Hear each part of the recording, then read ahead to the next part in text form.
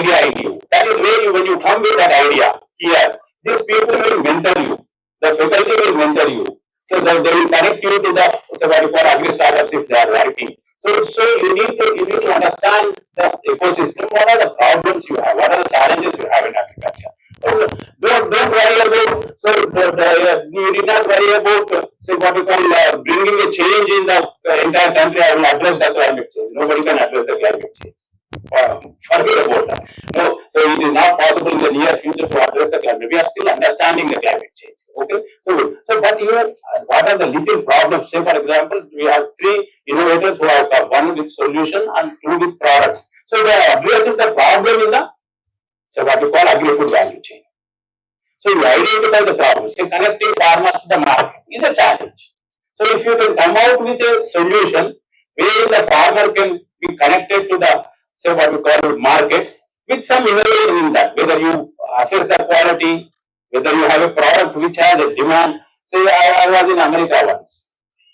I went there and asked, so there was a Tamilian guy also with me. So I was asking basmati rice for preparing, say what you call biryani in our home. Whereas Tamilian were asking some other rice. I didn't understand. So he said that this is the only rice we use in Tamil Nadu for preparing biryani, not the basmati. So they have a special variety for biryani. Okay, so that is an so now anybody, any Tamilian in the world will use only that rice. Okay, so you have to think in that direction. So you have a so our parents want to eat rice. They can't dispense with rice. Still they have sugar. They said that we want to eat rice. So you have but incidentally, I don't know how many of you know Telangana son we have not bred for so what you call no GI. We haven't bred that. We haven't bred that. Our intention was, my only target was, because I know at that point of time when I was a student, Telangana, so what you call Tellahamsa, Sureka, IR64 were 125 days. So our Telangana has a weather conditions which the rice variety should be of 120 to 125 days. So we targeted to breed a variety which is of 120 to 125 days. And that is the reason why we pushed all the varieties. You can see from then onwards, all our varieties are of this range. We also have say mid-late and so on, 135 days and late varieties. But that was because that enables us to complete the life cycle in that 4 months, so that say whatever it would be possible for the say enhancing the cropping intensity because we are creating water sources and so on. So that was it. Then we found that there was a low GI in that. Say what we call new people were the ones who initially identified that. Then we started promoting it. So this is how. So problem solving solutions are that is where your role comes into the picture. Your ideas comes into the picture. Now here there is another component that is what we call it as interoperability. So he was talking about say what we call IT. Software issues or C++, or say what you call, you talk of machine learning today, you talk of deep learning today, you talk of artificial intelligence today. So there are several IT programs which I don't understand, but I know what is my agricultural problem. So IT guy doesn't know what is a plant, what is a system, what is a economic field, what is rice, what. So they doesn't know. So you are the domain experts. They are the IT experts, so there is a need here. There is a need here. You both of you should marry. Unless you marry, this whatever we are calling as 4th industrial revolution technologies like artificial intelligence, like IoT, like machine learning, like say what you call drones, like say what you call other things like CRISPR technology, like big data analytics. All these you can make it happen only when, say what you call, you marry. There is another. My thinking is, I don't want to marry anybody. I want to be the expert. So there is a need for the university authorities to actually build courses which have this also in BS agriculture. This is the disruption. You think in that disruptive way. Nobody has no such type of courses. So you say that I will have a BS agriculture course where in 1 year I have artificial intelligence. Where in 1 year I have big data analytics. So that I come out because I come out with a knowledge which actually now the society needs. I don't want to do something which the society doesn't need me. If I go with base agriculture, maybe tomorrow say that the job opportunities are less for me. So I need a skill which actually. So this is another challenge what we have, which we look at. Then another so what you call problem we are facing actually. Now you have built a product. Now you have to upscale it. You have built a value to this product. You have built a value from the farmer, then you have to upscale it. How do you upscale it? So this is a big challenge. So while designing a product itself, you should have back in your mind that the product has an ability to upscale. So just doing a pilot and leaving it there. So that means you have to look at the incentives and the challenges of upscaling in advance. Unless you do that, it would not be. Then another important thing is, say what you call building action. Building action means your product should be. Now, the problem with these three people is they not build an action program. That means now they have come to the university. If they would have come long back, you would have built an action wherein so that the people will be talking about that. Now they have presented it in front of you. Now probably you will discuss. You will discuss about how he has done like that, can't we do like that, whether it will be useful to the farmer. So I was saying to the Honorable Director of Research here, asking him that why don't you purchase? I was asking the cost. I was asking whether it will be 3 lakhs or 4 lakhs. If I were in his place, I would have said 3 lakhs, 4 lakhs. He said 3,500, 4,000. Okay, so that means you have to, so what you call the value has to be based upon not on the expenditure you invest on the product. The value should be based upon the purpose it serves in the society. They can, so how much disruption it brings. So I was requesting him, why don't you purchase 100 of them and you yourself validate in the farmer's field. Okay, so this is the role. Today people trust the scientists. Today people trust the science. So you validate it and you produce a paper. You produce a success story which actually will be acceptable by the society. It will be acceptable by the society. This is one. Then say what you call collaboration. So the product should be such that the product or the innovation, whatever you bring, it should attract more collaborators. It should attract more collaborators. So it should be, so what you call more partnerships should be there. So that is another one which I want to tell you. And then there should be an ecosystem-wide action. It is not just, so what you call for one village or one thing, that it should be wide enough. So what you call, so these things actually, so what you call are today, which are happening. So you people, you use mobile. So if you type my name 10 times in your mobile, next time the moment you say P, Praveen will come there. What is it? That is machine learning. Okay, so if you take my photographs at different stages of my life during the last, then you can predict how I will look at 85 years. Okay, so what is important today? Data. So all this happens only because of data. You have to build the data ecosystem. That is where the students can play faculty can play very important role. So you have to build the data. Unless you build the data ecosystem in your colleges, in your universities, it would not be possible to implementing this, whatever we are talking of artificial intelligence or so on and so forth. Why? So, and mind you, people say that data is a new oil. Why new oil? Why it is, say, the oil, the fuel, whatever we are using in cars, if you go on pumping out, it will deplete. But data is the one which actually, the more you use it, the more it increases. The more you use it, the more solutions come, the more value it generates, the more voluminous it becomes.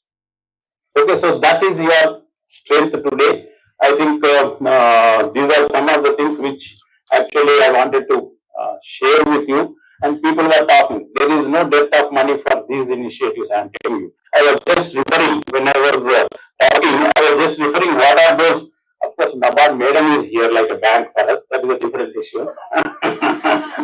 So, but apart from that, I was actually referring. I was surprised to see. So what about these things? Because now I am heading another university. Because there was an expiry date here, so I left.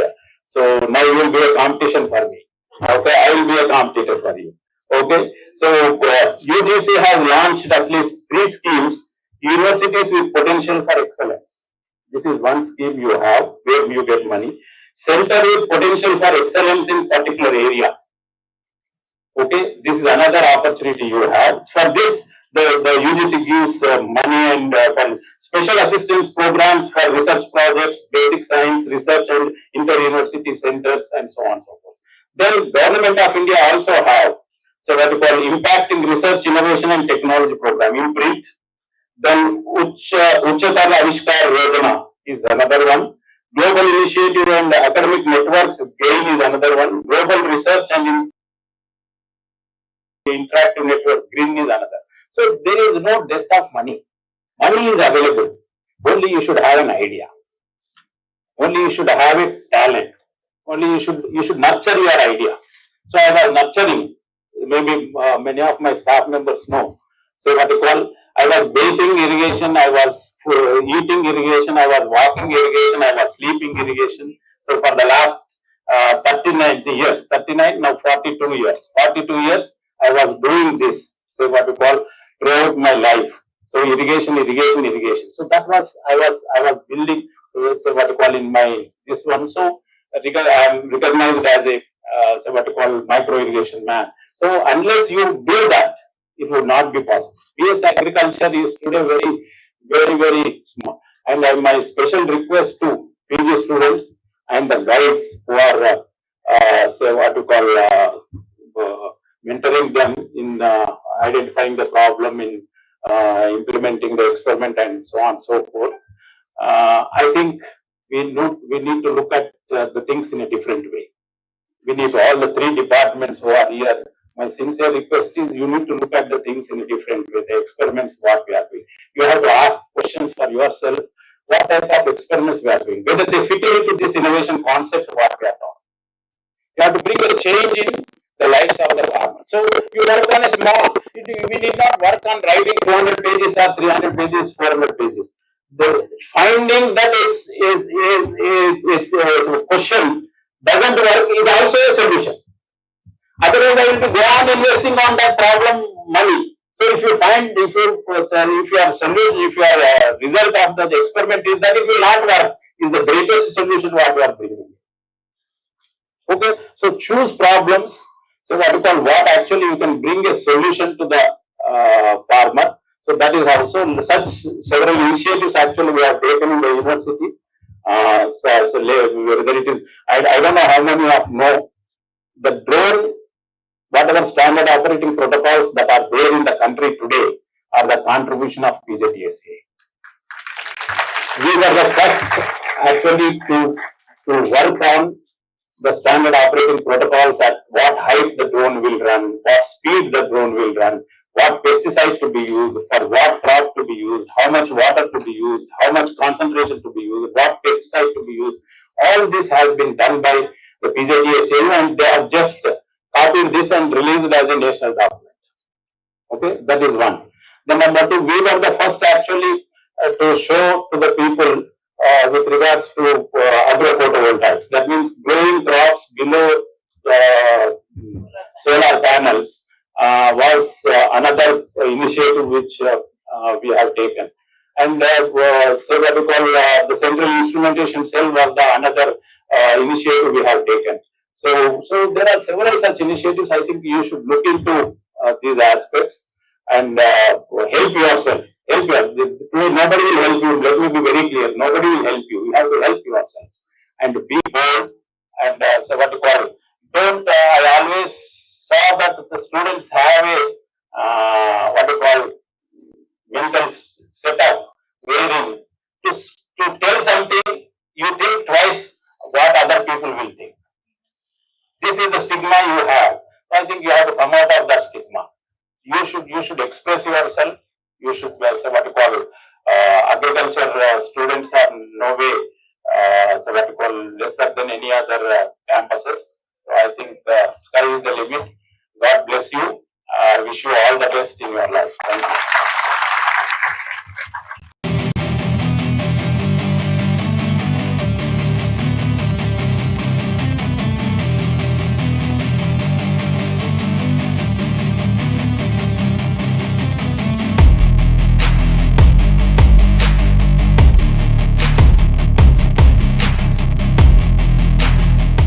I want to greet His Excellency, Mr. Jason Hall, for coming all the way, accompanying the investors from India, and His Excellency, Mr. Sanjay Gupta from Indian High Commission in Jamaica. Thank you for being here.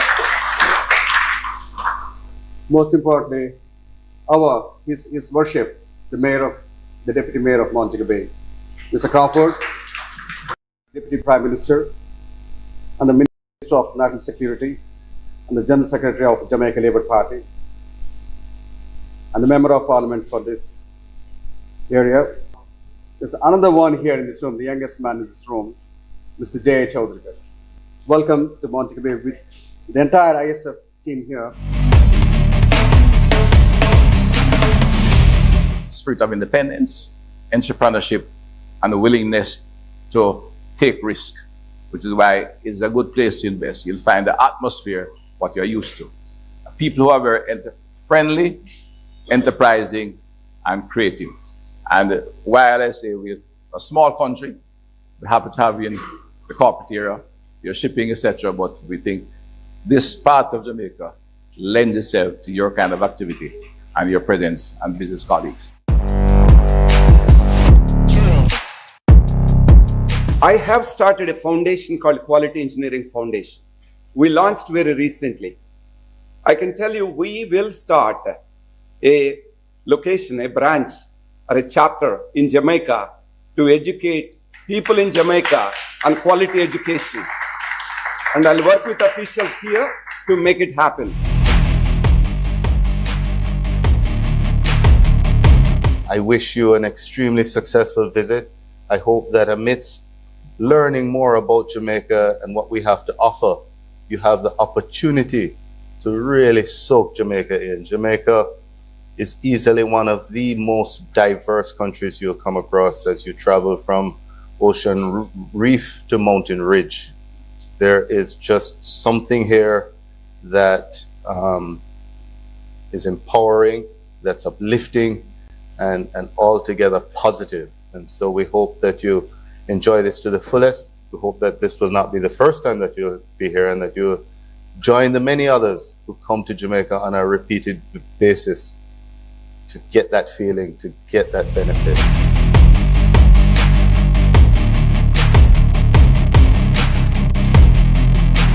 I once again congratulate all stakeholders who have put in their efforts to organize this conference. As such, business-to-business interactions play a pivotal role in increase of trade between the two or more countries. The High Commission is keen to facilitate and support all engagements which bring together the entrepreneurs, investors, and industry to openly discuss the viability of business proposals.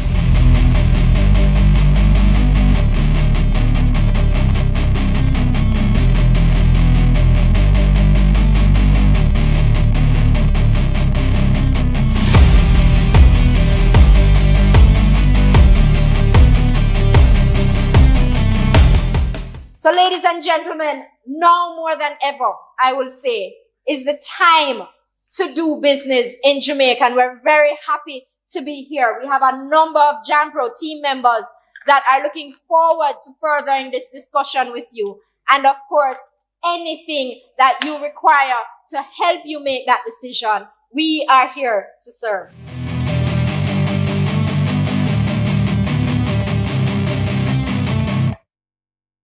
To stay informed about the startup ecosystem, subscribe to My Startup TV. Not everyone can create a thriving business in a foreign land, especially from a humble background.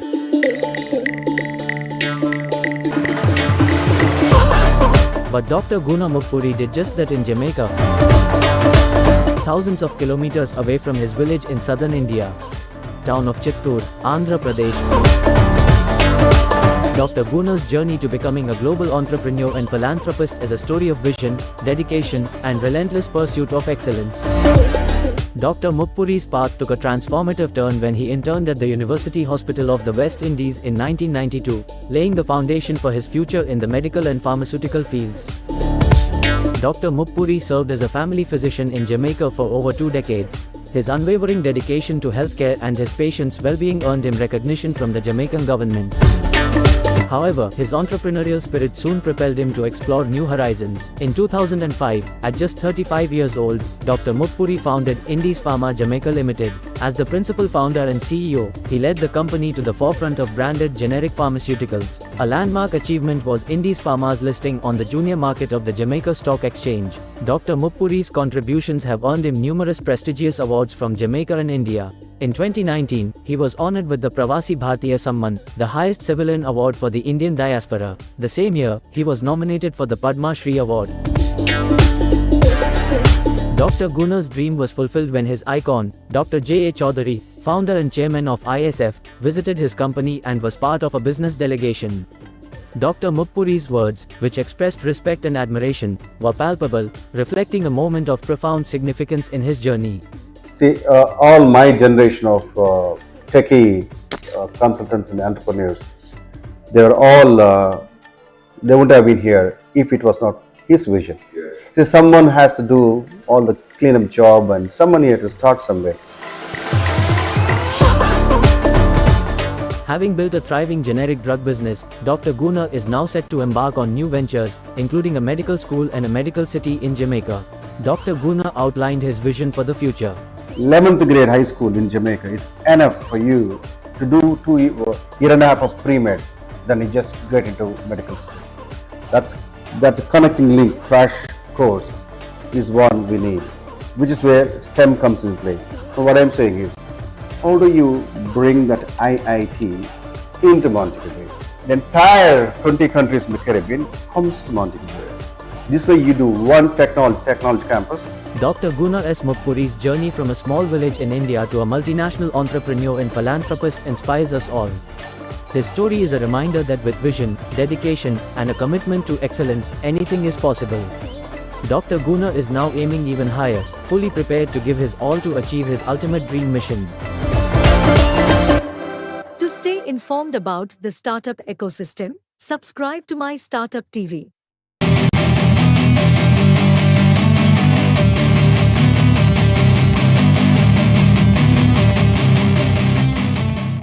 Good afternoon, Honorable Minister Hill. We are really excited to be in Jamaica. I heard your speech as well as our Honorable Deputy Prime Minister's speech.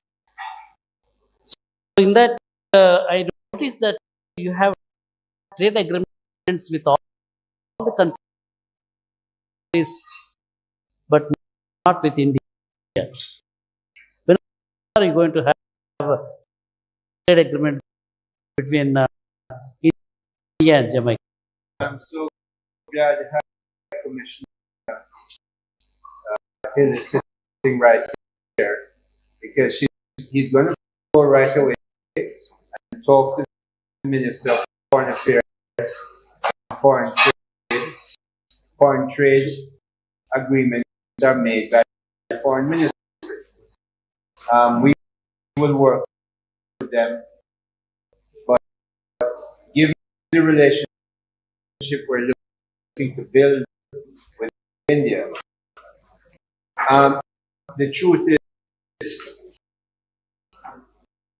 the WTO and the other international agreements are wonderful, but it's really bilateral trade agreements properly work that really develop trade. Yes. So, Mr. George is absolutely right. I would commit, High Commissioner, to work with you and the Foreign Minister to make sure we put in the necessary trade agreements in the next few months, so that we can get it done to energize this visit into something that turns out to be productive for business. Thank you, Mr. Hill. The other important thing, Honorable Minister, if we had to develop the knowledge industry, the startup industry in Jamaica, manpower is going to be critical. Yes. Because it's all manpower driven. With 2.8 population, I don't know how many students come out of the institutions every year. I don't think that manpower will be sufficient. For example, if there is Krishna. If Krishna wants to expand operations in Jamaica with, say, 5,000, 10,000 employees, because he can service all his North American customers. Like Krishna, suppose we want to bring 100 more such companies to Jamaica. So how do we take care of the manpower requirement, that kind of a growing industry? Our cost of operation in Jamaica may be more than the cost of operations in Silicon Valley. So how do you, what is... There's a place for businesses to say, I can identify Jamaicans, work with heart. Here is my curriculum. I want to train you for my business. And you find that Jamaicans now, instead of going away, will come back. Something else will happen. I am very convinced that given the way we're developing our country, our infrastructure is growing, but we believe that Jamaica, so fluent in English, producing still at a higher than mere replacement rate in our population, still for now, we'll have enough young people. And we have a relatively young population. We also, outside of the North American continent, we have the largest English-speaking population in the Caribbean and South America. So this is the place to be. One of the things that part of, when you're setting up a business, a line item has to be train people, whether you're in India or not. I know in the late 70s, early 80s, when I visited India for the first time, Citibank, I remember going to Citibank and they had a room 5 times the size of this. And they were all young engineers, young men then. I didn't see any young women at the time. Young men, white shirts, black pants, uniform. In there, it was called Coastal. Those who know the history well enough know that Coastals were there training those people, and they were coming out of India's best university. Any business that wants to be exceptional will have to invest in the people. It's the biggest asset you will have, because they're the ones who create the microchips and whatever else you want for AI. So we have to make sure that you put a line item, and training in Jamaica is much cheaper than anywhere else, because we graduate them for you and you can train them. But yes, we also are recognizing that you manage your immigration properly, so that we get the right people in. And the Prime Minister is on public platforms saying, as we get to this stage, your Indian friends can tell you, we're going to have to bring in technical people at a higher level. But when you bring them in, they must be prepared to train Jamaicans. So we do not now have a visa requirement for Indians to come in. Thank heavens we got rid of that some years ago. You're going to have a work permit, but you make a case and it will take 6 to 10 weeks, 8 weeks to get your work permit when you place it right. We want to grow. We know we cannot grow without the right amount of people. So we want to training Jamaicans well, and where it's necessary, we get help to bring in the right people. A little long answer, but I wanted to give you a background. The other important thing, since we are now supporting the startup companies in a big way across the globe. Right. For the startup industry, the most important thing is the innovation-led startup, R&D-led startup. So the R&D infrastructure, the creative infrastructure in the universities. For example, what is happening in India? Why suddenly there's so many unicorns started coming? Not only the Indian previous institutions like IITs, IIITs, and all that, they have set up a large number of the R&D labs and all that this thing. So they're creating that kind of intellectual property within those institutions. Because of that, we see there's a sudden growth of the unicorns from the startups coming out of these previous institutions in India. So what is that is going to happen in Jamaica if you start developing that kind of startup companies from here? Do you have that kind of R&D infrastructure or innovative infrastructure in your premier institution? The CMU has a fantastic, if you ever get a chance to go to Kingston, see it. Go and look at their robotics arrangement. Jamaica just participated in a robotics conference in France last year, and they're coming from our universities. The MCU in Manchester is the same thing. We know that Wipro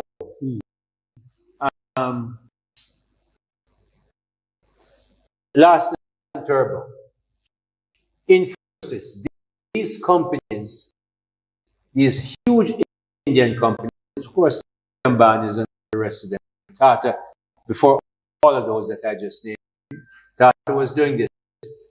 They made sure they invested a lot in R&D in India.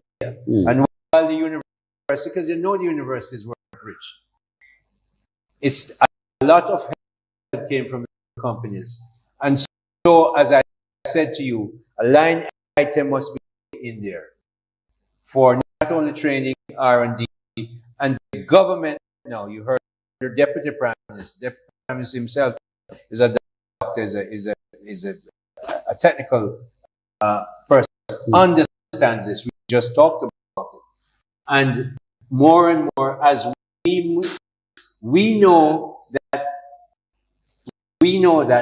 Jamaica, we cannot become a rich country selling to only 3 million Jamaicans who have a per capita GDP of $6,000. We're never going to get rich. We're not going to be able to do that unless we move, in fact, leapfrog the quality of people that we have. And that means investing in R&D in our university and get our companies who come here, including wonderful Indian ones, to invest here and make sure you help with our R&D investment. So we're open for that. We're an open economy, and you have a government that is committed to business. Thank you, Mr. Hill. The other important ingredient for the software, particularly knowledge startups to survive and succeed, government is investing heavily, creating incubators. For example, in Hyderabad, right, government of Telangana created a fantastic facility called T-Hub. They provide the entire ecosystem, not only just the building, the workstations and all the conference rooms. They bring the investors, they bring the prospective customers there. That kind of infrastructure they have created. Because of that, I mean, a lot of startup activities are happening. So, for promoting the startup industry, because you are going to push your, as you just now mentioned, all your citizens to the next level, definitely this is the path. But for that, how are you going to, I mean, do you have plans to create that kind of high quality kind of infrastructure, not only the physical infrastructure, but the intellectual infrastructure, the marketing infrastructure, and all those things have to be provided. See, government is a big buyer, they are a big purchaser. They themselves either use that product or they connect to the other the partners within their country. So, do you have any such plans? I tell you, I know what Mr. Naidu, Chief Minister Naidu did in Andhra, and how he built Andhra to the state where it is today, where it has always been a leader in India.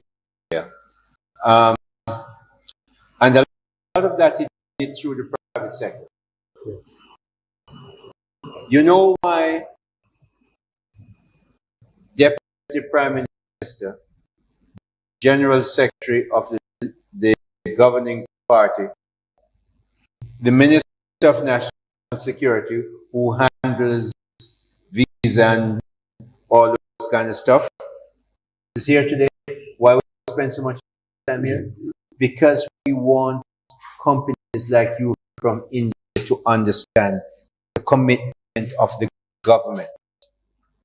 You can go away and say, we understand, you have a contact that you can go to, because why we want you from India is to help us to do exactly that. Yes. Part of what, yes, we want money. Yes, we want people, but the biggest thing we want, rather we want technology. The biggest thing we want is the people that will come with the ideas. We don't want to recreate the wheel. It's very costly to create a wheel. We want to make sure the wheel that you have, we adjust to our size. And we know, we really don't, to be totally honest with you, we really don't know all the ecosystems that you will need to make that work. We know you know. So we want to make sure that you and your colleagues in this delegation say to us, this is what we need. We say, all right, give us a proposal. We then look at what we have to do, where we're going to take the economy, because we've given them sugar. Sugar is not in our economy anymore. Bananas not in our economy anymore. Okay, the way we have to go is to go up the technology field and make sure, even if it's healthcare, and our nurses, like some of yours, have the best cachet in the United States. You go up and down the east coast of the United States. I forget California. We leave that to you. You go up and down the east coast in the United States. You find 5 matrons in any Mount Sinai hospital and a bunch of nurses. Because if you get a nurse from that has been trained in the Kingston Public Hospital, there is no disease, no problems that she can't manage by herself. So they're very welcome. So even the healthcare business, we want to say, yes, we have good nurses, we understand, but you have the technology. I've been to your health healthcare areas in India. What the pies have done in southern India is amazing. Manipal hospitals.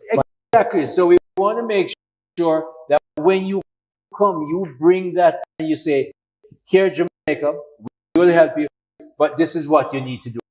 So it saves us from spending money that we might waste without your knowledge. So come to Jamaica.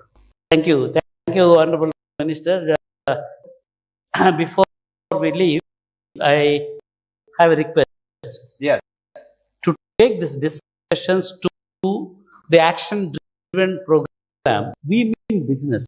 We don't want to waste your precious time. At the same time, I don't want to waste my CEOs who have come and participating, coming all the way from India, North America, and all that. It has to result in getting into actual quick results.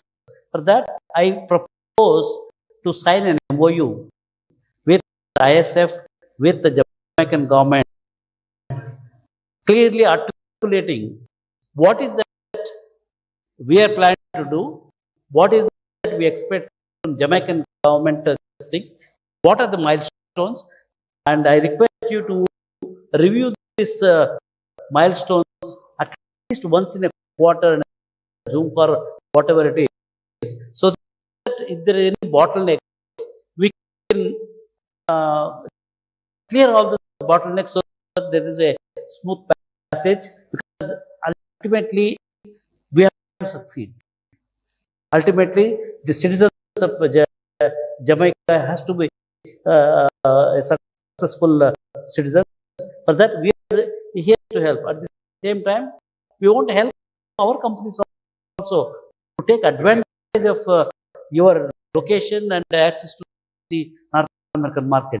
As I said, we do not recreate the wheel.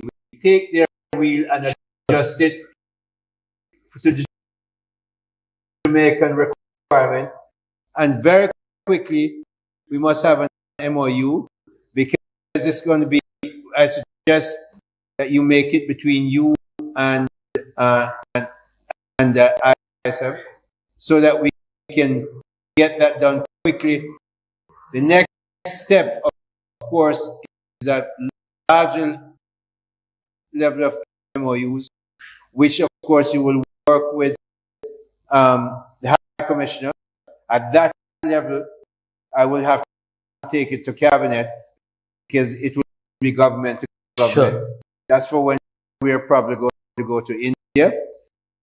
So we make sure we get that done, but include the High Commissioner now, so he's fully aware of what we're doing. And I think a two-week period, 20th of this month, I can have a draft fully reviewed and ready to go, so that Mr. Chaudhry and myself, we don't waste time. I'm so happy that you're here in my country this time, because I've been to yours so many times, to make sure we make this work. And you know what, Mr. Chaudhry, I want to work for Jamaica, because even our friends in the Caribbean, when we do this we just multiply across the region. So let's get this done. And the 20th is when I expect to see you.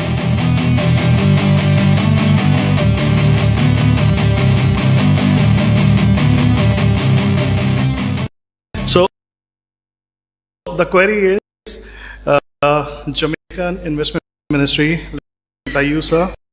All the graphs I have seen. One thing which was missing, and I have a question related to that, the interest rates actually. Our finance minister cannot tell the central bank what to do. It's independent. He has a currency board. He has a board of directors.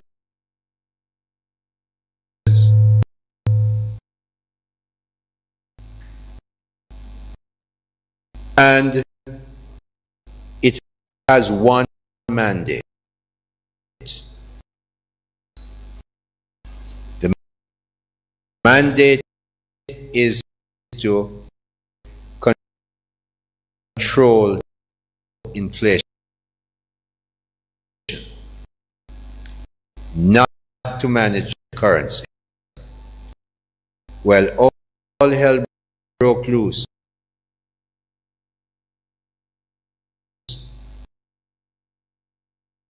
in the business community, for which I'm now in charge as the Minister of Industry, Investment and Commerce, to say, how you mean you're not going to manage your currency? Well, we said the central bank has one mandate: to manage inflation. Inflation, we said, and we renewed it earlier this year, must stay in the range of 4 to 6%. Well, we made our law, and Mr. Putin made his decision, and Hamas made their decision, and the world wasn't quite as even as when we made the law. Oil prices went up. India had a privileged position. Good for you. And therefore inflation took off. Oil prices pushed a lot of things. Then the pandemic happened, of course. Pandemic messed up everything in the world. But it affected the whole world. Our inflation, we were managing within the 6% all those years, and then the inflation took off and went to as high as, I think, 10.5. Very high.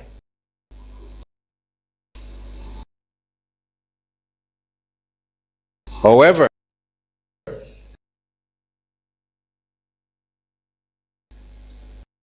we stayed the course. We wouldn't change the law. And in between that,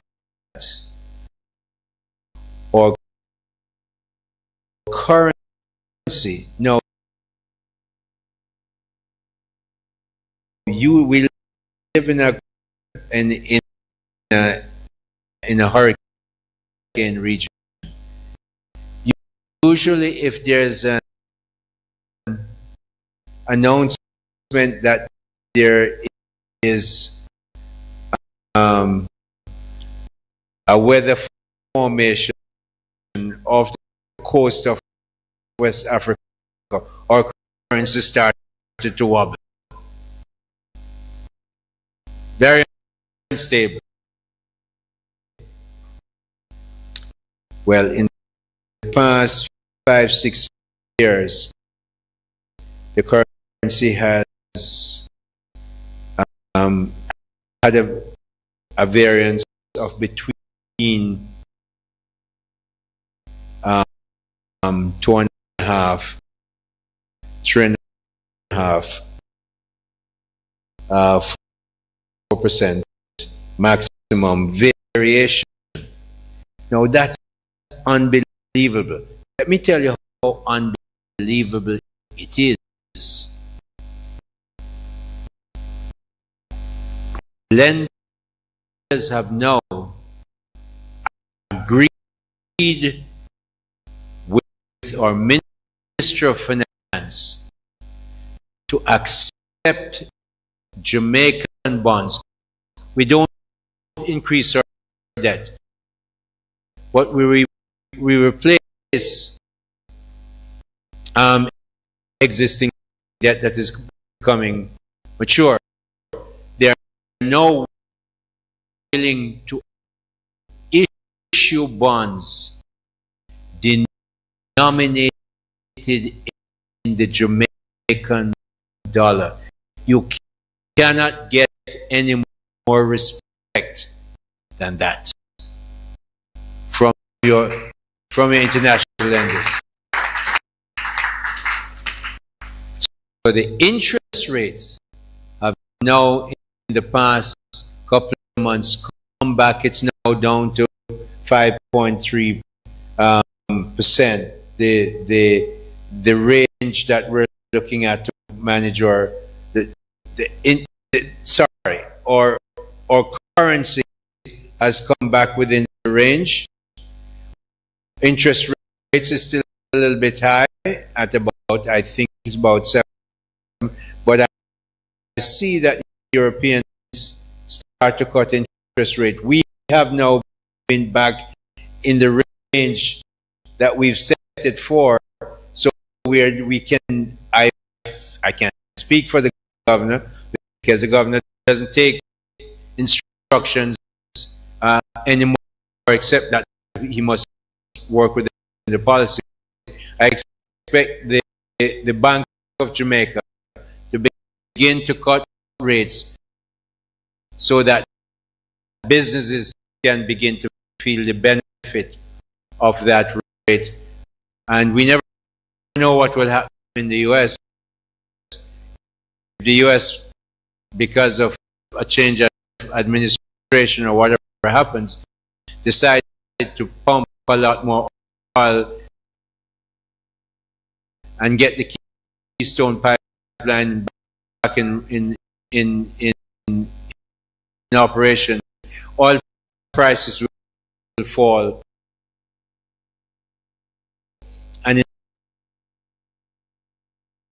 inflation then can be expected to come down, and interest rates then can follow it in Jamaica. That's a broad economic posture that we see going ahead. But we're in a good place. We're back in the range of inflation that we want to be in. Thank you very much. Thank you, Honorable Minister. I think we certainly make it happen. This is the picture that we have to have. Yeah.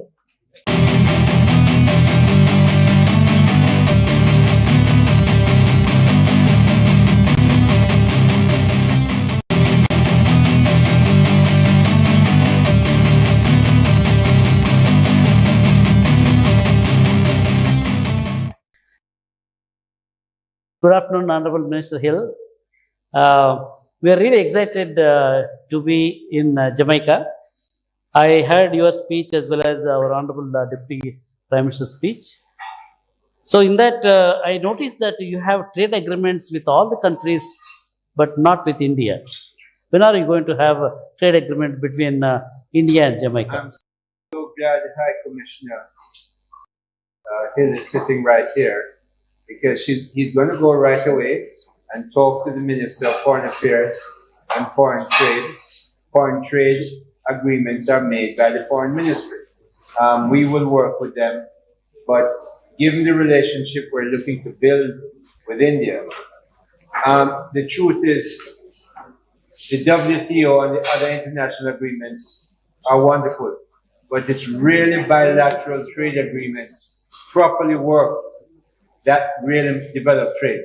Yes. So, Mr. Chaudhry is absolutely right. I would commit, High Commissioner, to work with you and Foreign Minister to make sure we put in the necessary trade agreements in the next few months so that we can get it done to energize this visit into something that turns out to be productive for business. Thank you, Mr. Hill. The other important thing, Honorable Minister, if we had to develop the knowledge industry, the startup industry in Jamaica, manpower is going to be critical because it's all manpower driven. With 2.8 population, I don't know how many students come out of the institutions every year. I don't think that manpower will be sufficient. For example, there is Krishna. If Krishna wants to expand operations in Jamaica with, say, 5,000, 10,000 employees, because he can service all his North American customers. Like Krishna, suppose we want to bring 100 more such companies to Jamaica. So how do we take care of the manpower requirement for that kind of a growing industry? Our cost of operation in Jamaica may be more than the cost of operations in Silicon Valley. So how do you, There's a place for businesses to say, I can identify Jamaicans, work with heart, here is my curriculum, I want to train you for my business. And you find that Jamaicans now, instead of going away, will come back. Something else will happen. I am very convinced that given the way we're developing our country, our infrastructure is growing, but we believe that Jamaica, so fluent in English, producing still at a higher than mere replacement rate in our population, still for now, we'll have enough young people, and we have a relatively young population. We also, outside of the North American continent, we have the largest English-speaking population in the Caribbean and South America. So this is the place to be. One of the things that part of, when you're setting up a business, a line item has to be trained people, whether you're in India or not. I know in the late 70s, early 80s, when I visited India for the first time, Citibank, I remember going to Citibank and they had a room 5 times the size of this. And they were all young engineers, young men then, I didn't see any young women at the time, young men, white shirts, black pants, uniform in there, it was called Coastal. Those who know the history well enough know that Costals were there training those people. And they were coming out of India's best university. Any business that wants to be exceptional will have to invest in the people. It's the biggest asset you will have because they're the ones who create the microchips and whatever else you want for AI. So we have to make sure that you put a line item, and training in Jamaica is much cheaper than anywhere else because we graduate them for you and you can train them. But yes, we also are recognizing you manage your immigration properly so that we get the right people in. And the Prime Minister is on public platforms saying, as we get to this stage, your Indian friends can tell you, we're going to have to bring in technical people at a higher level. But when you bring them in, they must be prepared to train Jamaicans. So we do not now have a visa requirement for Indians to come in. Thank heavens we got rid of that some years ago. You're going to have a work permit, but you make a case and it will take 6 to 10 weeks, 8 weeks to get your work permit when you place it right. We want to grow. We know we cannot grow without the right amount of people. So we're training Jamaicans well, and where it's necessary, we get help to bring in the right people. A little long answer, but I wanted to give you a background. The other important thing, since we are now supporting the startup companies in a big way across the globe. Right. For the startup industry, the most important thing is the innovation-led startup, R&D-led startup. So the R&D infrastructure, the creative infrastructure in the universities. For example, what is happening in India? Why suddenly there's so many unicorns started coming? Not only the Indian premier institutions like IITs, IIITs, and all that, they have set up a large number of the R&D labs and all that, this thing. So they're creating that kind of intellectual property within those institutions. Because of that, we see there's a sudden growth of I mean, the unicorns from the startups coming out of these premier institutions in India. So what is that is going to happen in Jamaica if you start developing that kind of startup companies from here? Do you have that kind of R&D infrastructure or innovative infrastructure in your premier institution? The CMU has a fantastic, if you ever get a chance to go to Kingston, see it, go and look at their robotics arrangement. Jamaicans just participated in a robotics conference in France last year, and they're coming from our universities. The MCU in Manchester is the same thing. We know that Wipro, Larsen & Turbo, Infosys, these companies, these huge Indian companies, of course the Ambanis and the rest of them, Tata, before all of those that I just named, Tata was doing this. They made sure they invested a lot in R&D in India. And while the university, because you know the universities weren't rich, it's a lot of help came from the companies.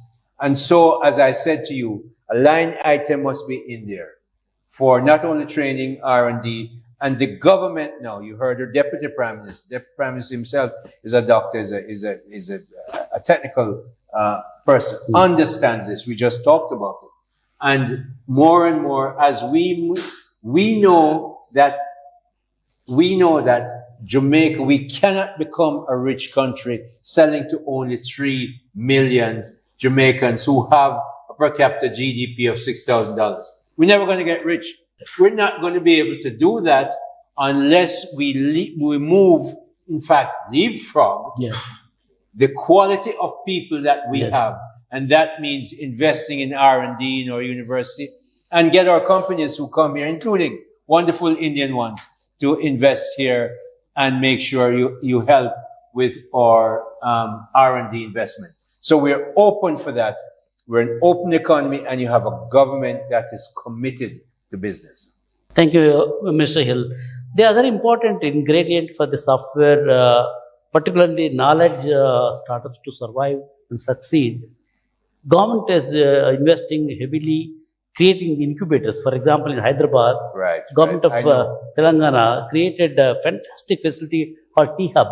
They provide the entire ecosystem, not only just the building, the workstations and all the conference rooms. They bring the investors, they bring the prospective customers there, and all that kind of infrastructure they have created. Because of that, I mean, a lot of startup activities are happening. So for promoting the startup industry, because you are going to push your, as you just now mentioned, all your citizens to the next level, definitely this is the path. But for that, how are you going to, I mean, do you have plans to create that kind of a high quality T-Hub kind of infrastructure, not only the physical infrastructure, but the intellectual infrastructure, the market infrastructure, and all those things have to be provided. See, government is a big buyer, they are a big purchaser. They themselves either use that product or they connect to the other the partners within their country. So do you have any such plans? I tell you, I know what Mr. Naidu, Chief Minister Naidu did in Andhra, and how he built Andhra to the state where it is today, where it has always been a leader in India. And a lot of that he did through the private sector. Yes. You know why Deputy Prime Minister, General Secretary of the governing party, the Minister of National Security, who handles visa and all those kind of stuff, is here today? Why we spend so much time here? Because we want companies like you from India to understand the commitment of the government.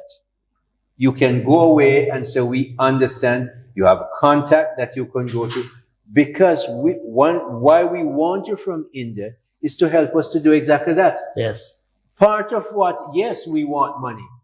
Yes, we want people, but biggest thing we want technology. But the biggest thing we want is the people that will come with the ideas. We don't want to recreate the wheel. It's very costly to create a wheel. We want to make sure the wheel that you have, we adjust to our size. And we know, we really don't, to be totally honest with you, we really don't know all the ecosystems that you will need to make that work. But we know you know. So we want to make sure that you and your colleagues in this delegation say to us, this is what we need. We say, all right, give us a proposal. We then look at what we have to do, where we're going to take the economy, because we've given up sugar.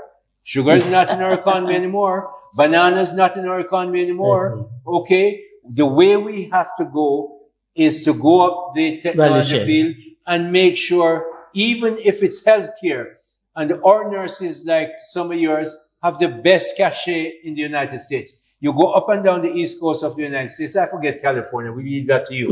You go up and down the East Coast in the United States. You find 5 matrons in any Mount Sinai hospital and a bunch of nurses. Because if you get a nurse from that has been trained in the Kingston Public Hospital, there is no disease, no problems that she can manage by herself. So they're very welcome. So even the healthcare business, we want to say, yes, we have good nurses, we understand, but you have the technology. I've been to your healthcare areas in India, what the pies have done in southern India. Is amazing. Manipal hospitals. Exactly. So we want to make sure that when you come, you bring that and you say, here, Jamaica, we will help you, but this is what you need to do. So it saves us from spending money that we might waste without your knowledge. So come to Jamaica. Thank you. Thank you, Honorable Minister. Before we leave, I have a request. Yes. To take these discussions to the action-driven program. We mean business. We don't want to waste your precious time. At the same time, I don't want to waste my CEOs who have come and participating, coming all the way from India, North America and all that. It has to result in getting into actual quick results. For that, I propose to sign an MOU with ISF, with the Jamaican government, clearly articulating what is that we are planning to do, what is that we expect from Jamaican government, what are the milestones, and I request you to review these milestones at least once in a quarter in a Zoom or whatever it is, so that if there are any bottlenecks, we can clear all those bottlenecks so that there is a smooth passage, because ultimately we have to succeed. Ultimately, the citizens of Jamaica has to be successful citizens. For that, we are here to help. At the same time, we want to help our companies also to take advantage of your location and access to the North American market. As I said, we do not recreate the wheel. We take their wheel and adjust it to the Jamaican requirement. And very quickly, we must have an MOU, because it's going to be, I suggest that you make it between you and ISF, so that we can get that done quickly. The next step, of course, is a larger level of MOUs, which, of course, you will work with the High Commissioner. At that level, I will have to take it to Cabinet, because it will be government to government. That's for when we're probably going to go to India. So we make sure we get that done, but include the High Commissioner now, so he's fully aware of what we're doing.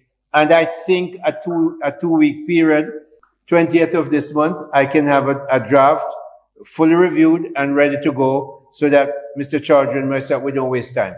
I'm so happy that you're here in my country this time, because I've been to yours so many times, to make sure we make this work. And you know what, Mr. Chaudhry, I wanted to work for Jamaica, because even our friends in the Caribbean, when we do this, we just multiply across the region. So let's get this done, Shillette, and the 20th is when I expect to see you.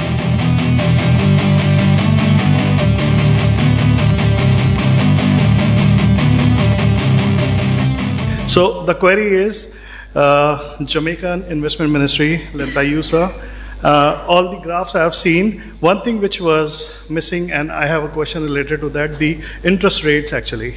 Our finance minister cannot tell the central bank what to do. It's independent. He has a currency board. It has a board of directors.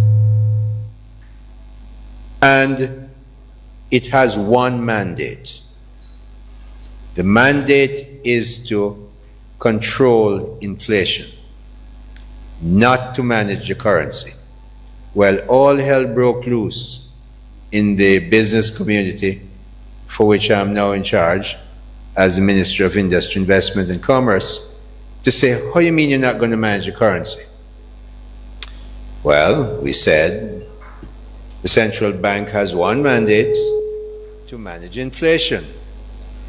Inflation, we said, and we renewed it earlier this year, must stay in the range of 4 to 6%. Well, we made our law, and Mr. Putin made his decision, and Hamas made their decision, and the world wasn't quite as even as when we made the law. Oil prices went up. India had a privileged position, good for you, and therefore inflation took off. Oil prices push a lot of things. Then the pandemic happened, of course. Pandemic messed up everything in the world, but it affected the whole world. Our inflation, we were managing within the 6% all those years, and then the inflation took off and went to as high as, I think, 10.5. Very high. However, we stayed the course. We wouldn't change the law. And in between that, our currency, now we live in a hurricane region. Usually if there's an announcement that there is a weather formation off the coast of West Africa, our currency started to wobble. Very unstable. Well, in the past 5-6 years, the currency has had a variance of between 2.5%, 3.5%, 4% maximum variation. Now that's unbelievable. Let me tell you how unbelievable it is. Lenders have now agreed with our Minister of Finance to accept Jamaican bonds. We don't increase our debt, but we replace existing debt that is becoming mature. They are now willing to issue bonds denominated in the Jamaican dollar. You cannot get any more respect than that from your international lenders. So the interest rates have now, in the past couple of months, come back. It's now down to 5.3%. The range that we're looking at to manage our our currency has come back within the range. Interest rates is still a little bit high at about, I think it's about 7%.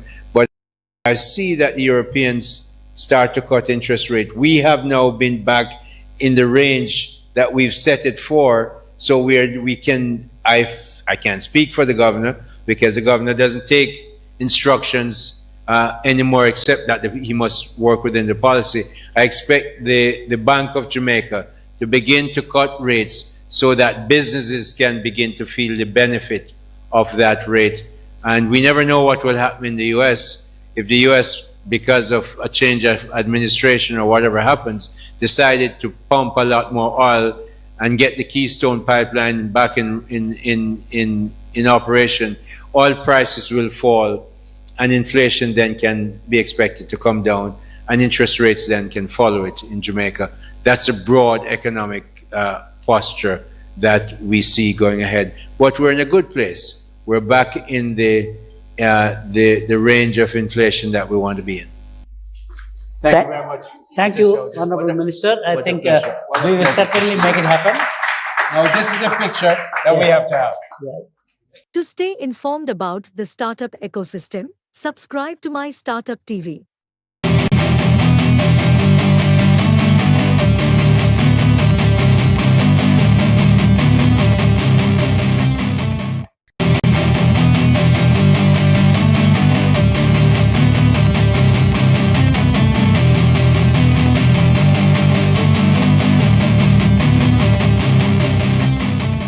I'm here to attend the conference organized by ISF, BioPrist, and other of their partners. Bilateral relations between these two countries are very old, and India gives due importance to its relations with Jamaica. We have been having people-to-people contact for many years. The only thing is that the figures of the trade figures which are there at present still growing. The only thing is they didn't meet the potential which is existing between the two countries. Where the High Commission is constantly working hard to to make grounds for such businesses and such investments from India. Jamaica has a great potential. It is third largest country in the Caribbean, but the largest one as English-speaking country. Its location is very important, and it can prove to be a good trade hub in the region. And as far as this ISF conference is concerned, the events like this are definitely going to help both the countries, because when business to business contacts are made, they can discuss in details the viability of any proposals, any policies of the government which they take, and then provide a basis for further investments. So definitely it is going to make provide a wide base. Definitely there are so many sectors, as I mentioned in my initial address also. Health sector is the main thing. Jamaica requires cheap medicines, which India definitely can help with. Our health facilities are ready to open the super specialties hospital in Jamaica. We need to discuss more on this with the Jamaican side, and the High Commission is doing that. For the cheap medication, India is the best option for Jamaica. The only thing is there are kind of not so quick registration processes which are in place, and we are in touch with the High Commission, Jamaican authorities to relax a bit. Even at a bilateral level, it will be done. To stay informed about the startup ecosystem, subscribe to my Startup TV.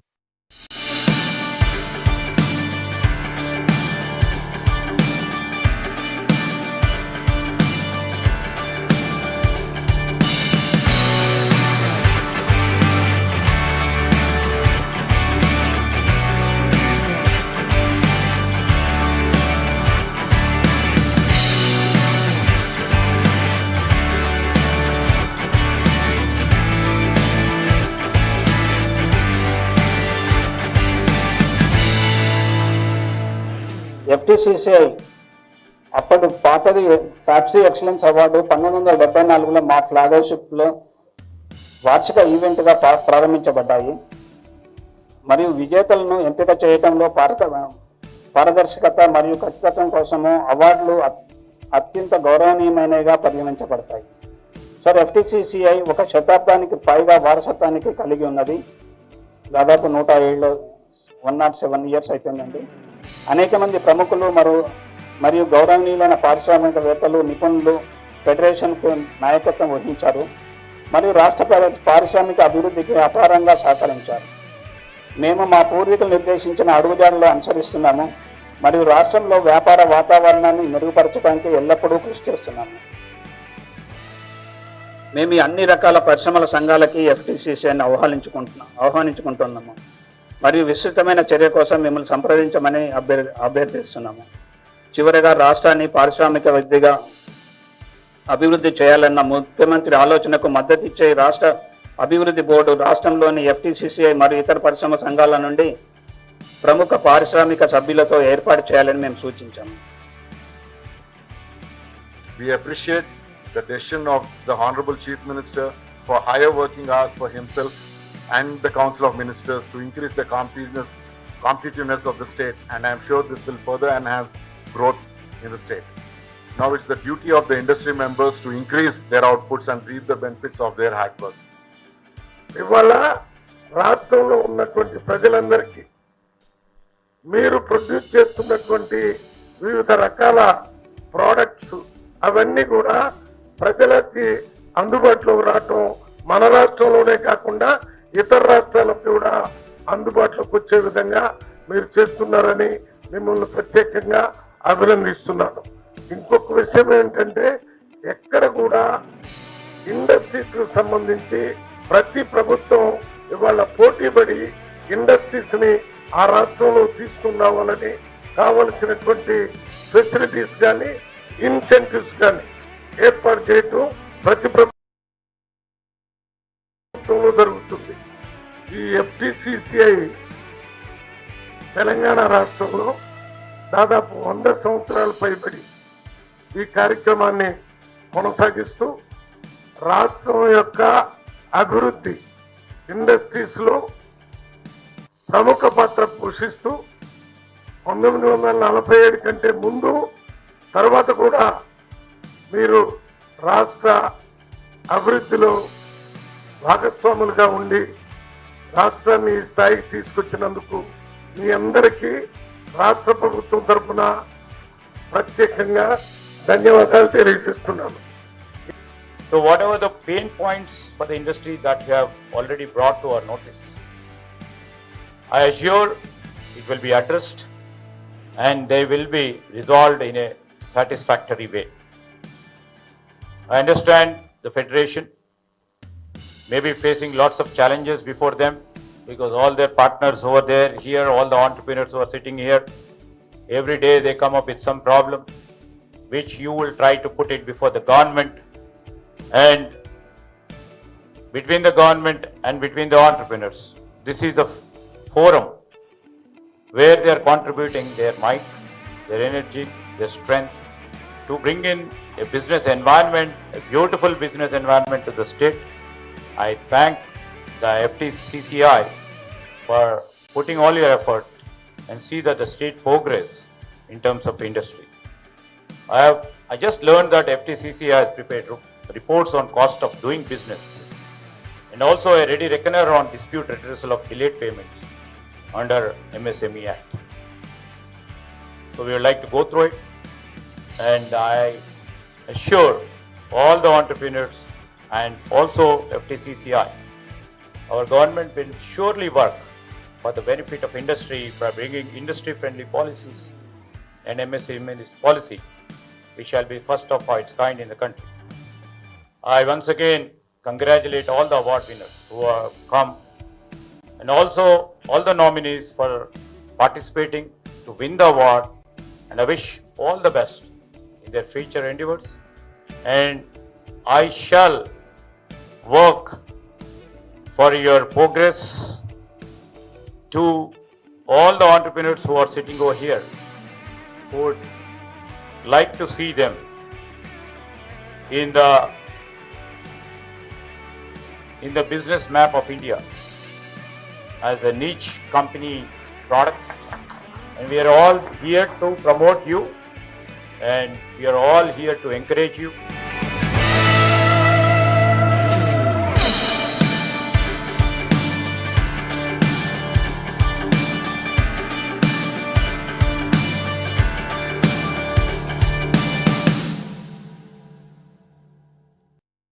To stay informed about the startup ecosystem, subscribe to my Startup TV.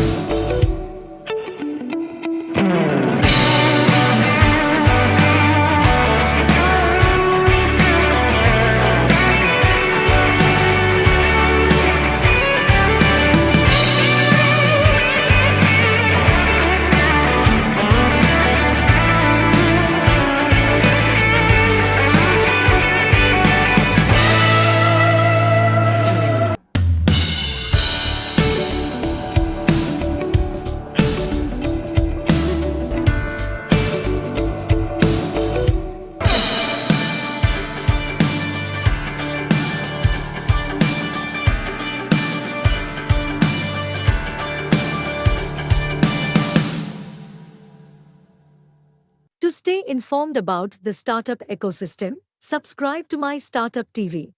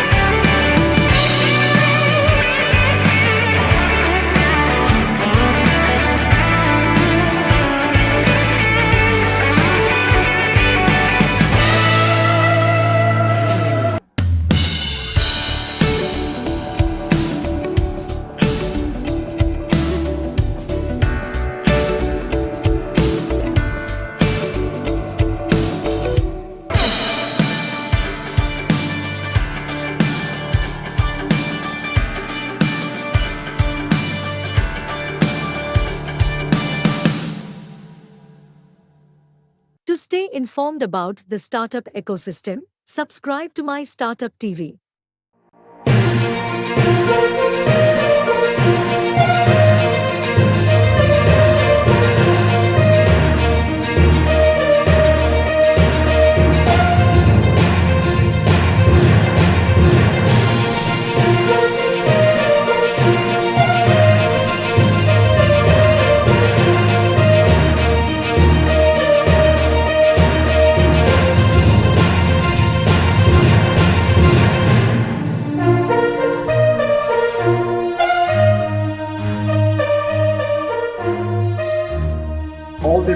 All the products which are on display on the upper concourse.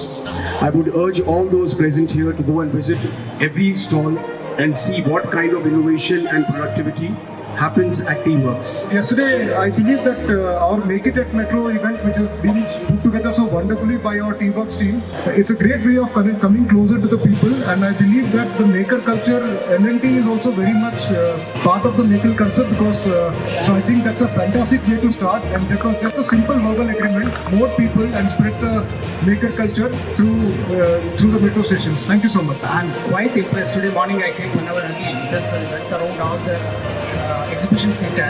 I am seeing for the first time, and somebody was painting with fingers and the 3D printers. Many things are displayed there. Everybody should take advantage of this 2-day exhibition here. The dreams of youngsters especially, and beautiful products are there. So I think we must encourage them also. It's a great opportunity for me to be here, and thanks for Teamworks. I heard so much about Teamworks, but how they work. It's wonderful. ఇలా next generation ఎన్నో ఆశలతో ఉన్న యువతకి T Works అనేది ఒక దిక్సూచి. All the best for the whole team of T Works. God bless you. So ఢిల్లీలో కూడా ఒక మెట్రో స్టేషన్ ఉంది, ఉద్యోగ్ నగర్ మెట్రో స్టేషన్. అక్కడికి మీరు వెళ్తే వాట్ దే హ్యావ్ డన్, ఈ మెట్రో సంబంధించిన మొత్తం ఆర్టిఫాక్ట్స్, ఈ చరిత్రం నుంచి వాళ్ళు ఏ స్టేజ్లో ఎట్లా పని చేశారు అక్కడ డిస్ప్లే చేశారు, ఒక మ్యూజియం లాగా. So I think this is also great initiative. మనం టీవర్క్స్ ద్వారా తక్కువ ఖర్చులో ఎక్కువ అవుట్పుట్ మనం ఎట్లా జనరేట్ చేసుకోవచ్చు, అది నేర్చుకునే విధానం కూడా మనం ఇక్కడ డిస్ప్లే చేసేస్తే చాలామంది మన బీటెక్ స్టూడెంట్స్ లేకపోతే ఎవరైతే ఐటీ సెక్టర్లో పని చేస్తున్నారు, మనం టెక్నాలజీ ద్వారా ఏమేమి సాధించుకోవచ్చు అనేది చాలామందికి ఐడియా రాదు. మంచి కార్యక్రమంలో భాగస్వామి కావడం వల్ల ప్రతి ఒక్కరికి ఏదో ఒక కొత్త అనుభూతి కలుగుతూ ఉంది. నేను కూడా చాలా ఆనందిస్తున్నాను. గత కొన్ని సంవత్సరాల నుంచి ఈ సంస్థలు నడుస్తున్నాయి, కానీ ఎప్పుడైనా టీ హబ్ లాంటి టీ వర్క్స్ లాంటి ప్రాంతానికి వెళ్తూ ఉంటే ఒకటి ఏం తెలుస్తుంది అంటే అక్కడ బాగా చదువుకున్న వాళ్ళు, బాగా ఇంగ్లీష్ మాట్లాడగలిగే వాళ్ళు, పెద్ద పెద్ద డిగ్రీస్ ఉన్న వాళ్ళు మాత్రమే అక్కడికి వెళ్తున్నారు, అక్కడ ఉన్నటువంటి సేవల్ని వినియోగించుకుంటున్నారు. సో ఒక సామాన్య ప్రజకి నేను కూడా ఇది అనుకోగలను, మా తెలివి కూడా ఇక్కడ ఉపయోగించుకోగలను అట్లాంటి భావన రాదు. సో జనాలు అక్కడికి రాలేకపోతా ఉంటే మనమే జనాల దగ్గరికి వెళ్ళిపోవడం. T-Works, India's largest prototype center, and also India's largest PPP LNP joined together in this platform. So two great giants joining today. Thank you for Joginder for giving this opportunity for us.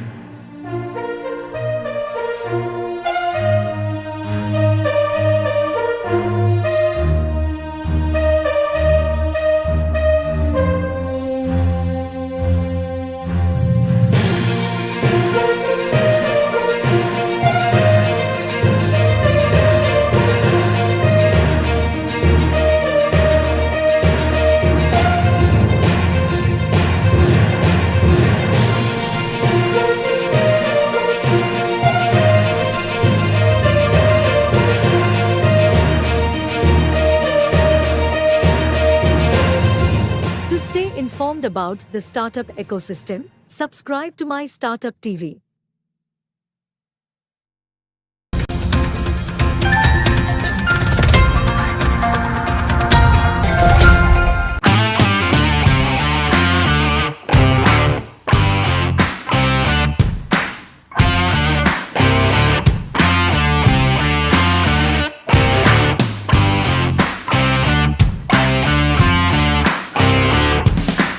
Mr. Shrikant Sinha, CEO of Telangana Academy of Skills and Knowledge, and Pankaj Diwan, please have a seat. Share a little about the activities that TASK does and how it's helping the colleges and students and industry in ensuring that, what we've been talking since morning about the paradoxical situation where you have industry scrambling for talent and you have people worried about jobs and other things. So I would request you to first talk a little about TASK and then probably we can go further in the conversation. Sure.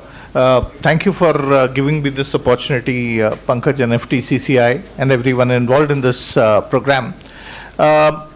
Talking about TASK, I think the very simple thing that happened was when the state got bifurcated, 1,400 plus organizations were surveyed only to find out that the less than 10% locals were employed and the people who were employed were not meeting up to the expectations of the industry. And that's where TASK was created. 10 years forward, if you look at it, we have skilled close to about 9 lakh plus students. But skilling students isn't good enough unless until you skill the faculty members. 18,000 plus faculty members on pedagogy as well as technology, and we are industry agnostic, as I said. So we work with about 750 colleges, or should I say 750 colleges benefit from our programs. We work with 80 plus corporate partners all across India, offering 110 plus programs to all the colleges. And that's what TASK is today. Looking at our pillars, we have 3 pillars. Education, no, we don't run education institutions, but we look at the industry, we look at what the academia is providing, and if you look at the way we were set up, we were supposed to be a bridge between industry, academia, and the government institutions, and that's how TASK was set up. And that was our prime focus. But over the years, we have moved slightly. We have got a 2-pronged vision now. First is making our youth employable. So anything, and we don't have a logo here, but if you look at our logo, it's a tree, a learning tree, which has got a fruit on each and every branch, which means any initiative that we take has to result in either a livelihood, a job, or an entrepreneurial opportunity. The second is, of course, employability, where we, more than 500 plus organizations advertise their entry-level jobs on our portal itself, and they are able to get their students. So all across all industries we work with. And talking about the models are very simple. We sit over and above the academic curriculum, right? And students, we register colleges with us, and students in those colleges, I've got a team of about 35 faculty members who go and conduct classes over there. We also do virtual classes. but this is a laddered approach. So what we realized early on was that skilling in the final year doesn't make help. It's more like eating a 500 mg capsule before going for your medical examination. Doesn't help anyone. And that's where we staggered the entire learning approach. So just to give you a very rudimentary example, AutoCAD. We start with the basic AutoCAD in first year, second semester. Second year is user level. Third year is advanced or professional level. And that's typically how we run all our programs. They are staggered. We also do this thing which is a different kind of thing. So apart from technology, we also talk about behaviors and we also talk about domains. So that's the kind of thing that we do. Second is more of a finishing school model where we work with the industry vertical itself and ensure that we run short-term skilling programs along with industry partners or ourselves to skill for a particular industry. 70% of those people get placed. And the third is a very unique model and has played a huge part in the growing ecosystem of Telangana, is what we call as first day, first hour productivity program, where we work with a single organization itself. We customize the training program as per the requirement of that organization. If they are looking at about 50 people, we'll train about 100 to start with. We co-create the curriculum. And if I don't have the subject matter experts or the aircraft engines in my labs, I would much rather go and train on the shop floor of the industry itself, which has been a very, very successful model over here. Because it's a win-win, as the Honorable Special Chief Secretary also was mentioning. Instead of a lose-lose, it has to be a win-win situation for all. So that is a helicopter view of what we do. Of course, I would like to also, since entrepreneurship was also being discussed, we run a very unique program called I4TS, Innovating for Telangana. And this runs with a punchline called Samajika Avashkaranalu Sarlamaina Jivitanki, Social Innovation for Simplifying Lives. This is a virtual program, as it was said that, entrepreneurship cannot be taught in a classroom. We run this program virtually, and instead of diving deep straight into the entrepreneurship development program, we have an innovation and entrepreneurship mindset creation program first, which is 7 weeks linked to the SDGs. And then, for example, last year, 20,584 students got, or youth got impacted, I should say. Anyone in the age group of 18 to 35 can enroll for this program in Telangana and undergo this program. The videos are available online, and I'm happy to say, Pankaj, that last year we got the Scotch Gold Award for this program as a unique initiative that was run. So we bring it down from 20,000 to 10,000, 10,000 to 5,000, 5,000 to roughly about 500 ideas of 1,500 people. Then they undergo a complete 20 weeks kind of a program, which is the entrepreneurship development, the mission model canvas, the business plans, and everything else. But we are slightly different again. Every startup, every entrepreneur wants themselves to be invested in, but they have never sold anything in their life. So we have a module in between called as Angdi or Mandi, where you actually have to go and sell something, because you can't teach consumer behavior in a classroom. You can't teach how to handle your first rejection, or what should you be selling, features, advantages, or benefits. And that's where we have a Karo and Sikho kind of a model built into between. So that is a helicopter view of what TASK does. Thank you. Wonderful and very refreshing. So we've been discussing this in the past also. One of the things that I think we share as a common idea is about the whole concept of problem solving, hackathons and industry problems. And you saw today's initiative is very much based on that. Albeit it's not a one-day hackathon, it's a 6 months hackathon or an 8-month hackathon. I want to know from you, because again, you've worked so closely with colleges and students, what has been your experience in running these hackathon kind of programs? And do you think we are in the right direction in that sense? Oh, absolutely. I think today the biggest problem is, and Pankaj, I think at the cost of repeating myself, you have of course heard it multiple times, and some of the college people also would have heard this, but I ask a question to every college or any student that I meet in any forum, which is, if I have to empty the Indian Ocean using a bucket, how much time will it take, right? And believe you me, 99% of the people say, oh, it cannot be done, right? Because the problem is they don't look at logical thinking. Computational thinking is just not there, right? Simple problem, size of Indian Ocean, size of bucket. If the size of bucket is as big as the Indian Ocean, it will take a couple of seconds only, right? But that thinking process is not there. Unfortunately, our educational institutions also today are only teaching syntaxes. And that is where the biggest challenge comes in. As a result of which, what you said in the beginning itself, we are creating, I don't want to use the word glorified clerks kind of a word, but yes, we are only creating people for the service and operations industry in IT. We are not having product mindset. And for creating that product mindset, it is important to have computational thinking, foundations, focus on the foundation. Today it's Python, tomorrow it will be Cobra, then what? Again, you will go and learn the syntaxes.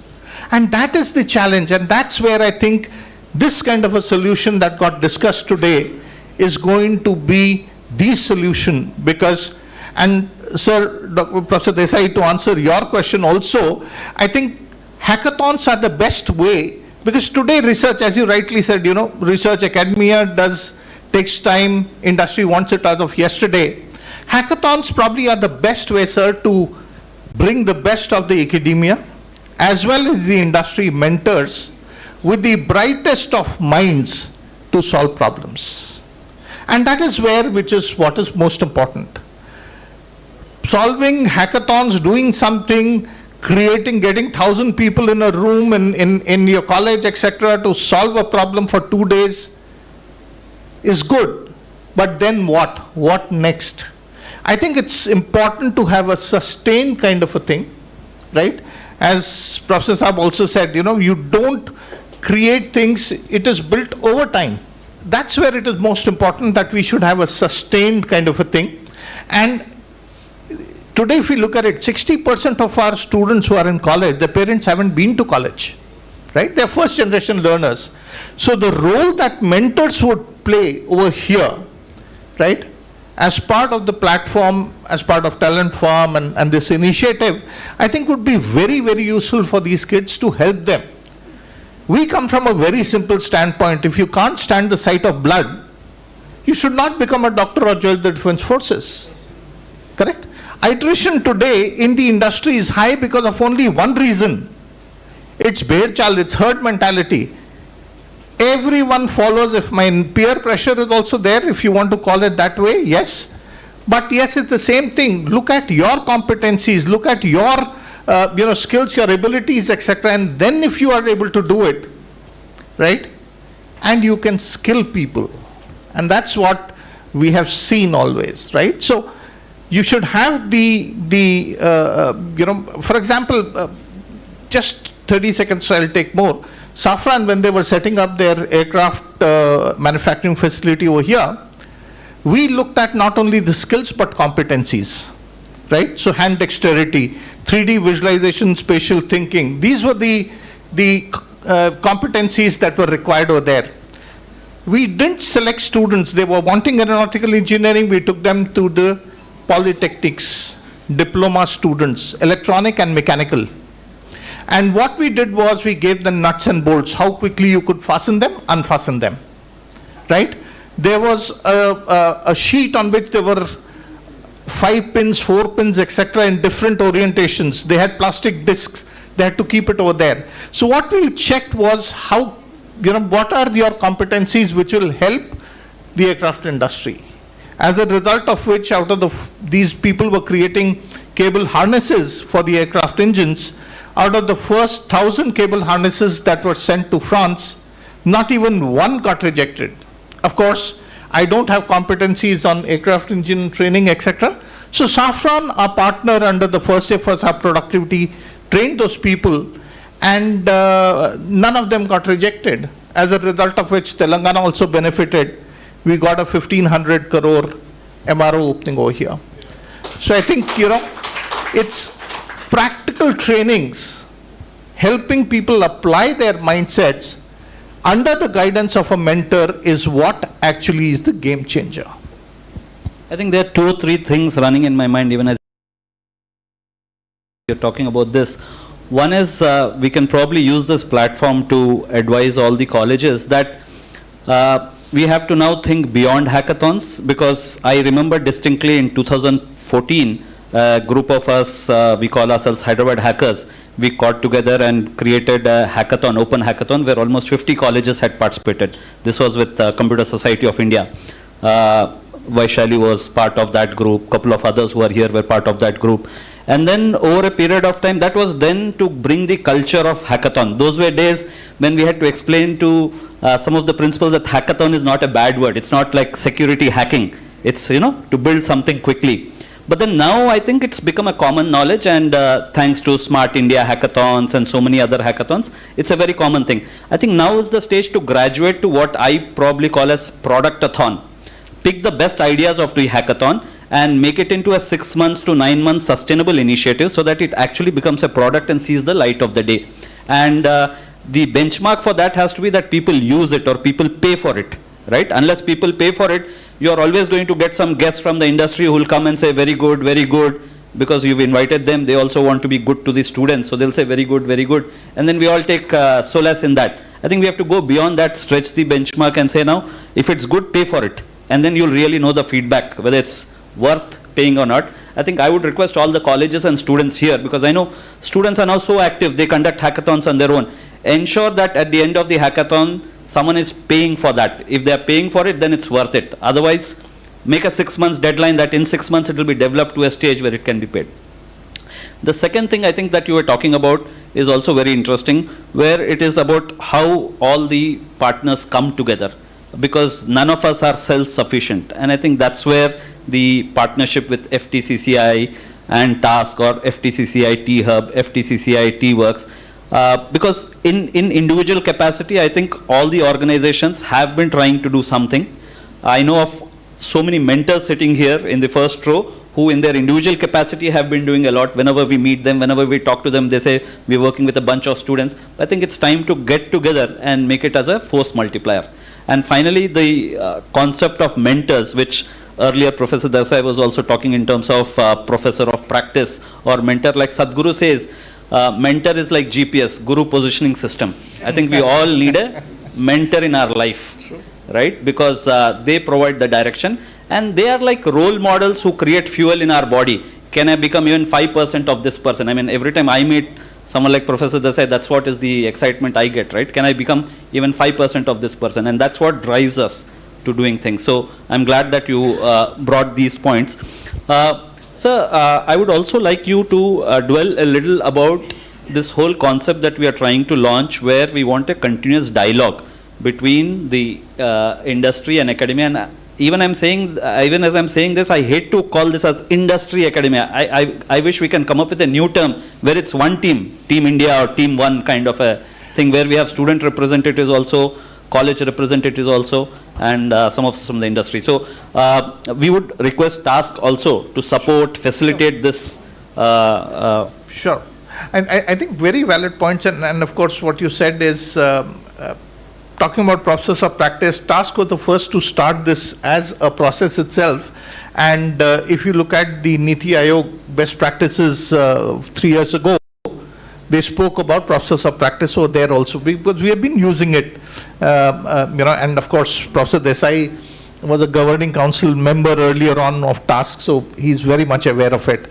And coming to the second part of it, I think there are certain things that we as industry and academia have to avoid to make this collaboration happen. Today, the very first thing when a person from a college, an academic institution meets an industry is he will say, can you come to my college for a campus recruitment, right? And that is the first place where you have drawn a line, because the industry thinks that you will keep on pestering him till he comes there, right? Instead of that, if we change our conversation and say, can you please come and interact with our students? It's a different story altogether, right? I think the reason why this has not moved, and absolutely right, we've been talking about academia and industry collaborations, and we'll keep on talking till the cows go home, but point is, we have to change our mindsets itself. And that is what is most important from both the points, right? Today, at least thanks to hackathons, and if we are talking about sustained hackathons or industry chairs that are there in multiple institutions like institutions of repute, IITs, etc., have got the industry chairs, right, where they fund for research. Now, if those kind of things keep on happening, I think the involvement of industry will automatically increase in the academic institutions. Second thing is, I think academic institutions also need to realize that research, of course, as I always keep on saying, for good music, you need musicians which are skilled, right? But you also need the Bachs and the Beethovens, the researchers, without which good music will never happen, right? And that's where it is important for the academia to stop doing academic research, but look at industry-oriented research, and that is where things will change. Because I think that's when people, today what is happening is, you need an interpreter to talk between these two, because these two people are talking different languages. And that is what this cell has to do.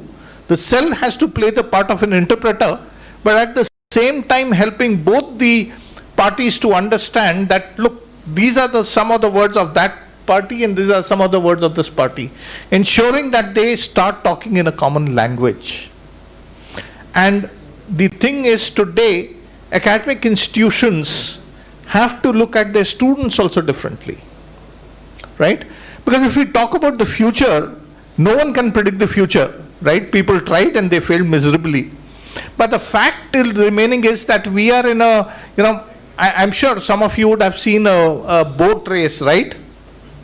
When you start rowing, you are sitting opposite to the direction in which you are moving. And that is what is happening right now. Academic institutions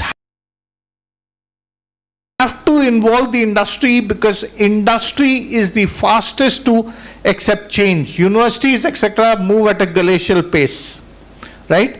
Industry can only guide you and tell you what could be the future. For example, if I look at it, AI, ML, and all these base technologies, IoT, 5G, etc., are going to be the foundation.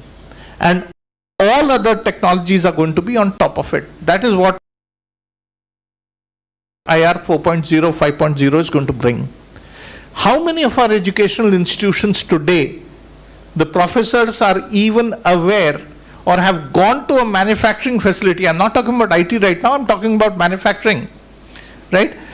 And if you look at, okay, let me talk about automobile engineering, right? How this field has completely changed. You need to know about cell, so you need to have chemistry, right? You need to know mechanical engineering, because at the end of the day, it's a moving part. You need to know cyber security, because someone can hack your audio system, because all cars are connected and know where you're going for your dinner. You need to understand AI ML, because the battery which is generating the power has to get, it's going to use an AI logic, an ML logic. You need to know about electronics and electrical, because distribution has to happen. Earlier, you need to have only ICE knowledge, and that was it. And that is where industry today needs to be part of all academic boards and play a real part over there in ensuring that curriculum changes. We have to change the curriculum, as of yesterday. And that is where industry can play a part. Of course, academia, into research, into helping test beds. If you are trying something new, the colleges have got so many students.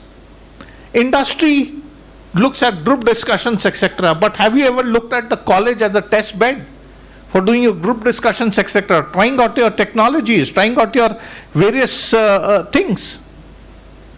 We have not been looking at common goal of how we can support each other, and that's there. And task will be absolutely, as our definition says, a bridge between academia, industry, and the government institutions. Happy to play that part. Thank you, sir. No, and I'm glad that, and I just want to re-emphasize the point that I think as academia, we should get smart to sell our value proposition in a much better way, rather than looking at ourselves as a seeker. I think if we can present ourselves as a equal and say that this is what we can offer, this is what is our students offering, this is what is our offering, I think it makes a lot of difference. I think that language and that has to change. And as you were talking about the complicated technologies, Manish and me were exchanging smiles to say, thank God we completed our engineering before it got complicated. Because I think it's very tough for these kids here, because they have to learn what we learned also, and they have to learn what is present and future also.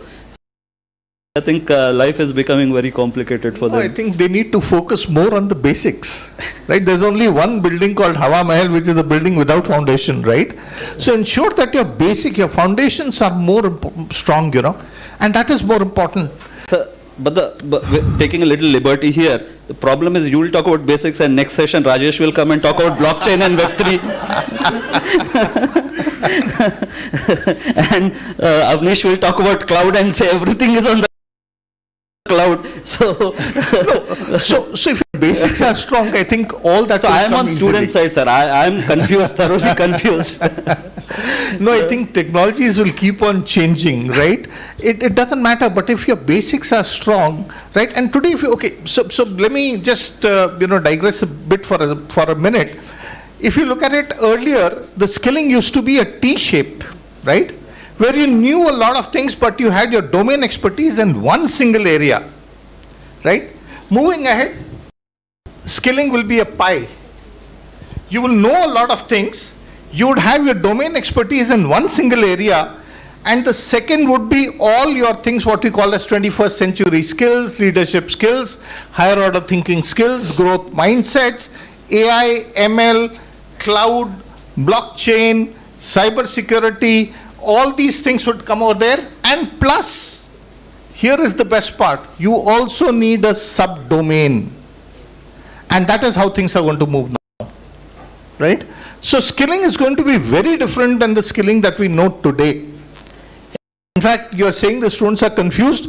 If I'm given a wish today to be reborn, I would like to be born as a youth in this generation and this age. The kind of opportunities, the kind of technologies, the kind of things that are available today, they can, really change the world. Absolutely. No, I share that with you, and we can go on with this conversation forever. But in the interest of time, we'll wrap it up here. Thank you so much for your time and for your views, and I'm sure it was very thought-provoking for all the kids.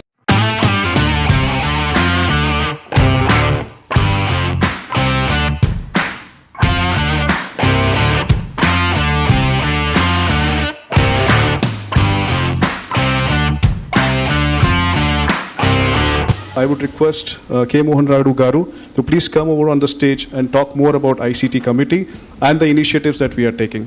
Please. As you see, FTCCI, earlier it was called FAPC, Federation of AP Chambers of Commerce and Industry, before the state was bifurcated. Now, with the formation of Telangana, it's called FTCCI, Federation of Telangana Chambers of Commerce and Industry. As you have seen, it's a 107-year-old organization. It's a premier chambers in the country, one of the premier chambers in the country. To run this chambers, we have 22 committees. One of them is our ICT committee. 22 committees comprise of international, banking, taxation, like that. We have 22 committees. Among the 22, one is this ICT committee. We have some major events happening every year from the FTCCI as such. For example, FTCCI Excellence Awards and FTCCI HR Awards, FTCCI MSME Conclave, then Industrial Innovation and Technology Expo, and International Conference on Shipping and Logistics. These are the events, annual events that happen every year by the other committees. When it comes to the ICT committee, it's a excellent composition of the members. We have Dr. Uday Desai as one of our advisors, and Mr. Rajanna P. Rajanna, the head of TCS. He is another advisor, and myself, the chair. As I told you, I'm the director at Informatics India. I'm in the field for over 40 years now, starting from the first generation computers. So then we have Bala Pedigari. He's a co-chairman. He is the Chief Innovation Officer at TCS. And we have Pankaj. He is the director at Idea Labs. We have Sandeep Srivastava, director at Microsoft. And then we have members from the top industries like SAP, Microsoft, TCS, Wipro, Infosys, like that. From all these companies, we have the members in this ICT committee. At ICT committee, we have three types of activities. One is ad hoc events that happen almost every month, one activity every month. And then we have annual events. Then we have sustained activity events. So sustained activities on the chart GPT, like that, AI in sector-wise AI use cases, blockchain, digital transformation, like that. We keep doing events that on a regular basis. Then we have annual events. We have started an event called Impetus with HICIA, in collaboration with HICIA. That will be an annual event. And Impetus is a event that happens between FTCCI members and HICIA members, where HICIA members showcase their offerings, like IT offerings. Then the members of the FTCCI from the trade and industry, they come and take the demos, and then they go for it wherever it's required.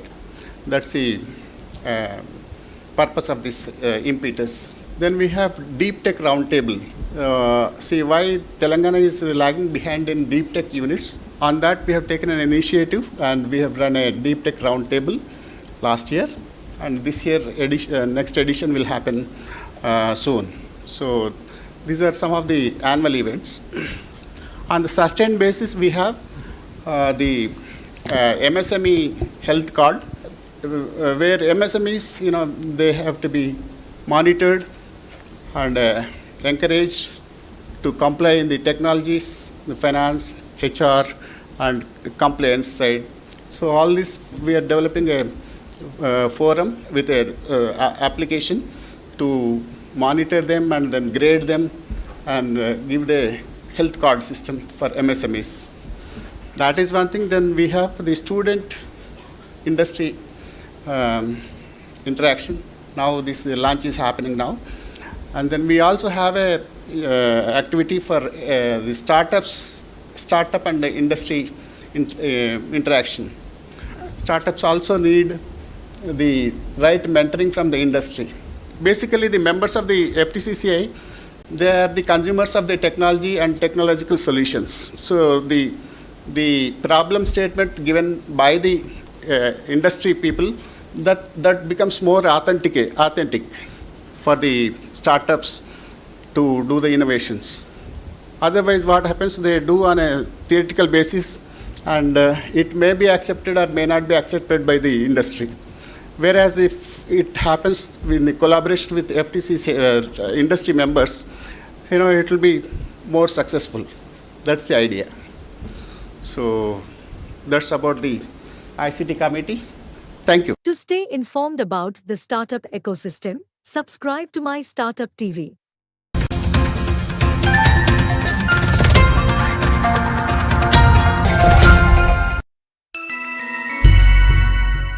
Today we are launching the program on IAC, Industry Academia Connect program. In this program, we enroll the colleges and universities as members, and we have also established collaborations with organizations such as T-Hub, Task, T-Works, etc.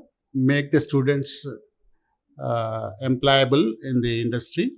Also, we prepare them for innovations to engage them in the startup activities. So that's the idea of the IAC program.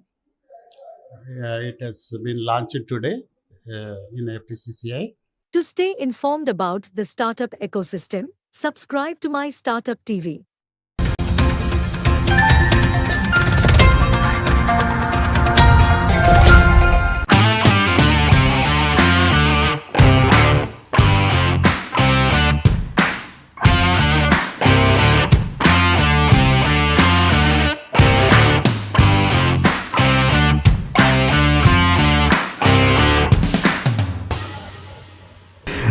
First question, Rajesh. A lot of talks on AI, a lot of talks on everything which is tech in the last 2 years, and suddenly the world has shrunk again big time. The biggest impact, I think, both on the industry side as well as the confusing the student a little more. But what would you like to tell the students here? The impact of AI, how to take it, how to be prepared for it, or use this as an opportunity, Rajesh? Yeah, so what I would tell students is stop watching all those Hollywood movies where AI is shown in a sinister fashion, right? AI is not going to be sinister at all. And then the lot of things have changed, and these things come over the cycles, right? For instance, a small story that I experienced as a kid. My dad was a career banker with SBI. And one day he was, usually he goes to office on Sundays as well. So one day he was at home and I asked him what happened, and he said his staff is on strike. And I asked him, why is the staff on strike? He said, primarily the tellers are on strike because they're introducing automation in the bank. And those tellers felt that they will lose their jobs over a period of time.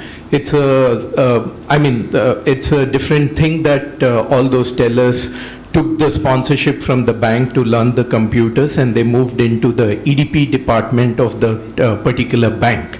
So at that point of time, when they felt that they are going to lose the jobs, it's not actually has happened. So what has happened is they have reskilled themselves, and they have either gone into an EDP department in a bank, or they ended up taking up newer roles. For example, 15, 20 years ago in the banking industry, you didn't have a relationship manager, you didn't have a wealth manager, you did not have a loan officer, you did not have an underwriter. But today, if you look at that same banking industry, the kind of roles that have emerged are quite different. So what has helped these people to tide over the change process is their willingness to learn, which is basically in terms of unlearn, relearn, and then redeploy themselves. And that's exactly what is going to happen in the world of artificial intelligence.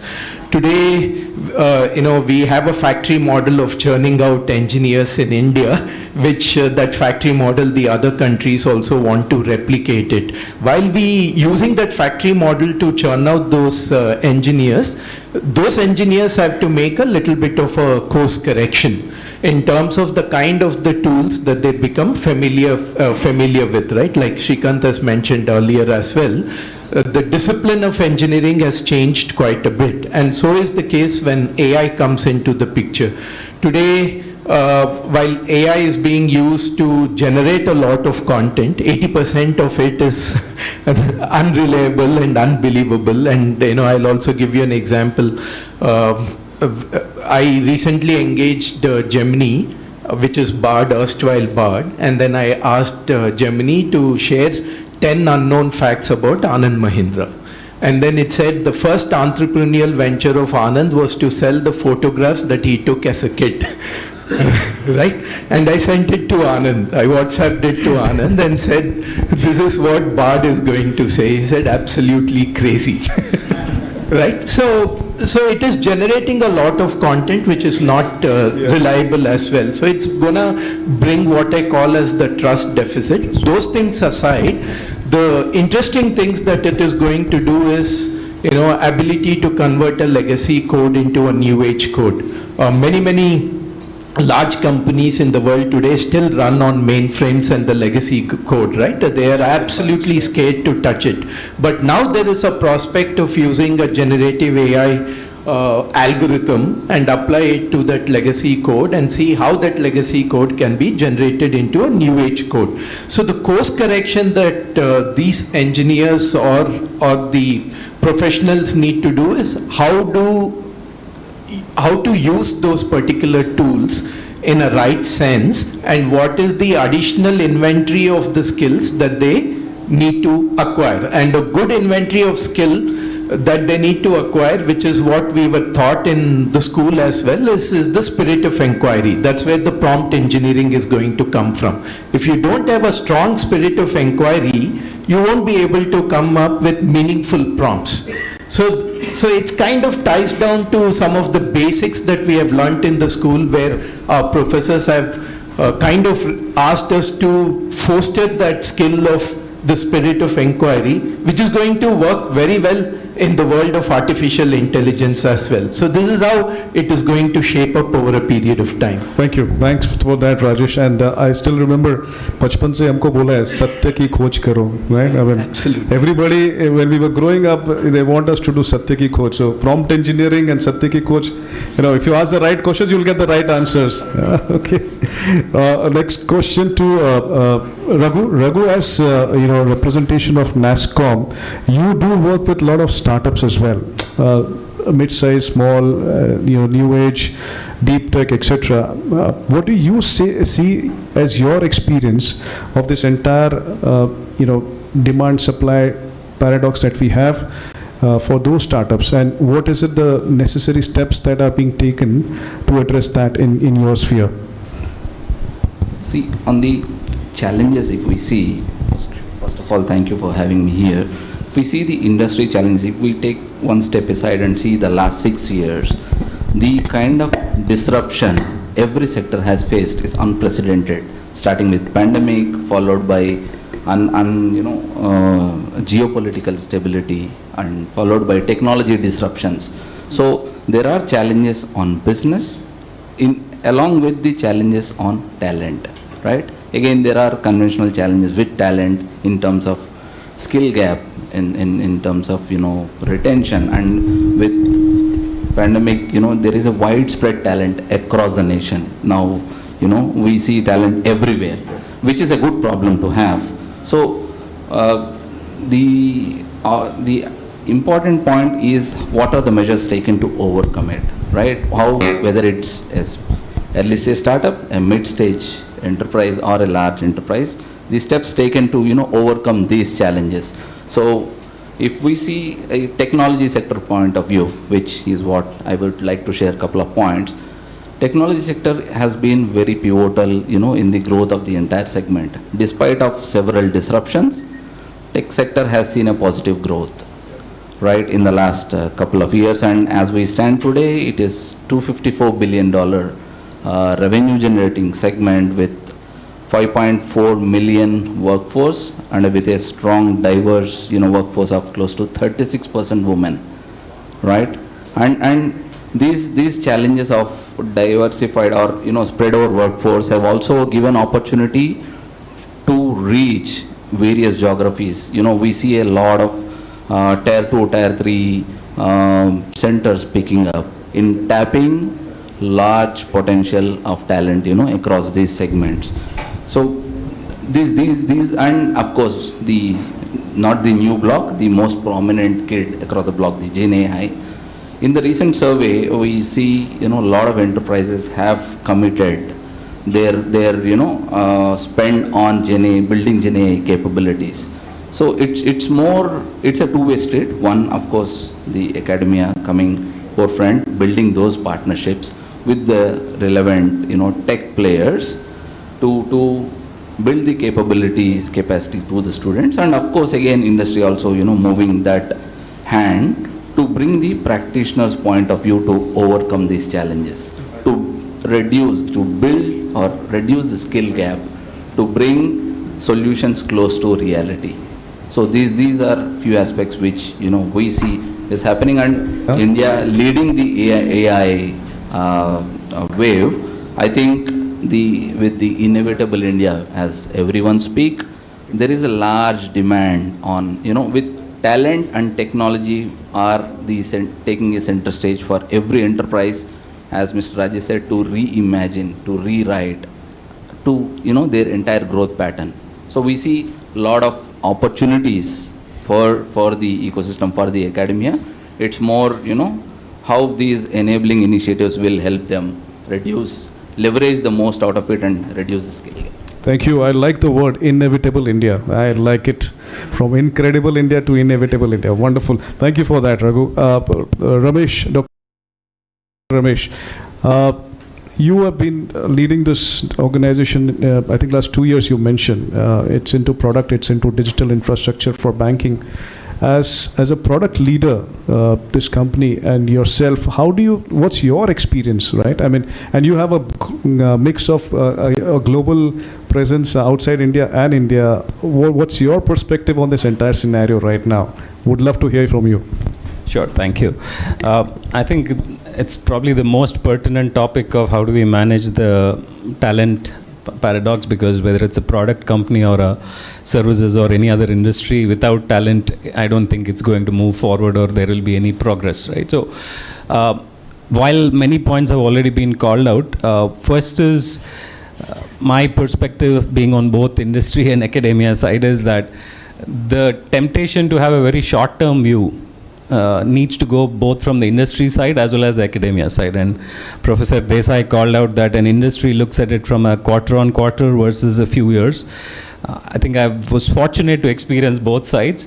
And that temptation is very much there today. While we talk of wanting solutions, from the industry we want them to be quick fix, turnkey, very point in time, which is not always the right scenario.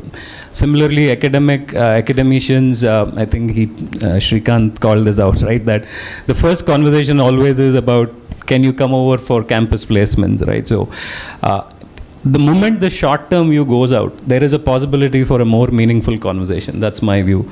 Second, both sides need to adopt a more supply chain type of a view, right? If you take an automobile industry, the supply chain is set up in a way that it's always for the long run. There are partner, dealer tie-ups, there are spare part tie-ups, there is a whole set of experts who are always associated with the spare part dealers or others. There are panels that are conducted, there is a huge amount of testing that's conducted before even a single nut or a bolt goes into a car, right? So I think that supply chain mindset needs to come in, whether it's a service company, product company, or any other industry, which will then automatically shift the view from a short term to a more medium term, long term. And thirdly, very important, well, there's a lot of talk of AI. I always call this out. One of my passion is to talk about emotional intelligence. The PI model that Shrikant called out, or the T model we had, I will put a foundational bar below, which is, call it the Roman letter 2 model or I model, is the NI, which is the natural intelligence. In all this buzz and noise that we are hearing about all of these, most students, unfortunately, maybe for no fault of theirs, are severely lacking, or they need desperate help on that, is how do we deal with this constant influx of information, and how do we build that natural intelligence, right? Make it stronger, the emotional intelligence. And our entire education system has been on who's got the best marks, who's going to the top institutes, who's scored the maximum. And we are all part of it. Let's admit it. We are all part of it, right? So till that obsession with only top institutes, top marks, top percentages it's there. We will have this same dialogue again a few years down the line. If we really want solutions and this to work, we'll have to step away from that. I think those will be my 3 things. Focus on foundational aspects from a student side as well as industry side. And since I'm on both sides, I'm being blunt about it. Yeah. Fantastic. And artificial intelligence versus natural intelligence is not the thing. It's AI plus NI. Fabulous. Nice. I'll use that in some of my panel discussions as well, Doctor. Thank you for that. Rajesh, coming back to you, right? AI disruption, it's just become synonymous. But I think this could also be the moment for our country. What do you see how we can all come together as a community, right? So that's what we're trying to do. But How can we do it? How can we really make it happen? Any prescriptive steps that you can suggest? Yeah, in terms of the best prescription that one can give is based on the model that has worked for us in the past, right? When I was setting up a financial processing services company along with Raman way back 10, 12 years ago, at that point of time when I used to go to any bank or a financial institute, they used to give the example of a China Union Pay. And they used to say China Union Pay is the world leader in the financial processing, and China it exceeded India by a very, very wide margin from a digital payments perspective. And now if you look at China is trailing far behind India from a digital payments. Recently there was also a WhatsApp forward that was showing a timeline how India has raced much ahead of China. So if we decipher in terms of what has happened, one, I'm not saying that we should bring in another demon exercise. That will be disastrous. So I'm not saying that you should bring in a demonetization experience. But what has happened is there was a clarion call from the Honorable Prime Minister and also the others saying that you should teach other people how to do digital payments, right? Today, now it's quite possible, I'm not trying to demean, but it's quite possible that a beggar on the street may teach other person how to accept a digital payment, right? They know how to start using the digital payment. So if you take that particular model, can we do the same thing like one teach and another person with regards to artificial intelligence? Can we replicate that particular model in terms of, first of all, what is AI? And here the focus is not on technology, the focus is on outcome. And one good example is Uber. If you tell your granny that Uber has cloud, Uber has robotic process automation, Uber has machine learning, she will throw the phone away, right? You're not going to tell her that. You're going to tell her that if you want to go from point A to point B in a safest and the cheapest manner, here is an app that will work for you. That is outcome and an experience led rather than focusing on the underlying technology. So is the case with AI, where you have to focus on what is the experience it is going to deliver and how it is going to make one's life a lot more simpler and easier. So if you bring that particular narrative forward and use some of the models that have helped us in the country and replicate it, then we will be far, far ahead when compared to others in the world of artificial intelligence. Whether it's artificial intelligence or natural intelligence, the idea is to make things better for an individual. Yeah, exactly. And I do foresee that there is a requirement for AI for grandparents as a session too sometimes. Yeah, absolutely, absolutely. Yeah. I mean, AI for kids as well, right? Yeah, of course. In terms of, it's not only for grandparents, maybe if you make the experience easier, it may turn the tables and the grandparent may be teaching it to the kid. Wow, that would be interesting. Thank you. Thanks for that. Raghu, next question to you. We were discussing during our IAC meetings and as well, there are a lot of policy recommendations around fellowships, internships already with AICTE and other education bodies. But what could be done to make it really more meaningful, right? We had a couple of viewpoints in the morning session, but just to make it more programmatic, if you could share some of your viewpoints, and we will also try to incorporate that as part of this IAC policy framework. Yeah. I'm sure you will put me in spot.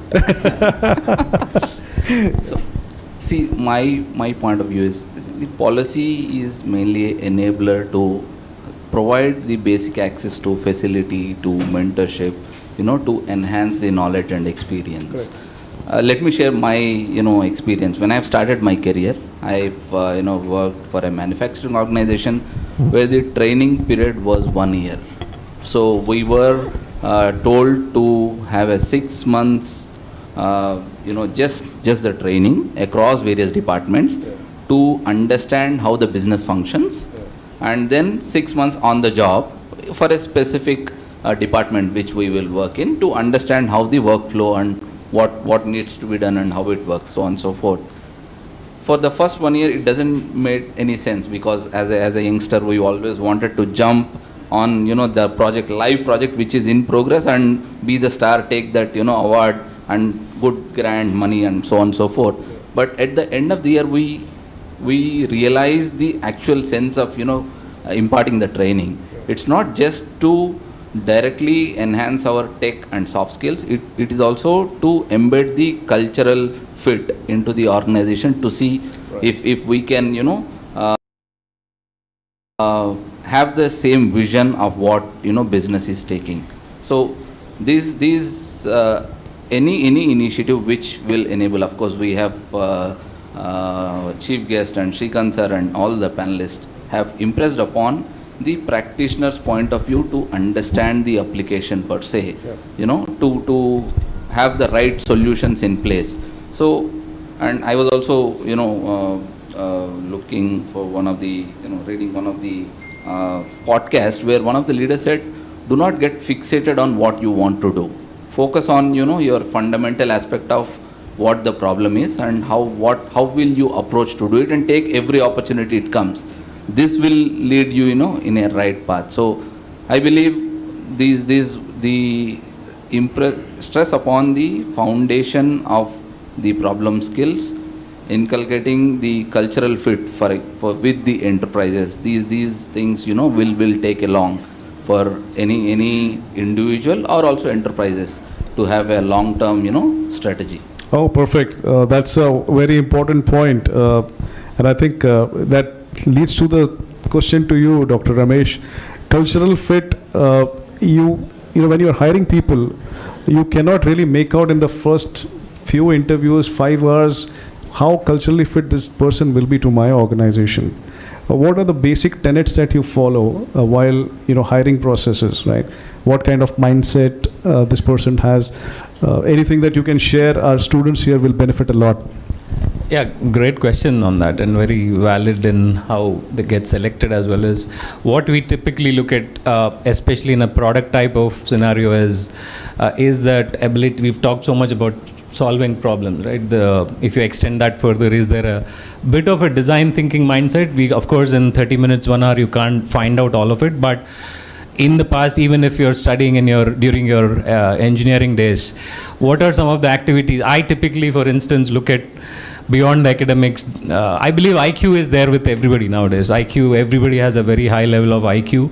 What are some of the areas where this IQA has been applied? B, I talked of the emotional angle, right? Have you been able to take that mindset forward on addressing some very practical scenarios in your institute? Second thing is the dynamic aspect, right? Beyond the academics, have you also participated in various activities that are helping in the institution building? For instance, have you been on some committees? Have you been part of anything environment friendly, right? So where you can see that passion coming out of your what you have done there. The third thing I think is very clearly a can-do. We talk so much about it. There are no ready-made solutions in any place. Is that can-do spark or that attitude coming through in your actions so far, whether it's in your engineering or even outside? So if that ability, I think, matters a lot. In fact, in our current organization, it's one of our values, and that can do also brings out the sense of entrepreneurship, and it's not always waiting for direction. Culturally, unfortunately, India has been a bit of a direction taking scenario, and it used to hurt me when so many of my clients, and when I was on the consulting and services side, despite the best efforts, they would always point out that if you have a floor, everybody is waiting for instructions rather than standing up and saying something is wrong and this is how I'll solve it, or this is how we'll do it, why don't you listen to us?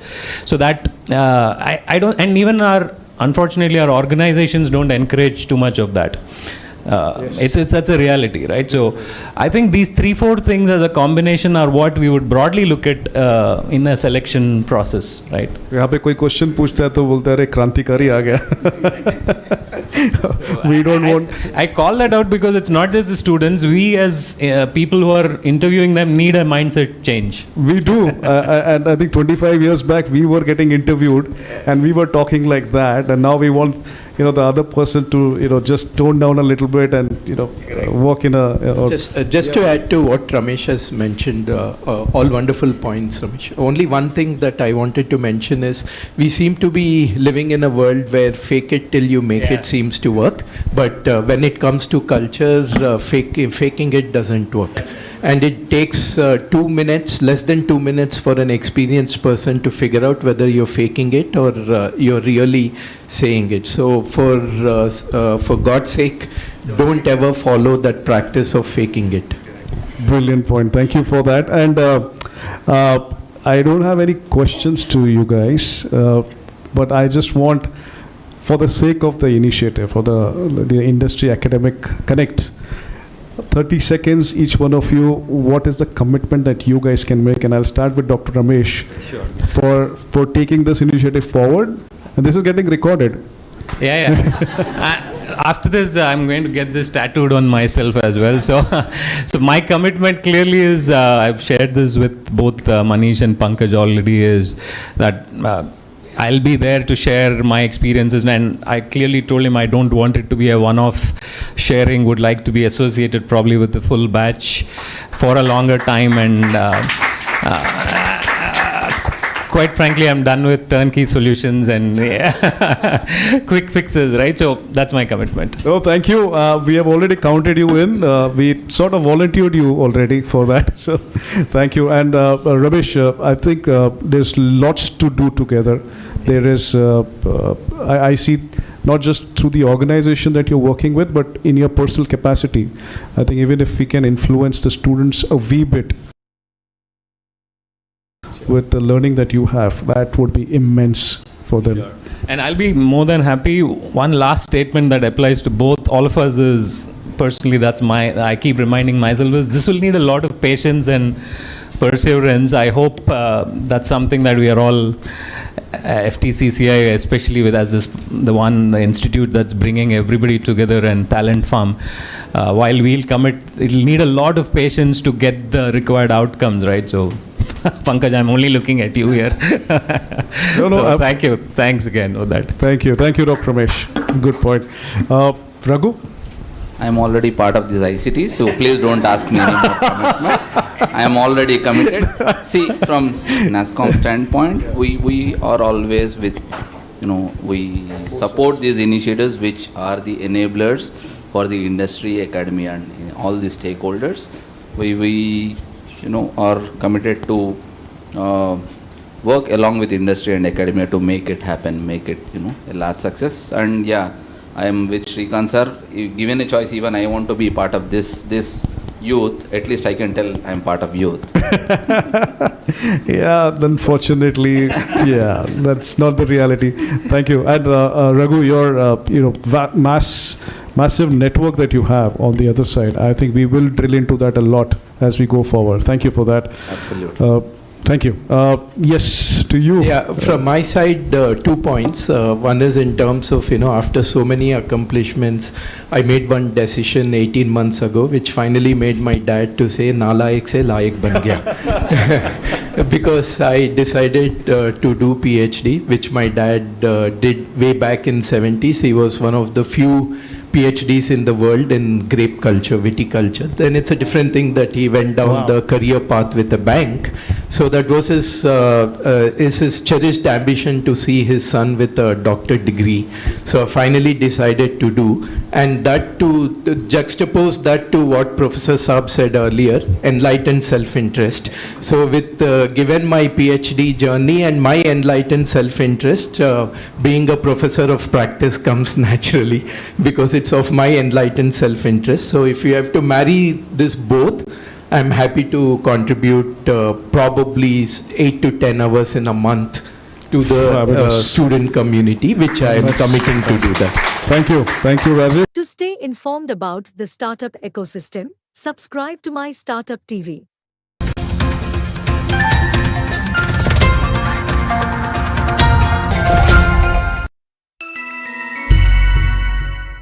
This is one of my personal soft initiatives since almost 20 years, where we want to work with the students and see what the industry folks can come together and share their experiences. We got a lovely platform with FTCCI to run this as a large initiative now, and we will bring this to all the colleges that we are working very closely with. In fact, in the next 3 to 6 months, we should be having at least 100 students doing full-time internship with at least 10 projects or 10 companies. That's our first milestone. And immediately, we would want to take this into two different aspects. One, where we want to do the nurture program, where we will engage about 100 women students. And the second is the accelerate program, where we will do a lot of large initiatives together. So thanks to FTCCI for allowing us to bring this initiative together. I want to thank all the colleges who have committed so far. We wish the rest of the colleges come soon. I also want to thank all the industry members around us who have come together and giving us all the strength to be part of this initiative. This will go a long way in creating a platform for nation building in a very small way that we people can organize. Thank you, and we will come back to you very soon with more updates on this. Thanks. To stay informed about the startup ecosystem, subscribe to my Startup TV.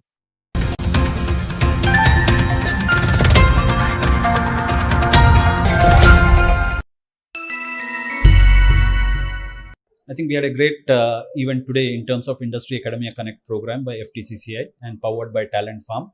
We had some wonderful speakers in terms of Mr. Rajesh Dudu, Mr. Shrikant Sinha. We had our chief guest, Professor Uday Desai. We had a special address by Mr. Jayesh Ranjan. We spent a lot of time in emphasizing the need for industry and academia to work together and ensure that we create models which are effective. To stay informed about the startup ecosystem, subscribe to my Startup TV.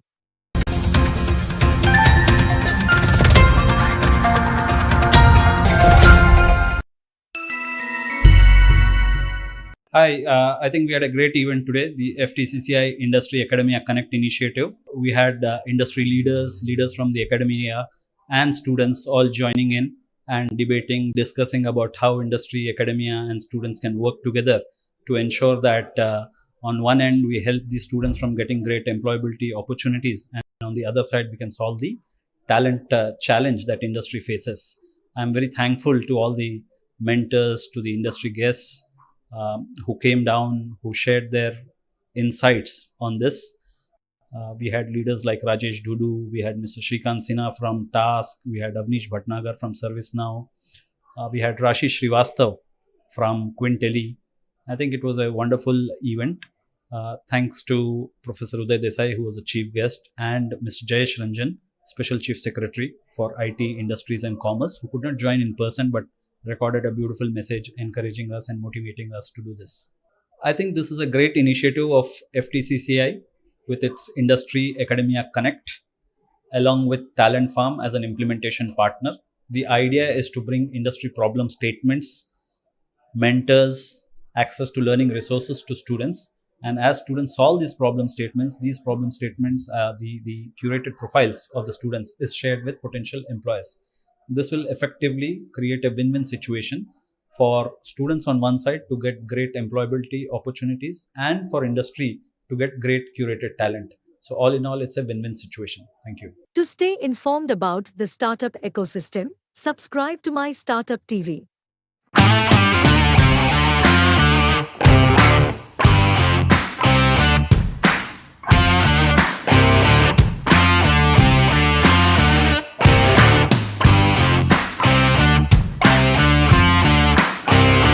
If we are to really become a multi-trillion-dollar opportunity, we have to become a product nation. Because if you look at the market cap of Apple, I think it's around $2.73 trillion.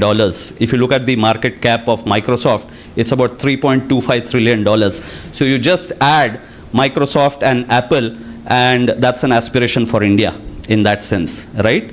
And why is that? Because we may have as many services companies, we may have as many startups, but unless we are going to create those world-class products, I don't think we are going to get there. And that is where we have TAS, T-Hub, T-Works kind of entities which are partners of this initiative, which are all sitting together brainstorming in terms of how do we do that. And to make product nation, we need product engineers, right? And that is where all of you sitting here who are representing the students, I mean, there are of course 5,000 students who are going to join this pilot initiative phase 1, but about 20 of you are real representatives of those students. And I think this message is what has to go across the length and breadth of country, that we need to build more product engineers. And how do you build product engineers, right? There's a certain product mindset which is required. You don't, you don't get up one day morning and say, today I'm becoming a product engineer. There's a certain mindset which has to be created right from schooling, college, and grooming in the industry, right? And this picture is what I want some of you to retain with you. Everyone ultimately gets a job, and IT industry has been very kind in giving jobs to a lot of people. But the question that we really need to ask ourselves is, are we building bricklayers? Are we becoming bricklayers in the IT industry, or are we becoming the architects in IT industry? I think for last 20, 25 years or 30 years, for example, when we started with the IT growth, it was all okay to get any kind of job. But today I think the young people have more confidence, they have more aspiration, and I think it's time to build on the foundation that our seniors and super seniors have laid, and really look at this as an opportunity for us, for India, to make those architects of the IT industry. You know, like in a building, you have the masons working and you have architects working.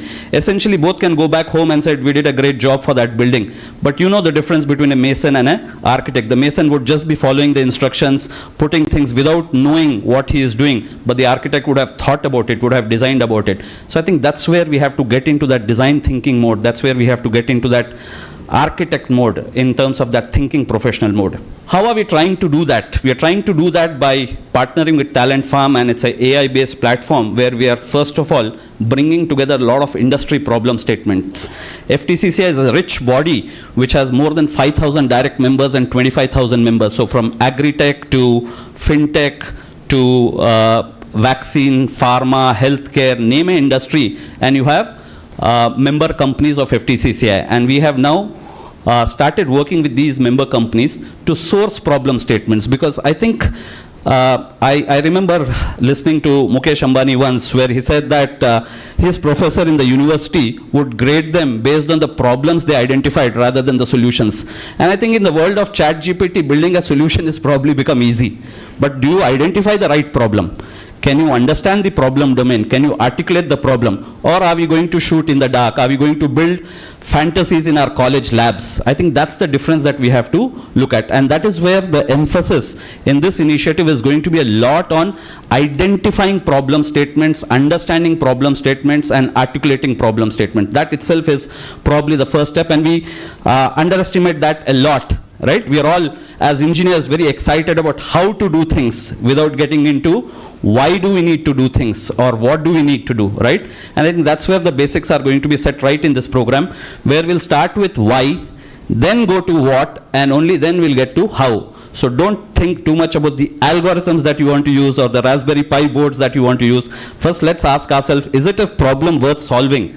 Is it something worth giving it a try? So that's where I think a lot of emphasis is going to be on why. And one way of doing that is bringing together a lot of problem statements from various domains so that you get an opportunity to choose those problem statements, pick up the problem that you want to follow. Someone may have affinity to agriculture, someone may have affinity to healthcare, education, whatnot, right?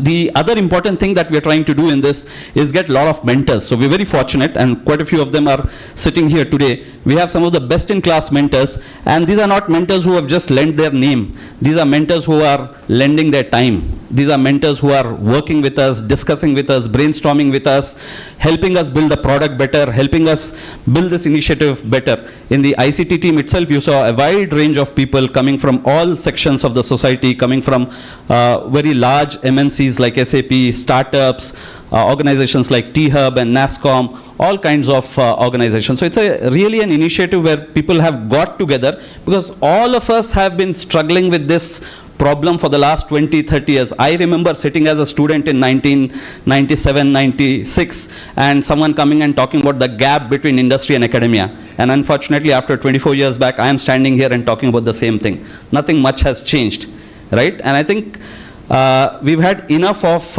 Lee's time to correct that, but now it's a question of survival. Now it's a question of survival. It's also a question of, are we going to let go this opportunity, or are we going to make the best use of this opportunity with so much disruption happening around us? So I think one of the very big key points about this initiative is the kind of mentors who are associated with it, who are going to validate, who are going to help you understand those problem statements. Not just technology mentors, but also domain experts. Because if you want to solve a problem in agriculture, you also need an agriculture specialist. If you want to solve a problem in healthcare, you also want a healthcare specialist. If you want to design a hardware product, you need the support of T-Works for designing and prototyping. If you want to start your own startup, you need the incubation at T-Hub, right? So that's how it's going to work together. Now, in a screenshot, if I were to quickly take 2 minutes to explain how the whole story goes, you see on the left side, you have all the actors who are there on the platform, be it the recruiters, mentors, service providers, students, of course, and then there's that smart AI buddy, which does all the magic. You have multiple stages where the student goes through profiling, ideation, learning, building, and then finally showcasing or demonstrating it. There's a problem catalog, learning resources, lot of online lab infra, cloud-based labs have been created in AI, cloud-based labs have been created in blockchain, Web3, all these areas. And then of course, the AI buddy kind of monitors your progress and keeps giving insights so that corrections and interventions can be done right in time instead of crying over spilt milk later on. Right? The AI buddy also does a lot of recommendations, scheduling and all that. And finally, as an outcome, you have a skill wallet, which is a verified blockchain-based wallet where your credentials are stored. You have an app store where you can showcase to the world what you have built so that you don't go with your resume. I mean, resume is a pass. You can't go in today's world and say, this is my bio data, right? You say, this is my portfolio. These are the applications I have built. This is my GitHub repository. This is my app showcase. Please have a look at it. And these are the mentors who have checked on me, who have given a industry assessment report so that it becomes a neutral report. And all these curated profiles, as you solve these problems, are shared with potential employees, of course based on your consent. If you think you don't want to share it, it's not going to be. But these are all shared with the industry recruiters or with the employees. This way it's a win-win situation because employers are also scrambling for talent. I keep telling this, you need only one job, but the company needs 100 people like you. So the problem is bigger on the other side. And when they get an opportunity to see curated profiles, when they know that the person is not just coming and writing on the resume, given an opportunity, I will do my best. Right? Everyone tells the same thing, right? That's the standard resume line. But how do I believe in you? Why should I waste my time on you? Why should I even train you? Now this is where a proof of concept, this is where data-backed, evidence-backed profile helps in the recruiter knowing, in the employer knowing exactly that these are your strengths. It's almost like you have worked with them and done an internship of 6 months with them. So I know every aspect of it. It's like how when a new team member joins me, over 6 months I get to know the strengths of the person, I get to know what are good and bad aspects of the person. That's exactly what happens here. So it becomes a huge opportunity as an internship for students to work on this. Thank you so much for this opportunity. We request your support. This is not an initiative of FTCCI. This is not an initiative of Talent Farm. This is an initiative which is going to be successful when all stakeholders work together. So I request the students, the academic fraternity, the industry mentors who are here, the partner organizations who are here to please come together and let's make it a reality. Thank you. To stay informed about the startup ecosystem, subscribe to my Startup TV.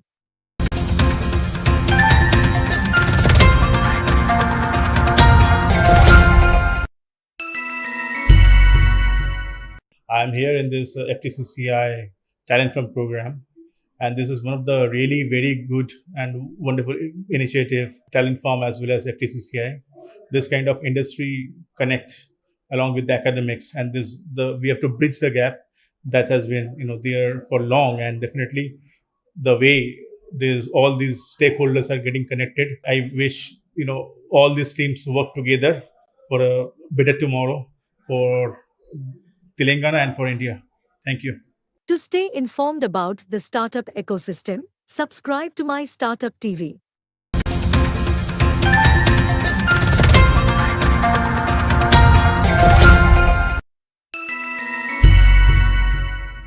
Good afternoon. We are from Srinidhi Institute of Science and Technology. It was a great initiative set up. Through this, our colleges get a lot of exposure, and many of our startups, for our startups, it could be helpful. This event helped us to network with a lot of different colleges, so which would be useful for our student startups to grow in the future. We actually have a lot of prototypes in our college. Maybe with these industries coming into our college, it would help these prototypes set up to a next level. So yeah. Thank you for giving this opportunity. Thank you for giving us this opportunity and looking forward. To stay informed about the startup ecosystem, subscribe to my Startup TV.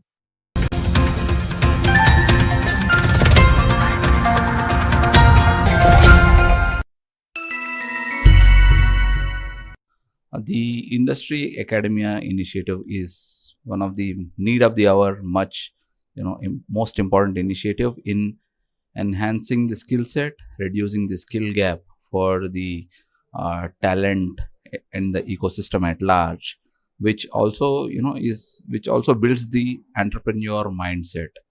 Very happy and delighted to be part of this ICT committee and also the part of the event. I wish FTCCI Talent Forum and the ICT a very grand success for this future event ahead. To stay informed about the startup ecosystem, subscribe to my Startup TV.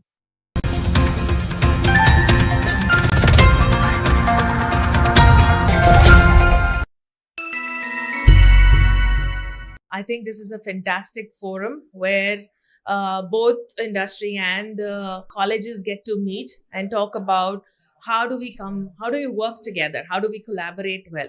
Talentform.ai has given a platform where the students and the industry mentors can connect, and we bring that the solutions for the problems that industry is looking for, people that the industry is looking for, and also get the talent ready for the industry, because there's a usual complaint that the talent is not ready and the talent says that the industry is not picking them up. So I think there's definitely this need of coming together, and I see this as a great initiative of meeting both the objectives. Thank you so much for inviting me again. All the best. To stay informed about the startup ecosystem, subscribe to my Startup TV.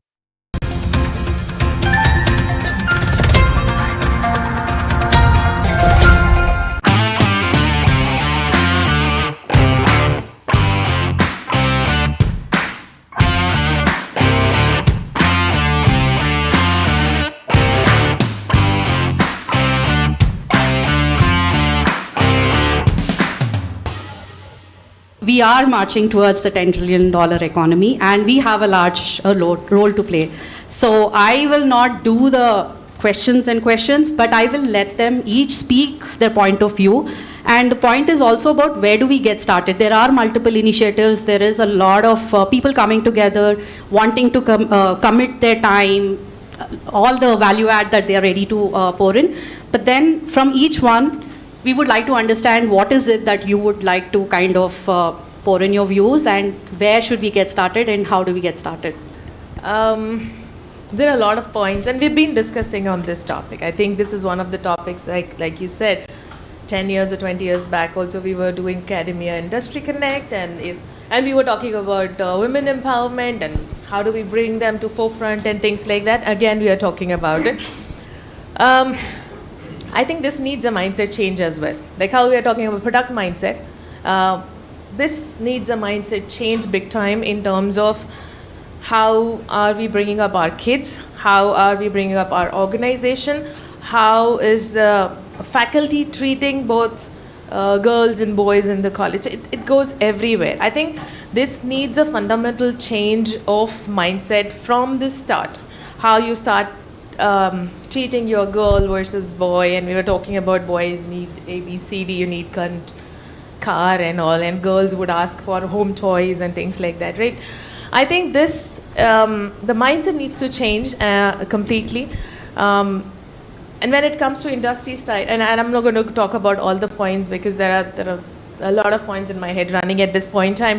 But the key things that probably we should look at is setting up a good ecosystem or the support system for women employees. Not looking at numbers saying, oh, we have crossed 30% in the diversity ratio in our organization, that's an achievement.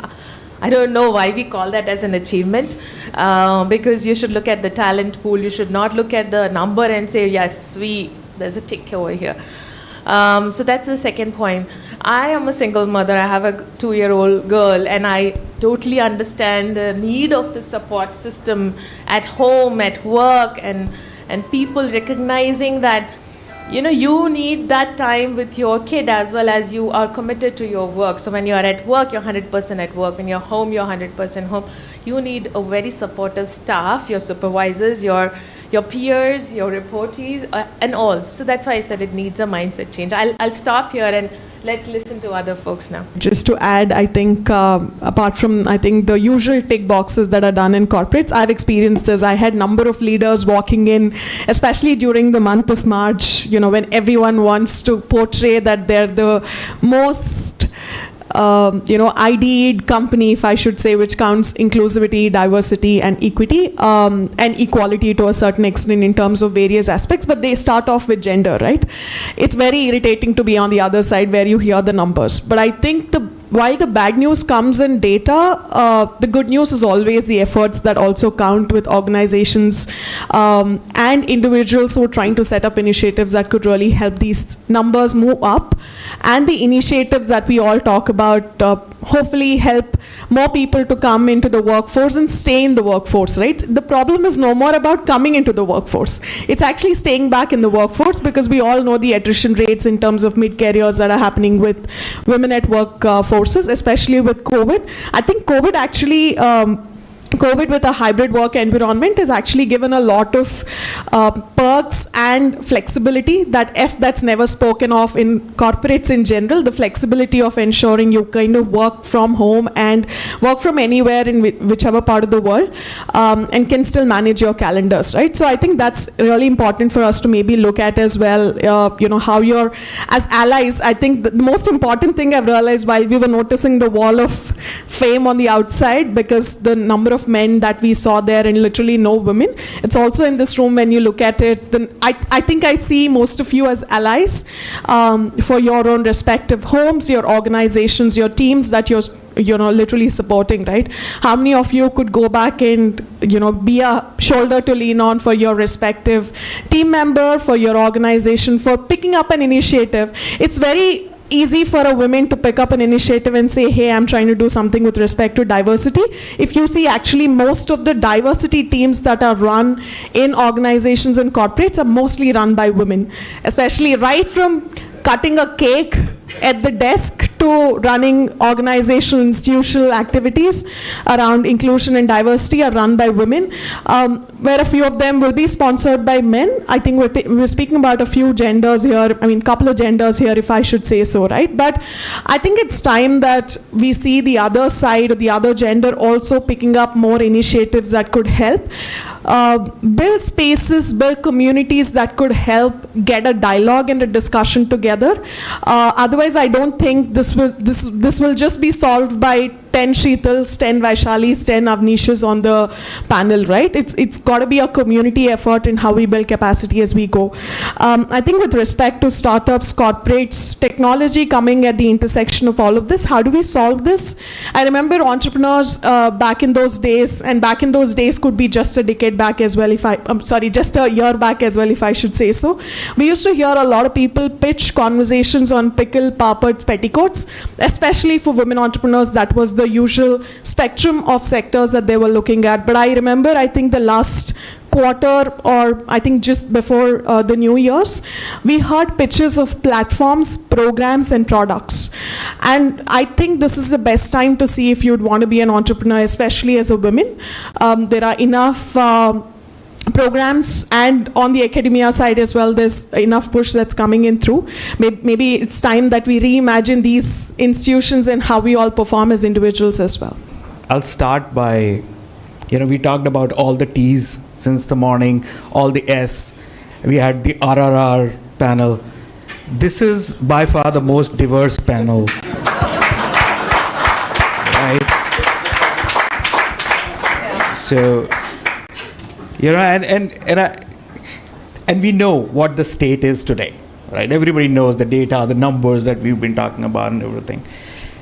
But I want to start by the happy picture, right? Who's the supreme commander of our armed forces today? Right? Our Honorable President, Shrimati Draupadi Murmu. I come from an organization where my business unit is led by a woman. The top leadership is majorly women in my organization. We have a very strong focus on DEI. Right? We have Karen, who's our Chief Equity and Innovation Officer, a CXO level position. Right? Why I'm saying all that is that in product organizations today there is a lot of focus on diversity. So this is a very good time to be a woman in tech or a woman in product. Last 4 or 5 years, our Honorable Prime Minister has put in a lot of focus on Nari Shakti. Now, that doesn't mean that everything goes away, what Rashi has alluded to or Vaishali was talking about. I'll give you an anecdote. Once taking an elevator in my office building, it so happened I was the only man in that elevator amongst the group of women. And that day was like, a realization for me, what does it feel to be sitting in a meeting room full of men, right? And especially, being very honest and transparent when some take pride in making off-color remarks and jokes, right? That respect has to be there in the work environment. That empathy has to be built in. Diversity is not just a gender diversity. Diversity is of diversity of thought, right? I don't want to generalize that all women think alike, all men think alike. But yes, there's a pattern. And when you have women on the table, there is a diversity of thought, right? So my message to all the women out there, this is a great time because a lot of companies are hiring for diversity. Go out there, right? We men have a lot to catch up on. We are not even 30%, 40% in the second occupation that the most women run, which is the household, right? So if we do our part, if we come to at least 50% and take that 50% responsibility of the households, right, that would go a long way in having women sustain their careers and reach the leadership positions in the organizations. Absolutely, I think that's where we call ourselves super achievers. Or I can maybe just quickly add, whenever I introduce how I am from AWS, usually while we were on these speaking engagements was, I used to have a slide which I couldn't today. I just realized, imagine a taxi and a candy along, right? And I think this is every parent's nightmare. I remember number of times while we were, and this is also coming in place in terms of how technology is playing these days. I was always told whenever I was playing in my respective lanes of the colony, do not get into a stranger's car, do not accept a candy, do not take water, do not even talk to them. Everything, that's coming that way, saying do not, right? And imagine a company like Uber literally building a business model based on that, where we tell them where we live, we accept a candy, we accept their experiences, we accept their water, we tell them where we are going, all these things that are really coming in place. So much so that we don't call taxis anymore, we call them Uber, Ola, we don't call banks anymore, we call them Paytms, we call them, mostly not theaters anymore, but we call Netflix, Hotstar, Prime taking over. And if you've experienced any of these technologies or applications and products, you've experienced AWS. That's how it always came to me, that technology has built a lot of trust, that we cannot see. And I think with what Mr. Rajesh has mentioned with Uber, you can't explain this to as if, explain it to me as if I'm 5 or your grandmother. You can't explain the details behind all of this, right? But it's great to build that trust that this person that you don't know will take you from point A to point B and will also maybe give you a bottle of water. Just be nice to him. The least that you could do is be nice to him and maybe do a scanner at the end because they only accept cash these days. Or do a digital payment, call, ensure you have a quick knowledge of your scanner and then your OTP and everything else, right? So imagine how much of trust is being built with platforms like this. And all of these don't really have gender. And I think that's really important, to the point of diversity in thought. There's so much safety aspect that really came in, and, people look at it from a women perspective as well, and how the number of initiatives that are really coming in the number of initiatives are being taken by these corporates as well to ensure there's enough trust that's being built between the consumer and the rider is also important, right? So I know there's still a lot more to do there, but we'll only realize the lot more to do when we have more women in the decision-making rooms, more women in the boardrooms who are making these feature designs or use cases, right? I think it's important maybe we all speak up in this room as well. There's nothing called a stupid or a silly question. We are expected to maybe do silly answers, but not on your side. No, I think it's interesting, right? I've done this in 2016, and it's just one of those best experiences because you also got to fundraise for your own expedition. So as a part of the group called 2041, along with this person called Robert Swan, who's the first person to walk both the South and North Pole, the idea is to learn more about climate change and come back to your respective city or the state that you belong to and become an ambassador for climate change. The best part is how you discover and how everything can just happen in a fraction of a second. The number of times I think I watch, every time I'm literally on my lowest of the lows, I go back and watch that video, right?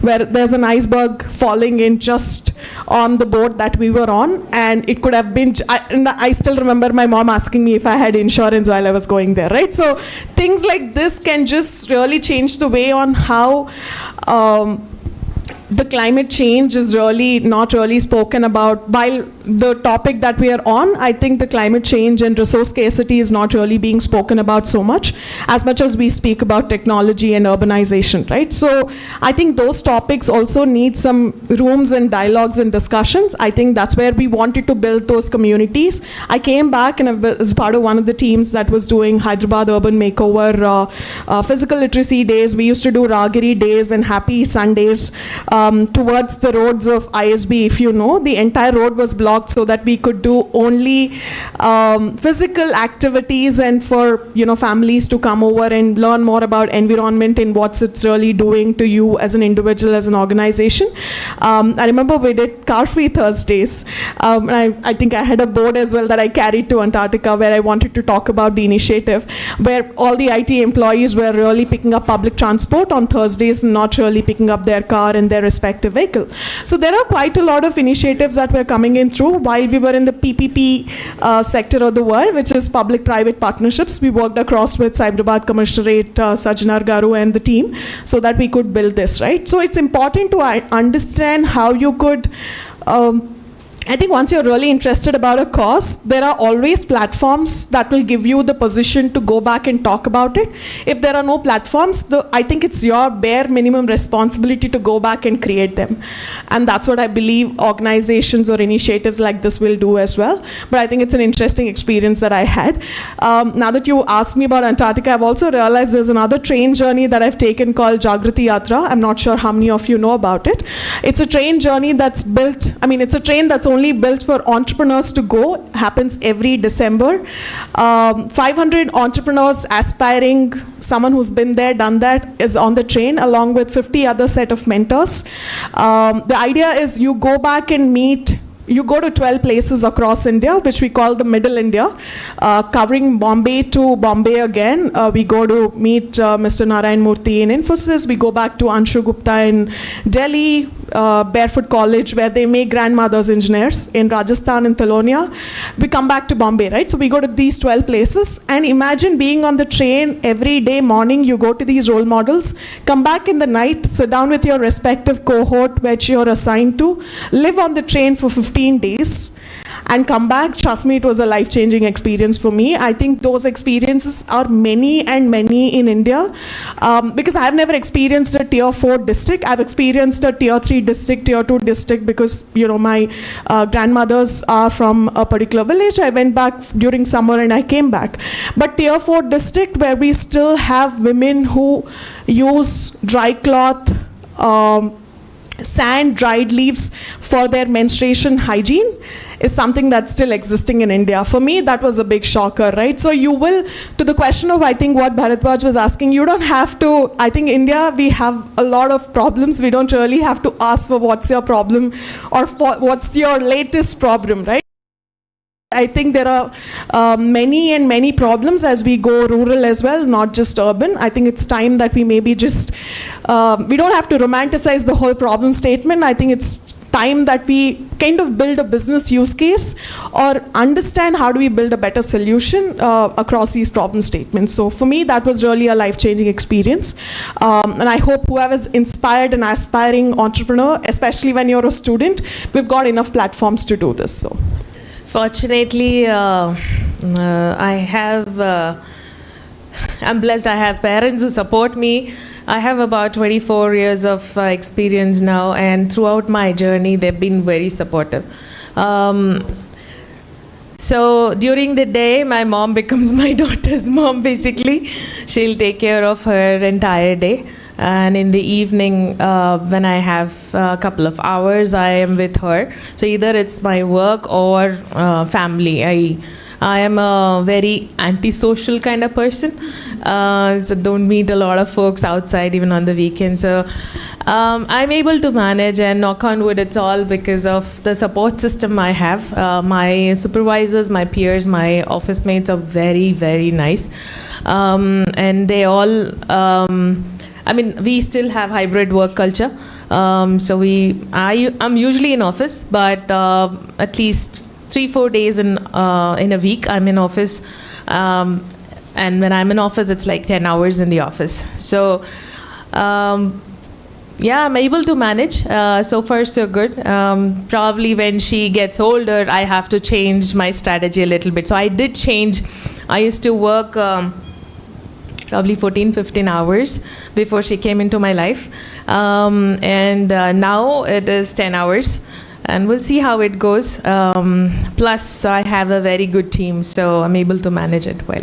I think it's just that you need that support. You need that ecosystem that supports you. Yeah, totally agree with that. Totally agree with that. I think we are in a very good era of deep tech, where all of us are always connected. And I think the deep tech, someone was saying, right, if I had an opportunity, I would have come to be born as a youth now. But I think this is the era when you have a lot of things that you can avail and benefit out of. So, yeah. So, I want to just add another perspective to that. We're talking about women in tech. What about women in other vocations, in other sectors, right? We have maids coming in our houses for doing the dishes and the cleaning.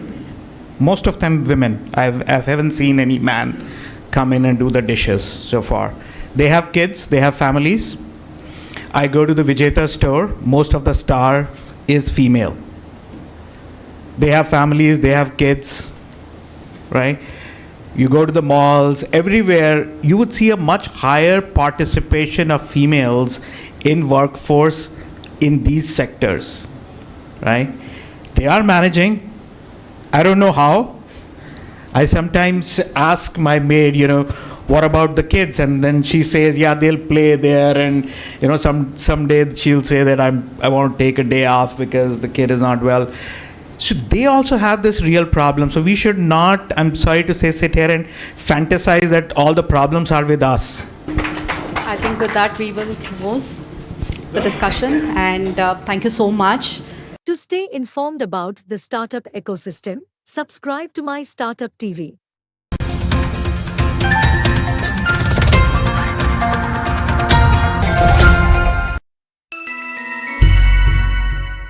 Today's Industry and Media Connect and Education Academia Connect was a wonderful event organized by FTCCI, ICT, and Talent Farm, and I was happy to be a part of it. This is going to help the students grow in their careers for sure. Thank you. To stay informed about the startup ecosystem, subscribe to my Startup TV.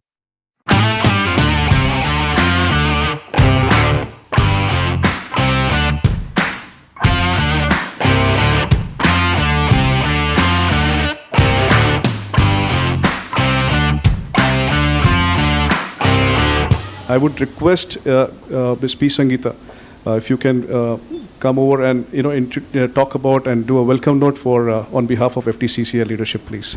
Thank you. I'm sure this platform will be an excellent platform for learning, networking, and lots of connects too. So on behalf of the Federation of Telangana Chamber of Commerce and Industry, I welcome you all to this Industry Academia Connect initiative. I welcome the chief guest for the event, Professor Uday Desai ji, guest of honor Sri Shrikant Sinha ji, and Sri Rajesh Duddu ji, other industry leaders, leaders from the academia, students, and friends from the media. A warm welcome to all of you. Academics is so important in the Indian parampara. We have actually teacher is equal to guru and guru is equal to God. So this is actually a divine platform for all of you, I'm sure. So I would like to congratulate the ICT committee for taking up this initiative, which is the need of the hour to develop more and more employable candidates, and it's a big boon for the industry to have employable candidates. I would also like to assure the colleges and students of full support from FTCCI in terms of industry participation. Thank you. Have a great day. To stay informed about the startup ecosystem, subscribe to my Startup TV.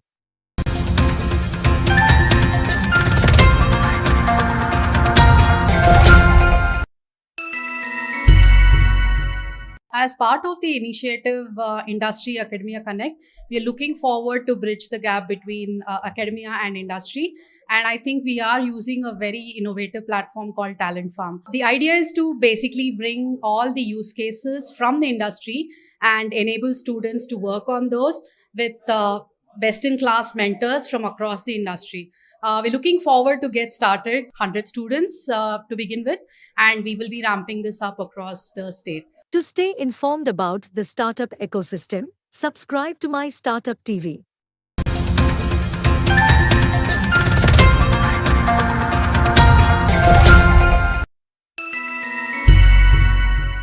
Which is basically the platform that's powering this initiative of IAC driven by FTTCI. We are happy to be part of this program, and we are looking forward to working with all the colleges and corporates to enable the children to achieve their potential. Talent Farm will play the role of enabling them to their potential. Thank you. To stay informed about the startup ecosystem, subscribe to my Startup TV.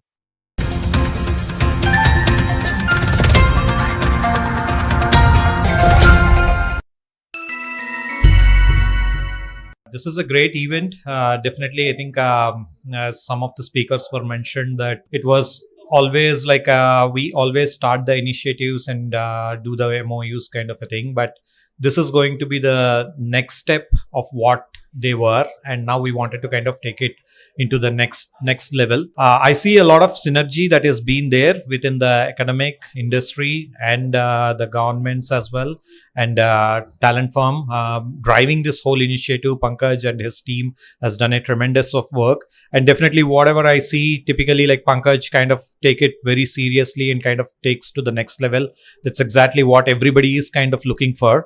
So I wish Talent Firm and this whole academic and industry connect a big success, and we're all part of it. I'm a mentor already kind of delivering this at some of the colleges, whatever the knowledge that I have from the industry, and I'm happy to kind of do it more, and wish everyone a great success. Thank you.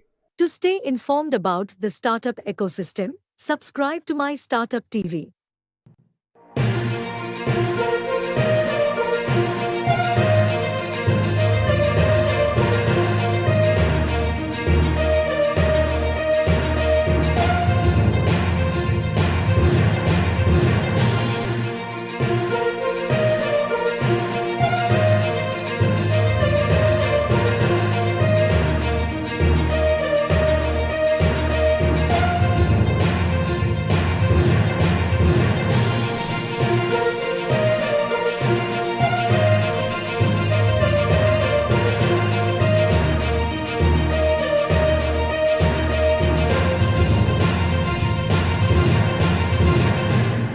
నిజంగా ఇది చాలా అభినందనీయం అండి. కేంద్ర ప్రభుత్వం ఇటువంటి ఒక పథకాన్ని మొదలుపెట్టి పాఠశాల లెవెల్ నుంచి విద్యార్థులకు అసలు ఇన్నోవేషన్ అంటే ఏంటి? వాళ్ళకి ఒక ప్లాట్‌ఫార్మ్‌నిచ్చి వాళ్ళు వాళ్ళ ఐడియాల్ని మార్చుకొని, ఐడియాల్ని ఒక ప్రొడక్ట్ కింద తయారు చేసుకోవడానికి వీలు కల్పించడం అనేది నిజంగా చాలా అభినందనీయం. సో, మళ్ళీ మీతో ఇంకో ప్రశ్నతో వస్తాను. ముందుగా సంతోషి, నాకు తెలిసి నువ్వు విద్యార్థినిగా ఉన్నప్పుడే నీ మొదటి స్టార్టప్‌ని మొదలుపెట్టావు. సో, అదసలు ఆ ఆలోచన విద్యార్థినిగా ఉన్నప్పుడు నీకు ఎందుకొచ్చింది? అండ్ ఆ స్టార్టప్ గురించి ఆ స్టార్టప్ ప్రయాణం గురించి కొంత చెప్పు. ఐ థింక్ మా కాలేజ్‌లో నేను ఇక్కడ నుంచి బనారస్ వెళ్ళేదాన్ని. 49 hours used to be the journey. 49 hours 49 గంటల జర్నీ. అమ్మ food if you come from a middle class family అమ్మ భోజనం కట్టించినా కూడా ఒక పూట ఉంటుంది. ఒక పూట పెరుగన్నం, ఒక పూట చపాతీ అంతే. But 49 hours you cannot sustain. So evening 5:00 వెళ్తే రేపంతా ట్రైన్‌లో ఆ మరుసటి రోజు మధ్యాహ్నం గాని, సాయంత్రం గాని దిగేది. So food was a very big problem ట్రైన్‌లో జర్నీ చేసేటప్పుడు. 4 years was a hell traveling through this. And then it's like Swiggy, Zomato. This was a time when there was no Swiggy, no Zomato. Flight journey was very, very expensive. Train journey was a common man's mode of transport from one place to the other. ఇలాంటి టైంలో like అరే ఈ చుట్టుపక్కల ఇన్ని restaurants ఉన్నాయి, వీళ్ళ దగ్గర నుంచి ఎందుకు ఫుడ్ తీసుకోవట్లేదు అన్న ఐడియాతో. ఎందుకంటే ఆ టైంలో ప్యాంట్రీ ఫుడ్ కూడా మంచిగా ఉండేది కాదు. అంటే ఇప్పుడు thanks to the government of India railway system and all has improved, చాలా మారింది. లేకపోతే ఇంతకు ముందు అసలు ప్యాంట్రీ ఫుడ్ తినడానికి కూడా వీలయ్యేది కాదు. సో ఆ టైంలో లోకల్ స్టేషన్స్ వచ్చినప్పుడు లోకల్ రెస్టారెంట్స్ వాళ్ళు వీళ్ళందరూ డెలివరీ ఇచ్చేవాళ్ళు. సో మంచి ఫుడ్ ఎందుకు ట్రైన్ లో దొరకలేదు, ఎందుకు ఇంత కష్టము అన్న ఐడియాతో పుట్టినదే delivery uncle. That was my first startup. I think what Prithvi said was a very nice thing. చిన్నప్పటి నుంచే ప్రాబ్లమ్ చూసి దానికి సొల్యూషన్ అన్న థాట్ ప్రాసెస్ ఉంటుంది కదా, that will make a hell lot of a change. అది చాలా ఇంపార్టెంట్. ఆ కుతూహలం, ఏదో చేశాను అన్న satisfaction will help you build one step after the other, one step after the other. నన్ను if I look back my journey when I was a 17-year-old, Santoshi with 33-year-old doing this. Impossible. I didn't have believed. It is always the first step that you take. Prithvi గారు, ఈ Atal tinkering labs తర్వాత నేను అంటే మీ పథకాల్లో చాలా successful గా అయింది Atal incubation centres. So ఈ అటల్ ఇంక్యుబేషన్ సెంటర్స్ అనేవి ఎలా వచ్చాయి? ఎన్ని రకాల దానిలో పథకాలు ఉన్నాయి? ఎందుకంటే నేను చూశాను ఈఐసి, ఏఐసి, ఏసిఐసి ఇట్లా రకరకాలు ఉన్నాయి. సో ఈ ఇంక్యుబేషన్ సెంటర్స్ కి అటల్ ఇన్నోవేషన్ మిషన్ ఏ విధంగా సహాయపడుతుంది? మంచి క్వశ్చన్ అడిగారండి. అసలు Atal incubation centres first proposal లోనే లేదండి యాక్చువల్లీ అటల్ ఇన్నోవేషన్ మిషన్ నుంచి. కానీ మెల్లగా ఏమైందంటే అటల్ టింకరింగ్ ల్యాబ్స్ నుంచి స్టూడెంట్స్ వచ్చి తర్వాత ఏం చేయాలో తెలియట్లేదు అనమాట. ల్యాబ్స్ నుంచి బయటకు వచ్చిన పిల్లకాయలకి, ఆ పిల్లలకి ఒక ఎక్స్ప్రెస్ చేసే ప్లాట్ఫామ్ క్రియేట్ చేయాలని అటల్ ఇంక్యుబేషన్ సెంటర్స్ క్రియేట్ చేశారు. ఇది కొత్త విషయమా అంటే కాదండి, ఇది కొత్త విషయం కాదు. ఎందుకంటే అంతకుముందు department of science and technology ఇస్తూ ఉన్నింది, ఆ తర్వాత మిగతావి కూడా ఇస్తా ఉన్నాయి. కానీ అవన్నీ పిల్లలకి ఫోకస్డ్ విధానంలో ఇవ్వలేకపోతున్నాయని చెప్పి అటల్ ఇంక్యుబేషన్ సెంటర్స్ అనేది క్రియేట్ చేశారనమాట. ఆ అటల్ ఇంక్యుబేషన్ సెంటర్స్ వచ్చి 10 కోట్ల దాకా గవర్నమెంట్ వచ్చి అకాడమిక్ ఇన్స్టిట్యూట్స్ కానీ, అంటే యూనివర్సిటీస్ కి, లేదా రీసెర్చ్ సెంటర్స్ కి, లేదా కార్పొరేట్స్ కి ఇచ్చి ఆ 10 కోట్లు 5 సంవత్సరాలు ఖర్చు పెట్టి, ఎందుకు ఖర్చు పెట్టాలి అంటే ఇప్పుడు సంతోషి లాంటి వాళ్ళు చాలా మంది ఉంటారన్నమాట. వాళ్ళకి కుతూహలం చాలా ఉంటుంది. ఎందుకంటే అది ఒక ప్రాబ్లమ్ ని సాల్వ్ చేస్తే ప్రపంచాన్ని మార్చామన్న ఇది సాటిస్ఫాక్షన్ ఉంటుంది అనమాట. వాళ్ళందరినీ నిరాశపరచకూడదని చెప్పి అటల్ ఇంక్యుబేషన్ సెంటర్స్ అనేది క్రియేట్ చేశారు. వాళ్ళు ఈ పర్టికులర్ ఆంటర్ప్రినర్స్ ఎవరైతే వ్యాపారవేత్తలుగా మారాలనుకుంటున్నారో వాళ్ళు అక్కడికి వెళ్ళి వాళ్ళ ప్రోడక్ట్ ని కానీ, వాళ్ళ సొల్యూషన్ ని కానీ ఒక 360 డిగ్రీస్ అప్రోచ్‌లో వాళ్ళకి హెల్ప్ చేయడం జరుగుతుందనమాట. కంపెనీ రిజిస్ట్రేషన్ దగ్గర నుంచి, బిజినెస్ ఎలా చేయాలనే దగ్గర నుంచి, ఎలా ప్రైసింగ్ చేయాలి, ఎలా మార్కెట్‌లో ప్రైస్ చూపెట్టాలి, ఎలాగా మార్కెటింగ్ చేయాలి, ఎలా సర్టిఫికేట్లు తెచ్చుకోవాలి, ఎలాగ మిగతావన్నీ చేయాలి అనేది ఒక 360 డిగ్రీ అప్రోచ్‌లో చేయాలనేది ఒక కాన్సెప్ట్‌తో వచ్చినదే అటల్ ఇంక్యుబేషన్ సెంటర్. ఇందులో 2, 3 రకాలున్నాయండి. ఒకటి గ్రీన్‌ఫీల్డ్ ఇంక్యుబేటర్స్ అంటారనమాట. అంటే మొదటి నుంచి స్థాపించడం, ఫస్ట్ టైమ్ స్థాపించడాన్ని గ్రీన్‌ఫీల్డ్ ఇంక్యుబేటర్స్ అంటారు. ఇంకొకటి బ్రౌన్ ఫీల్డ్ ఇంక్యుబేటర్స్. అంటే ఆల్రెడీ ఇంక్యుబేటర్లు ఉన్నాయి. ఫర్ ఎగ్జాంపుల్ మీకు చెప్తాను, సి క్యాంప్ అనేది ఒకటుంది బెంగుళూరులో. లేదా అమృత అనేది ఒకటుంది. ఇలాంటివన్నీ ఆల్రెడీ ఎస్టాబ్లిష్ అయినాయి. వాటికి మళ్ళీ సపోర్ట్ చేయడానికి ఎస్టాబ్లిష్డ్ ఇంక్యుబేషన్ సెంటర్స్ అని పెట్టారు. తర్వాత అటల్ కమ్యూనిటీ ఇన్నోవేషన్ సెంటర్స్ అని పెట్టారు. కమ్యూనిటీ ఇన్నోవేషన్ సెంటర్లు ఏమైనాయి అంటే, అన్ని అటల్ ఇంక్యుబేషన్ సెంటర్లు టైర్ 1, టైర్ 2 సిటీస్‌లో ఉన్నాయి. అవి అందరికీ కేటర్ అవ్వట్లేదు అని తెలిసి, కానీ ఇందులో అటల్ కమ్యూనిటీ ఇన్నోవేషన్ సెంటర్‌లో 10 కోట్లు ఇవ్వరండి. 2.5 కోటే ఇస్తారు. మిగతా 2.5 కోటి ఎవరికైతే ప్రాజెక్ట్ అలాట్ అవుతుందో వాళ్ళు పెట్టుకోవాల్సొస్తది. అంటే మ్యాచింగ్ కాంట్రిబ్యూషన్ అంటారు వీటిని. ఇది ఎందుకు పెట్టారు అంటే, అంతా గవర్నమెంట్ చేస్తే ప్రైవేట్ ఇన్వెస్ట్‌మెంట్స్ రావు అని చెప్పి, ఒక ప్రైవేట్ ఇన్వెస్టర్స్‌ని కూడా లోపలికి పిలిచి దీన్ని ఎంకరేజ్ చేయాలనే ఒక ఇంటెన్షన్‌తో దీన్ని స్టార్ట్ చేశారనమాట. ఇప్పుడు ఎలా ఉన్నాయంటే, ఆల్మోస్ట్ 100 అటల్ ఇంక్యుబేషన్ సెంటర్ల దాకా వస్తున్నాయి. అంటే 72 ఆల్రెడీ ఉన్నాయి. ఇంకొక 28 రాబోతున్నాయి. ఆ తర్వాత అటల్ కమ్యూనిటీ ఇన్నోవేషన్ సెంటర్‌లో 50 ఉన్నాయి దేశం మొత్తము. ప్రతి స్టేట్‌లో ఆల్మోస్ట్ ఉన్నాయండి మన అటల్ ఇంక్యుబేషన్ సెంటర్‌లు, కమ్యూనిటీ ఇన్నోవేషన్ సెంటర్‌లు. నాకు 4 ఏళ్ళు అటల్ ఇంక్యుబేషన్ సెంటర్‌లోనే పనిచేశాను. అంటే వాటిని ఎస్టాబ్లిష్ చేయడానికి, వాటిని బలపరచడానికి, వాటిలో స్టార్టప్స్ రావడానికి. అలాగే ఇప్పుడు మీరు చూసినట్లయితే అటల్ ఇంక్యుబేషన్ సెంటర్‌లో ఆల్మోస్ట్ 4000 స్టార్టప్స్ దాకా ఉన్నాయి. ఈ 4000 స్టార్టప్స్ ఆల్మోస్ట్ 3,000 కోట్ల దాకా రైజ్ చేశాయండి ఫండ్స్. అంటే మీరు అర్థం చేసుకోవచ్చు ఈ స్టార్టప్స్ ఎంత సక్సెస్‌ఫుల్‌గా ఉన్నాయో. అండ్ ఐయామ్ హ్యాపీ నేను చాలా గర్వపడుతున్నా. అందులోంచి సంతోషి కూడా వచ్చినాను. ఎందుకంటే సంతోషి లాస్ట్ నేను వెళ్ళిపోయే 1 ఇయర్ ముందే ఫండ్స్ రైజ్ చేసిన దాని నుంచి. అండ్ స్మృతి ఇరానీతో కూడా తను మాట్లాడింది 1-to-1 బేసిస్ మీద. సో ఇలా వుమెన్ బేస్డ్ గాని, తర్వాత చాలా ఎంటర్‌ప్రెన్యూర్స్ బేసికల్లీ కేమ్ ఔట్, అంటే బయటకొచ్చారు అటల్ ఇంక్యుబేషన్ సెంటర్స్ నుంచి. అండ్ అక్కడే బేసిక్‌గా గవర్నమెంట్ కూడా ఒక స్టెప్ ముందుకెళ్ళిందనమాట. అంటే మామూలుగా చేయడం కన్నా ఒక ఫోకస్డ్ పద్ధతిలో చేస్తే ఇంక్యుబేటర్స్ కూడా సక్సెస్‌ఫుల్ అవుతాయని చెప్పి అటల్ ఇంక్యుబేషన్ సెంటర్ బికేమ్ ఒక టెంప్లేట్ అయిపోయింది. ఇంక్యుబేటర్ ఎలా నడచాలి అని చెప్పి. సో ఆ టెంప్లేట్ నుంచి ఒక ర్యాంకింగ్ పద్ధతి కూడా స్టార్ట్ చేసింది వరల్డ్ బ్యాంక్‌తో కలిసి. సో ఇప్పుడు దేశమంతా ఇంక్యుబేటర్స్‌కి అసెస్మెంట్ అనేది అటల్ ఇన్నోవేషన్ మిషన్ చేయడానికి వాళ్ళకి ఒక మ్యాండేట్ వచ్చింది ఇప్పుడు. సో ఇప్పుడు 600 ఇంక్యుబేటర్లు ఇండియాలో ఉన్న 600 ఇంక్యుబేటర్లకు కూడా అసెస్మెంట్ చేసే బలం ఇప్పుడు అటల్ ఇన్నోవేషన్ మిషన్ దగ్గర ఉందండి యాక్చువల్‌గా. చాలా అద్భుతమైన పథకం అని చెప్పాలండి. ఎందుకంటే మనకి అంటే కేవలం ప్రభుత్వం ఇచ్చే పథకాలు వాళ్ళు మాత్రమే ఇంప్లిమెంట్ చేయాలంటే చాలా కష్టమవుతది.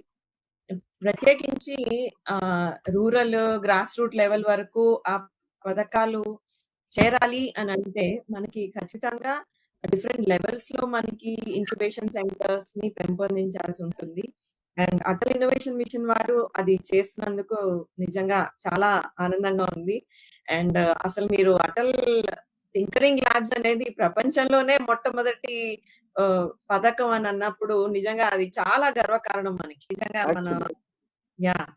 స్టార్టప్స్‌కి మర్చిపోయాను ఒక విషయం చెప్పడం మర్చిపోయాను. వరల్డ్ ఇంటలెక్చువల్ ప్రాపర్టీ ఆర్గనైజేషన్ అంటే ప్రపంచంలో ఉన్న ఇంటలెక్చువల్ అంటే పేటెంట్‌లకు సంబంధించింది ఆర్గనైజేషన్ ఉంది కదండీ.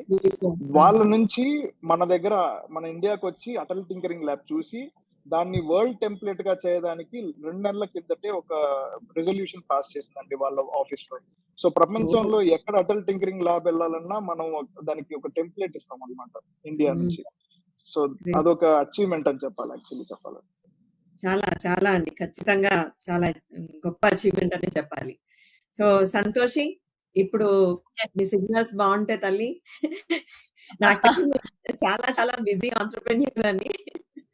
కానీ బిజీ స్కెడ్యూల్‌లో మా కార్యక్రమానికి వచ్చినందుకు నిజంగా నేను చాలా సంతోషం నాకు. సో నీ డెలివరీ అంకుల్ గురించి.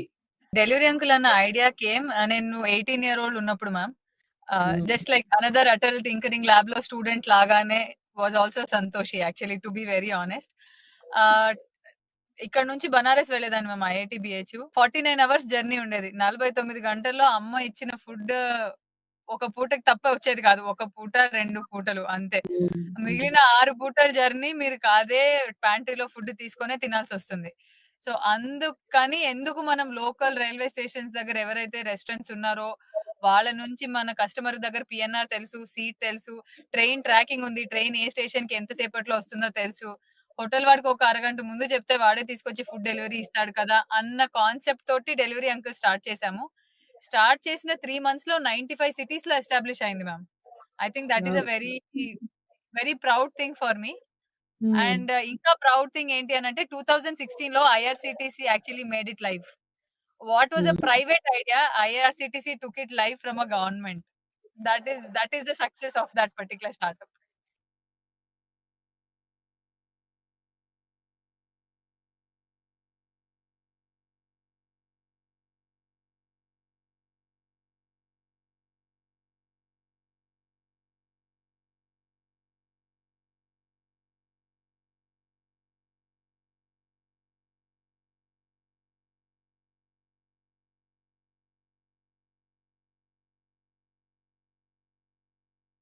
It's about problem.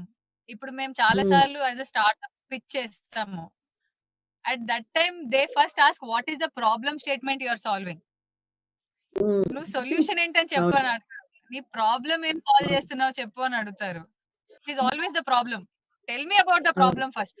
How big is the problem? ఎంత పెద్ద ప్రాబ్లము, ఎంత మంది ఫేస్ చేస్తున్న ప్రాబ్లము, దాన్ని నువ్వు ఎట్లా సాల్వ్ చేస్తున్నావు? అంటే నువ్వు ఇచ్చిన ఆ ప్రాబ్లమ్ ఎంత హ్మ్, ఎంత డీప్‌గా ఉంది. అండ్ నువ్వు ఇచ్చే సొల్యూషన్ వల్ల ఎంతమంది ఉపయోగపడుతుంది. అంతే. సొసైటల్ ఇంపాక్ట్ అంటాం. సో ఇవి 2 కూడా చాలా ముఖ్యం.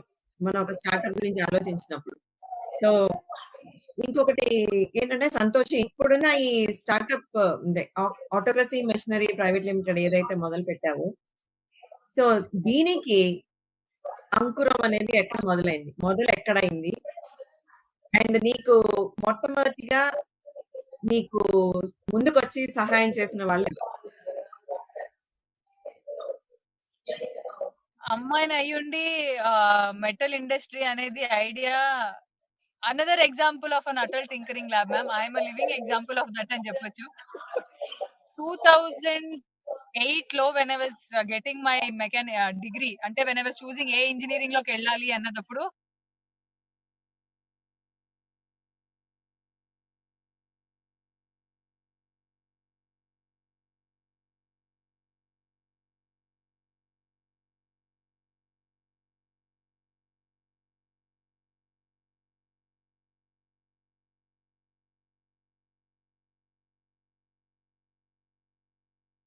వేడి వేడిగా అట్లా మెటల్, ఐరన్ మెటల్ అట్లా పడుతూ కనిపించింది అనమాట.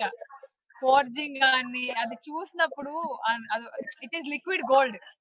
That hot metal is gold అన్నమాట. When you see something like that మీ ఇన్స్పిరేషన్ అక్కడే వస్తుంది.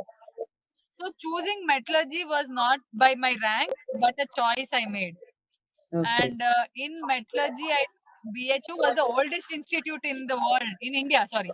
BHU is the first institute to have a metallurgical engineering branch. So that was also a choice. So మీరు అది చిన్నప్పటి నుంచి కరెక్ట్ గా వాళ్ళకి మైండ్ లో వేస్తే ఆ చాయిసెస్ వాళ్ళు చేసుకునేది అది. అండ్ ఆటోక్రసీ మెషినరీ అన్నది if it was not my metallurgical engineering thought or anything I wouldn't have chosen that. అది అయ్యేదే కాదు. ఆ తర్వాత autocracy machinery is a male dominated industry. I think 2.5 years మీరు నన్ను చూసారు closely when I use to be when I was taking baby steps అన్నమాట. చిన్న చిన్న అడుగులు వేస్తున్నప్పటి నుంచి ma'am was always hand holding me. Another AIM incubation centre. Prithvi, I am a living example of what AIM can do. AIM అసలు actually జనాల్ని ఎట్లా మార్చగలదు అనేది I am a living example of that. ALEAP which is an Atal incubation mission incubation centre చేయి పట్టుకొని నడిపించారు. Every time when I wanted an introduction, ఒక introduction కావాలి, నాకు ఈ ప్రాబ్లం వస్తుంది, ఇలా ఏమైనా చెయ్యొచ్చా, my funding round was also by aim. I'm just grateful ante. Otherwise, for a girl like me, come from a middle class family నుంచి వచ్చి ఇలాంటి ఏదో ఒక మ్యాడ్ జర్నీ, మా మమ్మీ అంటుంది ఏదో పిచ్చి జర్నీ అనుకున్నాను అని. అంత ధైర్యం చేసి అడుగు వేయడానికి, if it was not AIM, if it was not Alip, incubators like Jhansi ma'am or Rama ma'am, and even Sanjeev sir from them, AIM lo, all of you guys, everybody were very helpful. I think a lot of Santoshi, lot of autocracy machinery, 2014-15 government.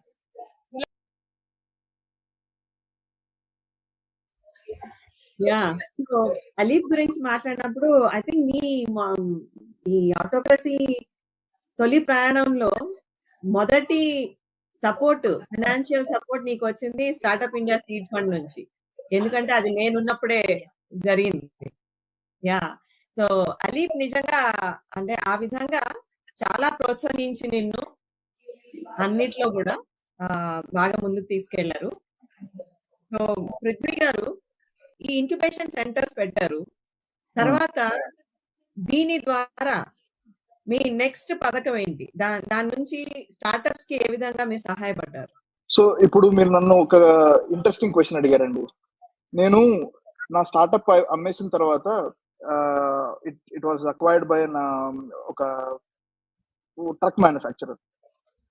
ఎందుకు నీతి, అందరు అడిగిన question, ఎందుకు నీతి ఆయోగ్ వెళ్ళావు, ఏం చేయడానికి వెళ్తున్నావు అసలు government లోకి అని అడిగారు అనమాట. నేను అన్నా 2016-17లో నాకు సపోర్ట్ అంతగా దొరకలేదండి, ఎక్కడి నుంచి దొరకలేదు.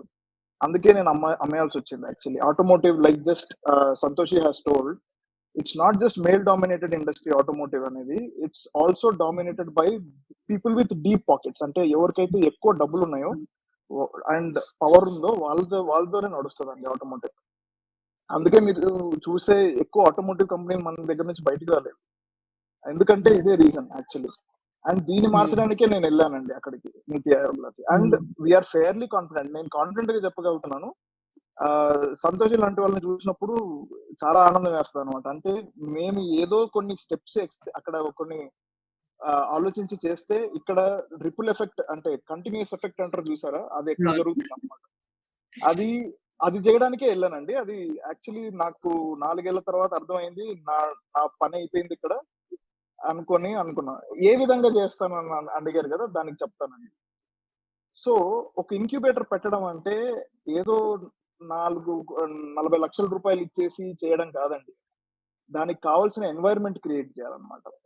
ఎలా క్రియేట్ చేస్తామంటే, ఫస్ట్ ఒక టీమ్ ని ఎస్టాబ్లిష్ చేస్తాం ఇంక్యుబేటర్. ఆ టీమ్ కి కావాల్సిన సాలరీస్ కూడా వెళ్తాయండి ఈ ఫండ్ లోంచి.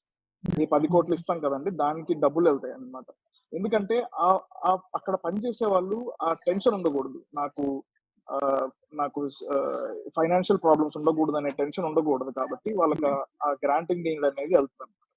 వాళ్ళు ఆ ఇంక్యుబేటర్స్ లో స్టార్టప్స్ ని అంటే ఇన్వైట్ చేస్తారు. అంటే కోహార్ట్ మోడల్లో కానీ లేదంటే రోలింగ్ బేసిస్ లో కానీ వాళ్ళు ఇన్వైట్ చేసినప్పుడు, ఎవరి దగ్గర అయితే సంతోషి అన్నారు చూసారా ప్రాబ్లం ఏంటి అని, మీరు ఏ ప్రాబ్లం చేస్తున్నారు, ఏ ప్రాబ్లమ్ ని సాల్వ్ చేస్తున్నారు, ఇవన్నీ చూసిన తర్వాత ఒక ఎవాల్యుయేషన్ ప్రాసెస్ చేసిన తర్వాత వాళ్ళకి కావాల్సిన మెంటర్స్ ఇస్తాము మేము.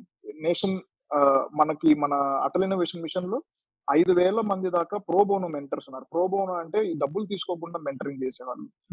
అది కావలసినప్పుడు మనం ఆ మెంటర్ ని కాంటాక్ట్ చేసి వీళ్ళకి ట్యాగ్ చేస్తాం అనమాట.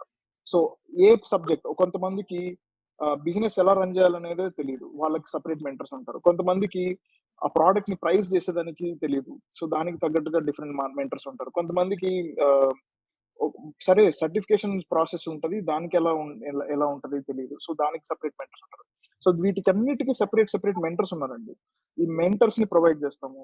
తర్వాత సీడ్ ఫండ్ అనేది ఒక కాంపోనెంట్ ఉంటది. అంటే 10 లక్షలు వరకు డబ్బులు ఇంక్యుబేటర్ ఇవ్వచ్చు అనమాట ఒక స్టార్టప్ కి. అది గ్రాంట్ గా ఇవ్వకూడదండి, ఈక్విటీ తీసుకొని ఇవ్వాలి అది ఖచ్చితంగా. మరి స్టార్టప్ ఇండియా సీడ్ ఫండ్ అనేది డిఫరెంట్ గా వేస్ లో ఇస్తుంది, Atal innovation mission different ways లో ఇస్తుంది. ఇందులో మాత్రం గ్రాంట్ ఉండదండి, ఖచ్చితంగా ఈక్విటీ గానీ డెట్ గానీ ఇలాంటివి ఇవ్వాలి. డెట్ అంటే అప్పుగా గానీ, ఈక్విటీ అంటే షేర్ల రూపంలో గానీ ఇవ్వాల్సి వస్తుంది. ఆ 10 లక్షలు తీసుకొని ఫౌండర్ ఏం చేస్తారంటే అతని ఐడియాని ప్రోటోటైప్ వరకు తీసుకెళ్తారు. ఆ ప్రోటోటైప్ చేసేటప్పుడు చాలా ఇబ్బందులు పడతారు అనమాట. దాన్ని వాల్యూ ఆఫ్ డెత్ అంటారు అనమాట. 2 వాల్యూ ఆఫ్ డెత్లు ఉంటాయి ఒక మార్కెట్ లోకి వెళ్లే ముందు. ఫస్ట్ వాల్యూ ఆఫ్ డెత్ అంటే ఆ ప్రోటోటైప్ చేసే లోపలే పడిపోతారు అనమాట. ఎందుకంటే అక్కడ డబ్బులు కావాల్సి వస్తుంది ఒక ప్రోడక్ట్ ని తయారు చేయాలంటే. Next value of death product తయారు చేస్తారు, సర్టిఫికేషన్ వస్తుంది, ఆ తర్వాత మార్కెట్ అడాప్ట్ చేసుకోకపోతే అది వాల్యూ ఆఫ్ డెత్. ఇక్కడ 2 వాల్యూస్ ఆఫ్ డెత్ ని కవర్ చేయాలి మనం ఇప్పుడు. ఈ ప్రపంచంలో ప్రతి ఒక్క స్టార్ట్అప్ కి ఇదే ప్రాబ్లమ్స్ ఉంటాయి. సో ఈ ఫస్ట్ వాల్యూ ఆఫ్ డెత్ కి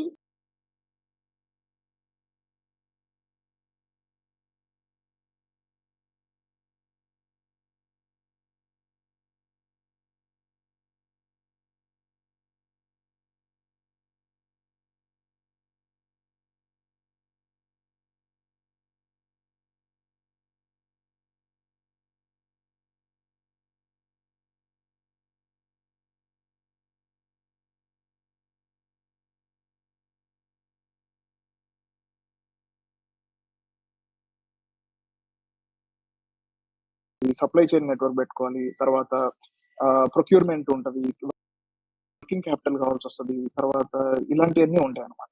సో ఈ స్కేల్ అప్ చేసేటప్పుడు చాలా డబ్బులు అవసరం అవుతాయి కాబట్టి ఆ పడిపోకుండా 1 crore ఇస్తాము.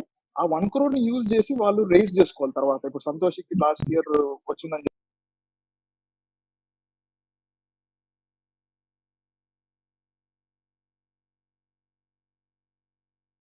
ఇవే ఇచ్చే పరిస్థితులు ఉండవు, కానీ వాళ్ళకి రేస్ చేసుకుంటారు. అది మార్కెట్ రిలేటెడ్ టర్మ్స్ అనేది. బట్ 2 వాల్యూస్ ఆఫ్ డెత్ ని కవర్ చేసేలాగా ఒక ప్రోగ్రామ్ డిజైన్ చేశారు. సో ఏఐసిస్ నుంచి సీడ్ ఫండ్ వెళ్తుంది, అనిక్ నుంచి అటల్ న్యూ ఇండియా ఛాలెంజ్ నుంచి 1 crore రూపీస్ వెళ్తుంది అనమాట. ఇప్పుడు మీరు అడిగారు ఫ్యూచర్ లో ఎలా ఉంటుంది సపోర్ట్ అని. ఫ్యూచర్ లో సపోర్ట్ ఎలా ఉంటాయంటే అండి, ఇదే ఇంక్యుబేషన్ సెంటర్స్ ఉంటాయి, వాటికి సపోర్ట్ వెళ్తూనే ఉంటది. ఇంకా యాక్సలరేటర్స్ అనేది ఒక కొత్త పథకం రాబోతుంది. అది ఇంకా కన్ఫర్మ్ అవ్వలేదు. కన్ఫర్మ్ అయిన తర్వాత వాటి డీటెయిల్స్ ఆటోమేటిక్ గా బయటకు వస్తాయి. యాక్సలరేటర్ అంటే అదే మీకు చెప్పినట్టు మార్కెట్ కి వెళ్ళేదానికి సపోర్ట్ ఉంటుంది అనమాట దాంట్లో. సో అది ఒక కొత్త విధానం అనమాట. ఇప్పుడు దాకా ఇండియాలో లేవు యాక్సలరేటర్స్, గవర్నమెంట్ ఉన్నవి కొన్ని ఉన్నాయి. Nidhi DST department of science and technology పెట్టిన యాక్సిలరేటర్స్ ఉన్నాయి, కానీ ఇది కొంచెం కొత్త విధానంగా వస్తుంది అనమాట. ఇది ఖచ్చితంగా చెప్పగలను దాని వరకు మాత్రం. సో అట్లాగా స్టార్ట్అప్స్ ని ఐడియా స్టేజ్ నుంచి మార్కెట్ స్టేజ్ వరకు ప్రతి స్టేజ్ లో 9 స్టేజ్లు ఉంటాయండి దాంట్లో. TRL 1 to TRL 9 అంటారు. Market readiness level 1 to market readiness level 9 అంటారు. సో ఈ 9 స్టేజెస్ కి ఇంక్యుబేటర్స్ యాక్సిలరేటర్ సపోర్ట్ చేసేలాగా స్కీమ్స్ వస్తాయండి. ఇప్పుడు దాకైతే 5-6 దాకే ఉంది, ఇప్పుడు 9 దాకా వెళ్తుందండి actually. Ma'am, I'm so glad you invited me to this. I'm so glad you invited me to this. I think Prithvi gave me so much more information, Ivala. So if this for all of them who are saying this, me in this journey I did not. నాకు అన్ని గురించి తెలియదు ma'am. Prithvi, I'm calling you after this.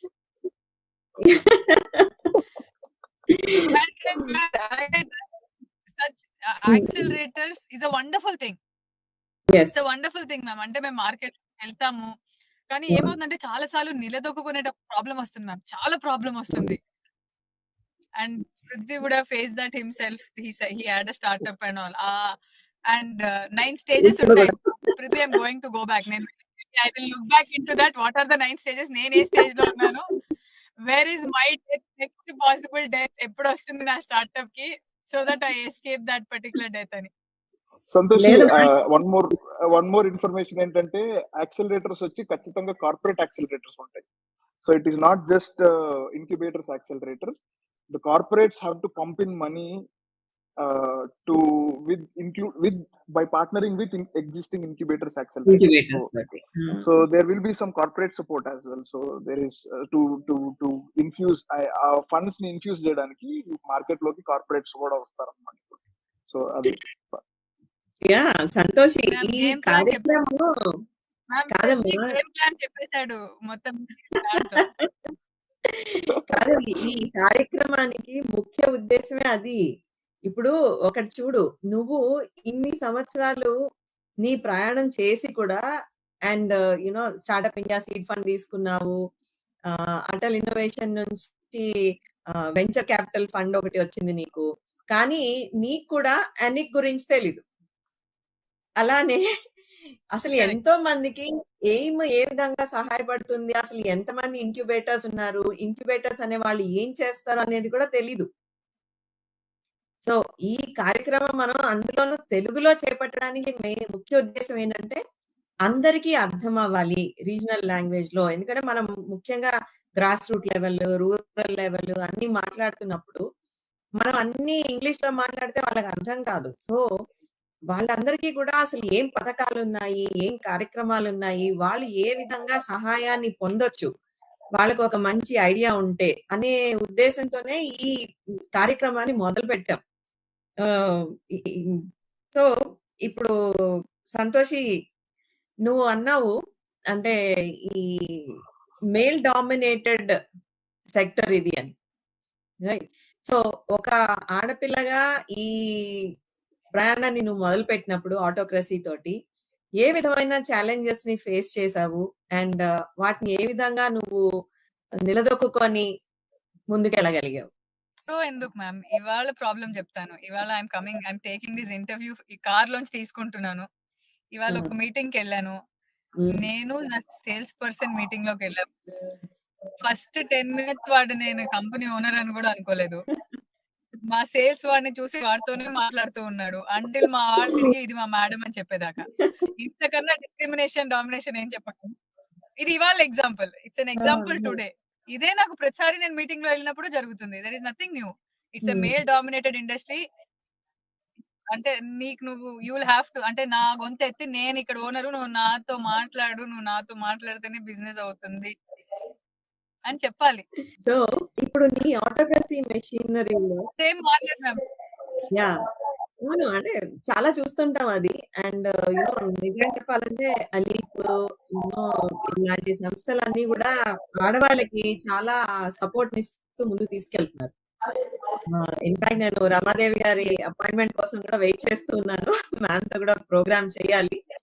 ఆహ్, so, నా next question ఏంటంటే నీకు, ఈ autocracy మెషినరీలో మీరు తయారు చేస్తున్న మెషిన్స్ ఏవైతే ఉన్నాయో, అవి ఎక్కువగా ఎవరికి ఉపయోగపడతాయి? ఓకే. అండ్ నువ్వు ఈ ఈ సొసైటీకి ఏ విధంగా నీ కంపెనీ హెల్ప్ చేయగలుగుతుంది? 3 ఇయర్స్ ముందు ఈ జర్నీ మొదలుపెట్టినప్పుడు ట్రెంచర్స్ అనే మషీన్ ఇండియాలో లేవు మ్యామ్. అండ్ ఆ టైంలో మనకి ఎప్పుడు మనము 2జీ, 3జీ స్కామ్‌లు విన్నాం గానీ, ఐ థింక్ లాస్ట్ 5 ఇయర్స్‌లో మనం 4జీ, 5జీ ఇంటూ వచ్చాము. సో, అప్పుడు OFC cable, Telangana OFC cable, optical fibre cable, water pipeline, Ghar Ghar Tak Pani అని government of India initiative. So, ఇప్పుడు మన ఇండియాలో ఏం ట్రై చేస్తున్నారనంటే అండర్ గ్రౌండ్ ఇప్పుడు మనం అందరం జీపీఎస్ అని మ్యాప్స్ ఏసుకొని ఎళ్ళిపోతాము. I think what India is trying to build is an underground utility GPS network. 2 feet sewage line, 4 feet water line, 6 feet cable line, 8 feet electric line, 10 feet oil and gas line. ఇది అసలు ఏసేటప్పుడు సరిగ్గా ఇప్పుడు వెయ్యకపోతే next జనరేషన్‌లు తిట్టుకుంటారన్నమాట. ఏం పని చేశారు వీళ్ళు? ఎట్లా ఏసారు అని. So, the problem that we are trying to solve is underground utility network ఏదైతే వేయాలో ప్రిసైజ్‌గా కరెక్ట్ డెప్త్, కరెక్ట్ లొకేషన్‌లో వేశారు అనడం కాకుండా అది క్యాప్చర్ చేయడానికి కూడా ట్రై చేస్తున్నాం. That was the first problem. ఆ తర్వాత మేము డ్రిప్ ఇరిగేషన్‌లోకెళ్ళాము. అండర్ గ్రౌండ్ డ్రిప్పులు వాటర్ ఏవైతే పెరినియల్ క్రాప్స్ ఉంటాయో వాళ్ళకి అండర్ గ్రౌండ్ డ్రిప్‌లో వాటర్ ఎయడానికి మ్యామ్ ఈ మెషిన్‌లు అని. తర్వాత మెల్లమెల్లగా సోలార్ అండ్ విండ్ రిన్యూవబుల్ ఎనర్జీస్‌లోకెళ్ళాము. అండ్ తర్వాత అగ్రికల్చర్ సెక్టర్‌లో ఉన్నాం. అంటే మ్యామ్ ఒక రకమైన అంటే the journey never stops at next one. అవును. The journey always evolves. మీరు ఒకటని మొదలు పెడతారు. 1+1+1+1 నాకిప్పుడు కరెంట్‌లీ 23 ప్రొడక్ట్స్ ఉన్నాయి. And there are 12 in the R&D stage. Hmm. So you grow. You learn to adapt and you grow. Yeah! So, అంటే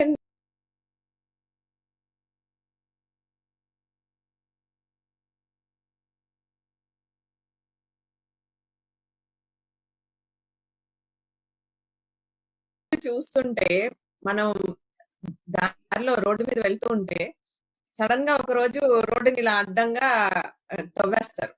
ఏదో cable ఎయడానికి. అది తవ్వేస్తారు. దాన్ని అలా వదిలేస్తారు. ఇప్పుడు కేబుల్ సైజ్ నీకు ఒక 10 ఉందనుకో, దాని కోసం ఒక ఫీట్ మొత్తం విడ్త్ తవ్వేస్తారు. ప్రాబ్లం ఆల్రెడీ ఆవిడ ఎక్స్ప్లెయిన్ చేస్తున్నారు. సో ఇప్పుడు నా కంపెనీ సాల్వ్ చేసే ప్రాబ్లమ్. సో ఇప్పుడు ఫర్ ఎగ్జాంపుల్ ఒక ఓఎఫ్సి కేబుల్ వేయాలండి ఎవరైనా. ఆ ఓఎఫ్సి కేబుల్ 30 35 ఉంటుంది.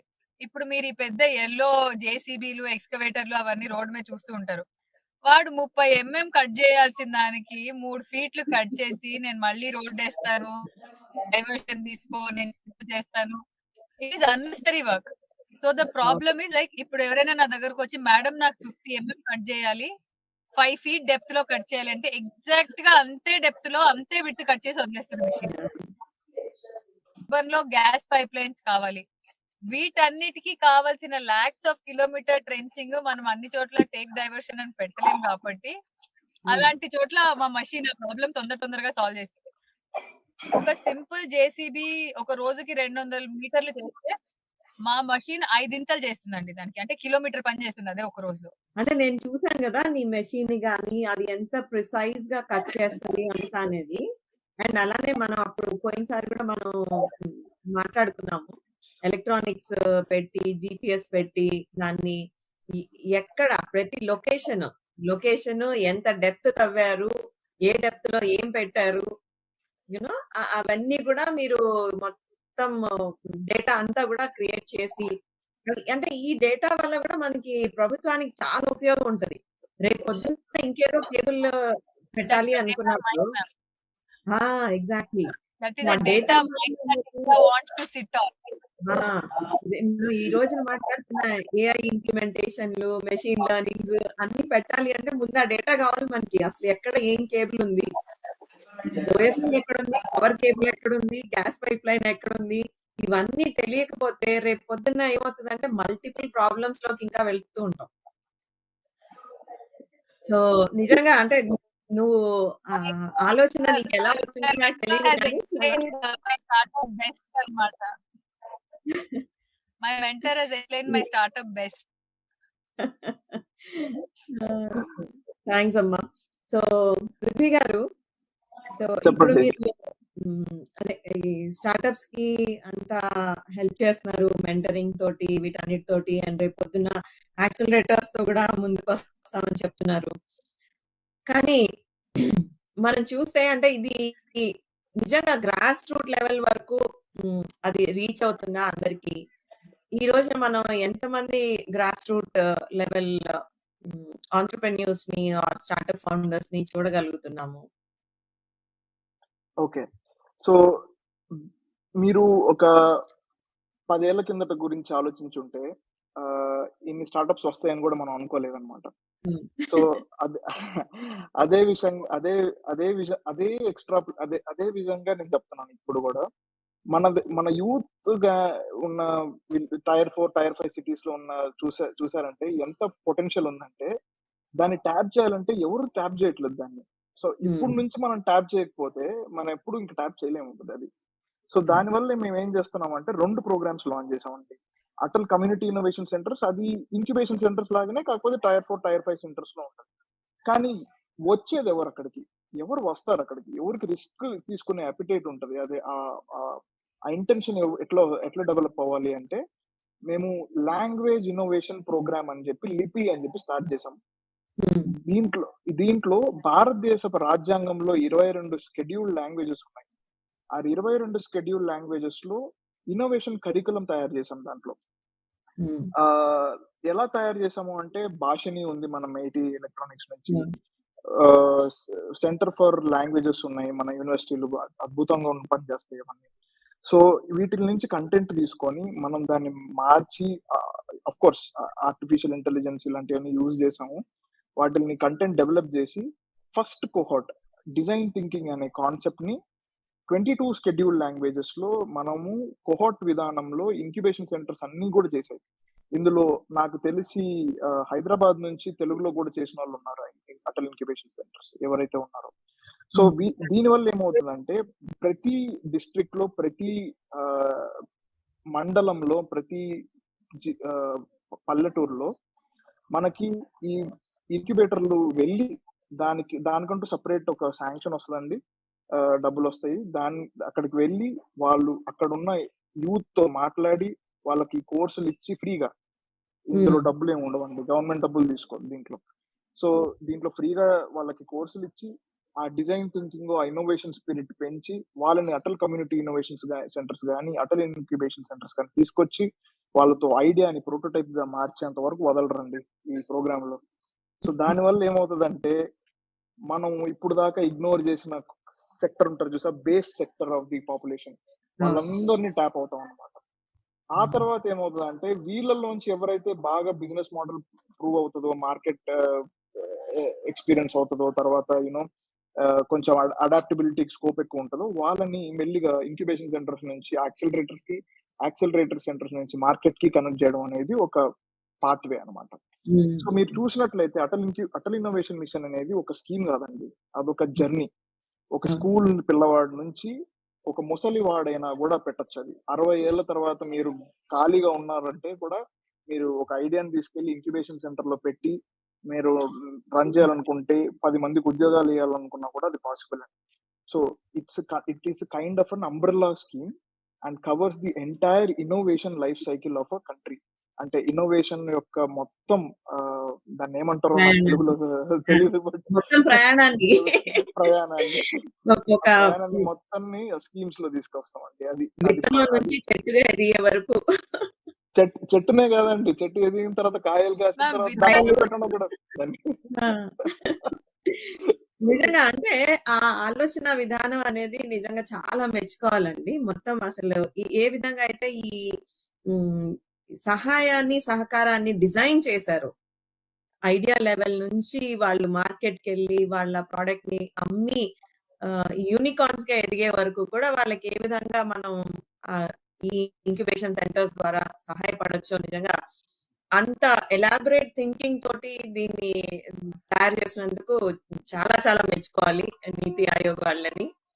అసలు నీ గురించి చదువుతూ ఉంటే అసలు ఎంత గొప్పగా ఉంటదంటే, ఈ అమ్మాయికండి 2020లో అలీపీ హబ్ నుంచి startup of the year award, అలాగే 2021లో women entrepreneur of the year business world నుంచి, 2022లోనే మళ్ళీ స్టాన్ఫర్డ్ సీడ్ స్పార్క్‌లో విన్నర్‌గా వచ్చింది. అలాగే technology 2023 award from radiant wellness conclave నుంచి వచ్చింది. కోవే నుంచి విమెన్ ఎంటర్‌ప్రెన్యూర్ ఆఫ్ ది ఇయర్‌గా అవార్డు తెచ్చుకుంది. అలాగే మళ్ళీ బిజినెస్ వరల్డ్ నుంచి 2023లో emerging entrepreneur of the year award తెచ్చుకుంది. ఫైనల్‌గా ఈ మధ్య జరిగిన నేషనల్ స్టార్టప్ అవార్డ్‌లో విన్నర్‌గా వచ్చింది స్టార్టప్ ఇండియా వాళ్ళది. సో ఇన్ని అవార్డులు అన్నీ నీకు ఈ వయసులో వచ్చాయి. అలాగే నీ స్టార్టప్ కూడా చాలా బాగా ఎదుగుతూ వెళ్తుంది. సో ఇప్పుడు నువ్వు నీ స్టార్టప్ ఏ స్టేజ్‌లో ఉంది? రెవెన్యూ స్టేజ్‌లో ఉన్నావని తెలుసు నాకు. సో ఎన్ని ప్రొడక్ట్స్ తోటి రెవెన్యూలో ఉన్నావు? ఎన్ని ప్రొడక్ట్స్ ఇంకా డెవలప్‌మెంట్‌లో ఉన్నాయి? ఓన్లీ 4 ప్రొడక్ట్స్ మార్కెట్‌లో ఉన్నాయి ma'am. Full fledged on sale. మిగిలినవి ఇంకా పుష్ చేస్తున్నాము. ఎందుకనంటే మా మెషినరీ వచ్చి ఇండియాలో చాలా కొత్తవి. సో కస్టమర్‌కి అది కన్విన్స్ చేయడము, ఇది తీసుకుంటే మీకు ప్రాబ్లమ్స్ ఇవి సాల్వ్ అవుతాయి అని తీసుకోవడము, ఇవన్నీ చాలా ఇంపార్టెంట్ మాకు వాళ్ళతోటి. మొత్తం 23 ప్రొడక్ట్స్ ఉన్నాయి ma'am. Next 2 years is only about sales. Like Prithvi అన్నట్టు నాది డెవలప్‌మెంట్ అయిపోయింది. So now it is growth stage where I am like concentrating on sales and expansion. So we are supplying to Middle East, Africa, European markets, US markets. అసలు మీరు నమ్మలేరు, somebody sitting in ఇండియాలో, తెలంగాణలో, హైదరాబాద్‌లో, చర్లపల్లి అనే ఒక చిన్న industrial ఏరియాలో ఒక చిన్న స్టార్టప్ దగ్గరకొచ్చి పీపుల్ ఆర్ బయింగ్ అనేది. Thanks to all the gentlemen behind AIM, ALEAP and everybody for making this happen. 23 products ఉన్నాయి ma'am totally. Now completely we are extensively putting it into the market. Another 12 more products are in R and D stage. అది అయింది అనంటే I can tell I will proudly put Autocracy as an Indian company on an international market with lot of products. Excellent. చాలా great అమ్మా. So నీ journey అసలు అంటే నా కల ఏంటి అంటే నిన్ను ఒక యూనికార్న్‌గా చూడాలి. అయిపోద్దండి తొందరలోనే. Profitable unicorn. Ma'am profitable unicorn. I like the word profitable unicorn. Yeah ఖచ్చితంగా ప్రాఫిటబుల్ గానే ఉండాలి నువ్వు ఏం చేసినా. సో నీ నీ జర్నీలో నువ్వు ఎంతో మంది నీ నీతో పాటు జర్నీ మొదలుపెట్టిన ప్రయాణాన్ని మొదలుపెట్టిన స్టార్టప్స్ చాలా వాటిని చూసుంటావు. రైట్. సో వాటికి వాళ్ళకి నువ్విచ్చే ఒక సలహా గాని అంటే నువ్వు చాలా ఒడిదుడుకుల్ని ఎదుర్కొని ఈ స్టేజ్‌కొచ్చావు. సో వాళ్ళు కూడా అలాగే సక్సెస్ అవ్వడానికి నువ్విచ్చే ఏదైనా ఒక చిన్న టిప్ గాని, సలహా గాని ఏమనుకున్నా సరే. నేను జ్ఞానం ఇస్తున్నాను అనుకోకండి. ఈ అమ్మాయి చేసింది అనుకోకండి. రెండేనండి. రెండే 2 చెప్తాను. నా లైఫ్‌లో last 3½ years 20 bad days, 7 okay days, 0 holidays. ఇది చెయ్యగలిగితేనే స్టార్టప్ అనేది స్టార్ట్ చేయండి. లేకపోతే చెయ్యొద్దు. ఎవ్రీ డే మార్నింగ్ ఎందుకురా నేను ఈ పని చేశాను అని మిమ్మల్ని మీరు క్వెషన్ చేసుకుంటారు. And that is the truth. Prithvi I am pretty sure passion if you love it you will do it. Should be very passionate ఇవన్నీ చెప్పడానికి బాగుంటాయండి. ప్రతిరోజు ఉండదు ఆ ప్యాషన్. ఏదో ఒక రోజు ఫ్రస్ట్రేషన్ వస్తుంది. But that is the truth of an entrepreneur journey. ప్రతిరోజు ఇది నాకు ప్యాషనేట్ నేను వెళ్తాను, నేను పొడి చేస్తాను అన్నదైతే ఉండదండి. చెప్తున్నాను కదా 20 బ్యాడ్ డేస్ లో కూడా మీరు లేచి వెళ్ళాలి. 10 మంది చేత కాదు, అవ్వదు, కుదరదు, లేదు. The thing is don't take no for an answer. ఒకటేనండి, నువ్వు మాస్టర్స్ ఐఐటీలో చేసావు, ఐఎంలో చేసావు, వాళ్ళకి అవసరం లేదండి యాక్చువల్లీ చెప్పాలంటే. అర్థమైందా? వాళ్ళకి కావాలంటే కొనుక్కుంటారు, లేదంటే పక్కకి వెళ్ళిపోమంటారు, అంత simple. So so you have to give the product and sale it and business relationship అంతే. Don't take no for an answer ma'am. Yesterday, so we are making a paper making machine. Yesterday, somebody told me, "Oh my God, this is so evolved. Why are you doing it? It will not happen." Then Nenu Lakshman, my partner, we were talking about it, and he was like, నీకేమనిపించింది వాళ్ళతో మాట్లాడితే, 3 ఏళ్ల ముందు కూడా ఇదే చెప్పారు కదా మన first product కి, అవ్వదు, కాదు, కుదరదు, లేదు అని. సో ఈ ప్రోడక్ట్ కూడా అదే చెప్తున్నారు అని. That is the same thing. వాళ్ళు చేయలేకపోయారు, సో నీకు అదే చెప్తారు. ఎవరో ఒకరు చేసి చూపించేదాకా దే విల్ బిలీవ్. అప్పుడు ఓకే ఇది కూడా possible. To stay informed about the startup ecosystem, subscribe to my Startup TV.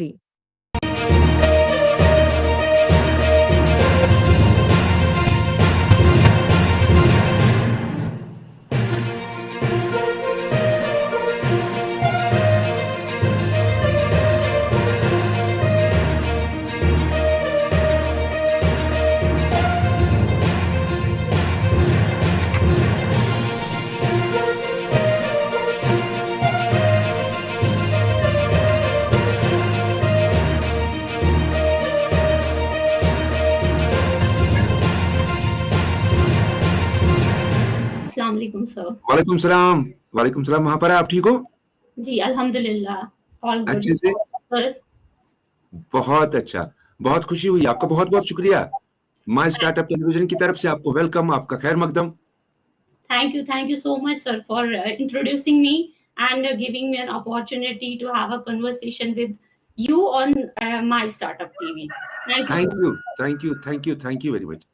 My startup television हर हफ्ते हर फ्राइडे को किसी न किसी नए एंटरप्रेन्योर को लाता है, किसी न किसी नौजवान जो एंटरप्रेन्योर होता है उसको लाता है, उसको मोरल बूस्ट के लिए और लोगों को ये दिखाने के लिए, अपने ऑडियंस को ये दिखाने के लिए कि कश्मीर में कितना टैलेंट है और कश्मीर स्टार्टअप्स में कैसे आगे बढ़ रहा है और क्या कुछ खास हमारे टैलेंट में है, कुछ नया क्या है इसमें।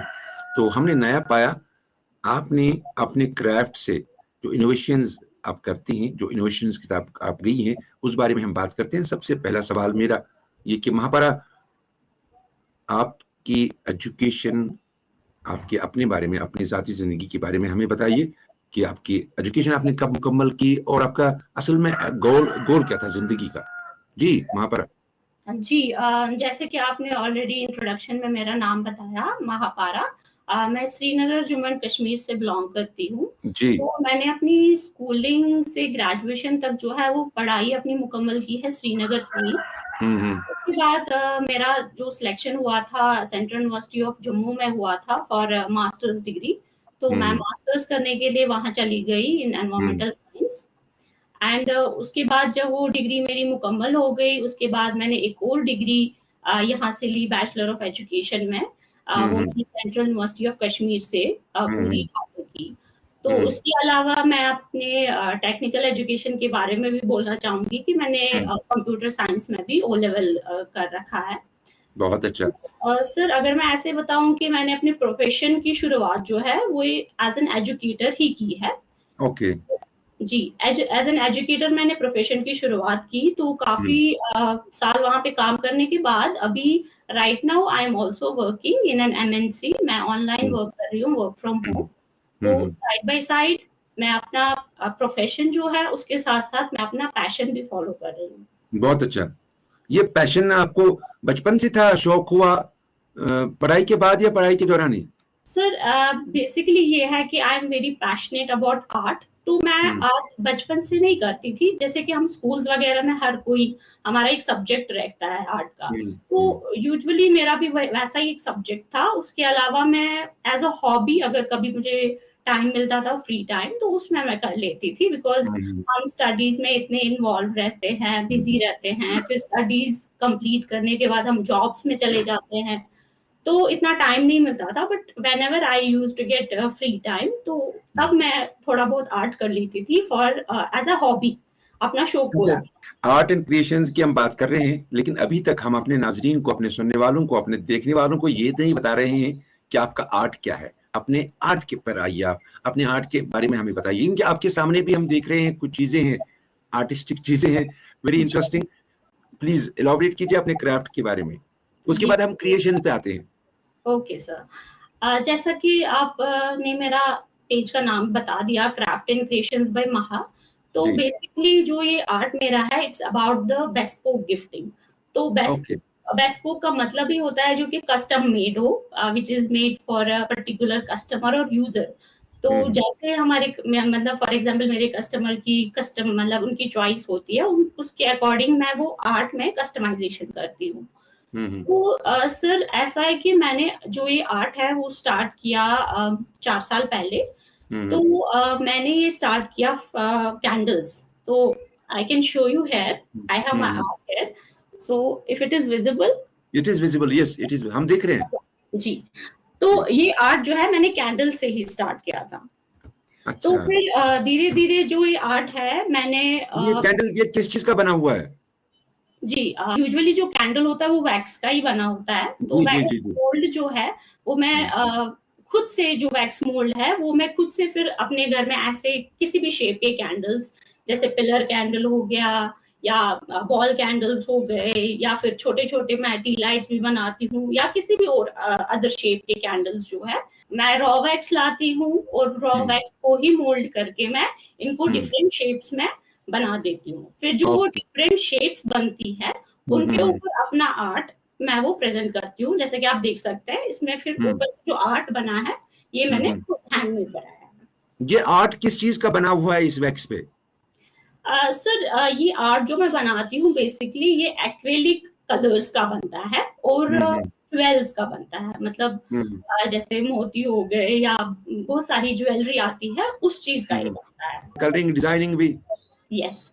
तो जैसे कि मैंने आपको कहा ये एक्रेलिक कलर्स से मैं डिफरेंट एक्रेलिक कलर्स यूज करती हूँ। इस पे जैसे कि मैंने ग्रीन किया है या गोल्डन किया है, और साइड बाय साइड आप देख सकते हैं ज्वेल्स मैंने ऐड ऑन किए हैं। बहुत अच्छा। मेक इट मोर। अच्छा, जब आपने ये स्टार्ट किया आपके मन में क्या था उस टाइम?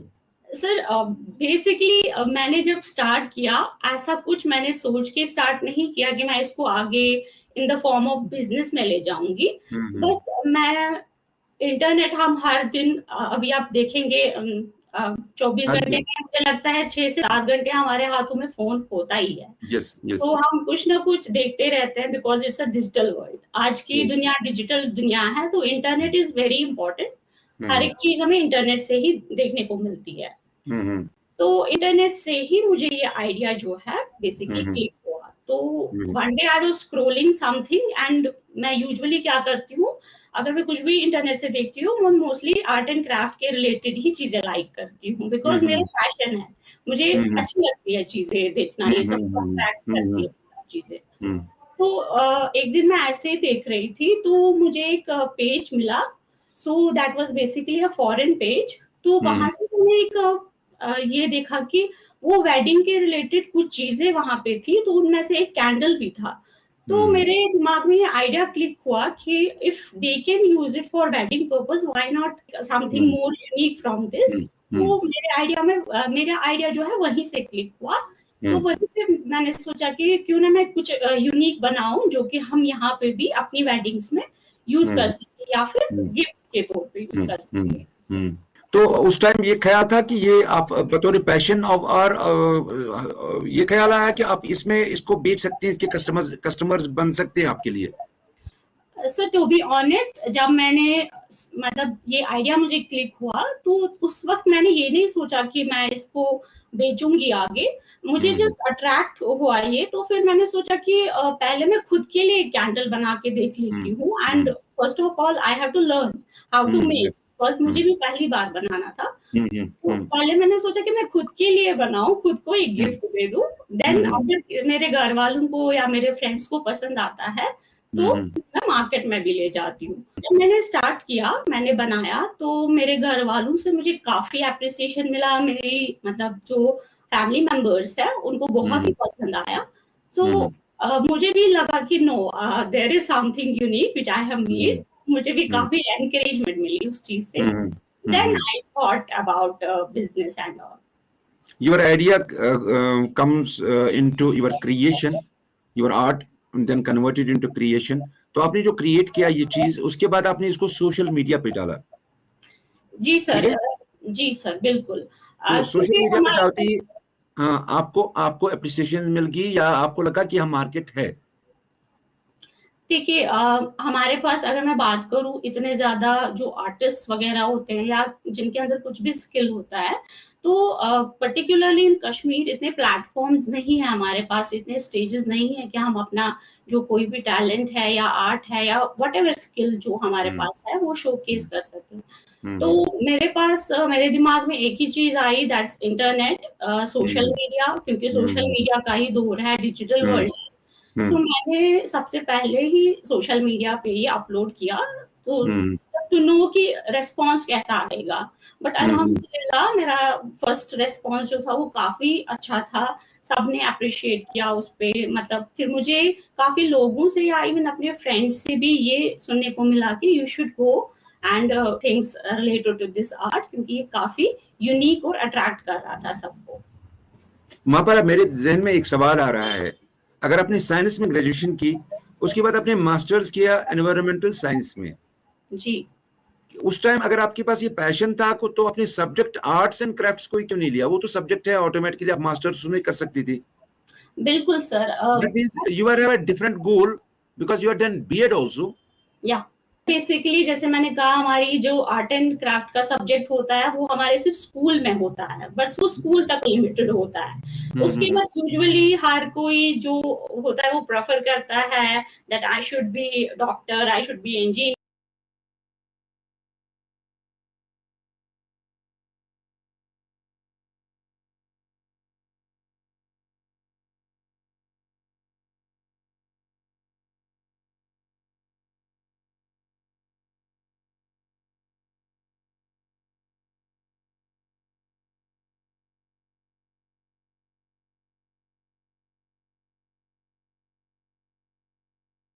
मैंने जिसमें मास्टर्स किया है उसी में कुछ करूं, सो दैट्स व्हाई मैंने फिर बैचलर ऑफ एजुकेशन डिग्री की, सो दैट मैं एजुकेटर बनना चाहती थी। Yes. हाँ, प्रोफेशन मैंने फिर एज एन एजुकेटर ही स्टार्ट किया। आपने स्कूल में पढ़ाई भी की है, जहां तक आपकी स्किल सेट का ताल्लुक है, बराबर आपके बाहर से एडमिनिस्ट्रेटिव स्किल्स आपके पास उतनी ही है जितना क्रिएटिविटी स्किल्स हैं, जितना माइक्रोसॉफ्ट ऑनलाइन स्किल्स हैं, जितने आपकी आर्ट एंड क्राफ्ट स्किल्स हैं। मैं ये सोचूं कि नौकरी की जो यहाँ बहुत ज़्यादा डेल्यूशन है, नौकरियां नहीं मिलती हैं, या आप सेटिस्फाई नहीं थी नौकरी, सरकारी नौकरी करने में, या तो सेटिस्फाई नहीं थी या मिलती नहीं थी, उसके बाद आपने अपने मन को, अपने क्रिएटिव आइडियाज को क्रिएशन में बदल दिया सर आपका कहना बिल्कुल सही है कि जैसे कि हमारा जो जम्मू कश्मीर है, पर्टिकुलरली अगर हम कश्मीर वैली की बात करें तो वी ऑल नो कि यहाँ पे अनएम्प्लॉयमेंट जो है वो काफी ज्यादा है. There are no jobs and everybody is trying to get government job. हर कोई बच्चा जो है वो पढ़ाई लिखाई कंप्लीट करके गवर्नमेंट जॉब ही ढूंढना चाहता है to get the more secured in their life. तो मेरा भी गोल यही रहा था काफी टाइम तक कि मैं कोई गवर्नमेंट जॉब ही करना चाहती थी. बट अनफॉर्चुनेटली वो ड्रीम जो है वो पूरा नहीं हो पाया. Then there is a saying sir जो मैं बोलना चाहूंगी, बराक ओबामा की कोट है. वो बोलते हैं कि there is no excuse for not trying. तो अगर हम हमेशा यही सोच के बैठेंगे कि अब गवर्नमेंट जॉब है या कोई और जॉब है नहीं मिल रही है तो बस लाइफ इज ओवर, हम कुछ और ट्राई करें जिसमें हम बेटर कर सकते हैं. सो मुझे ऐसा जब मुझे ये आइडिया क्लिक हुआ तो मुझे काफी हद तक ये लगा कि I am very good in art and craft, so I should be doing more related to this field. तो तभी मैंने ये जो वेंचर है स्टार्ट किया और इसी में मैं आगे भी मतलब ये कंटिन्यू करना चाहती हूँ to get more success in this field. Mahapara, जब आप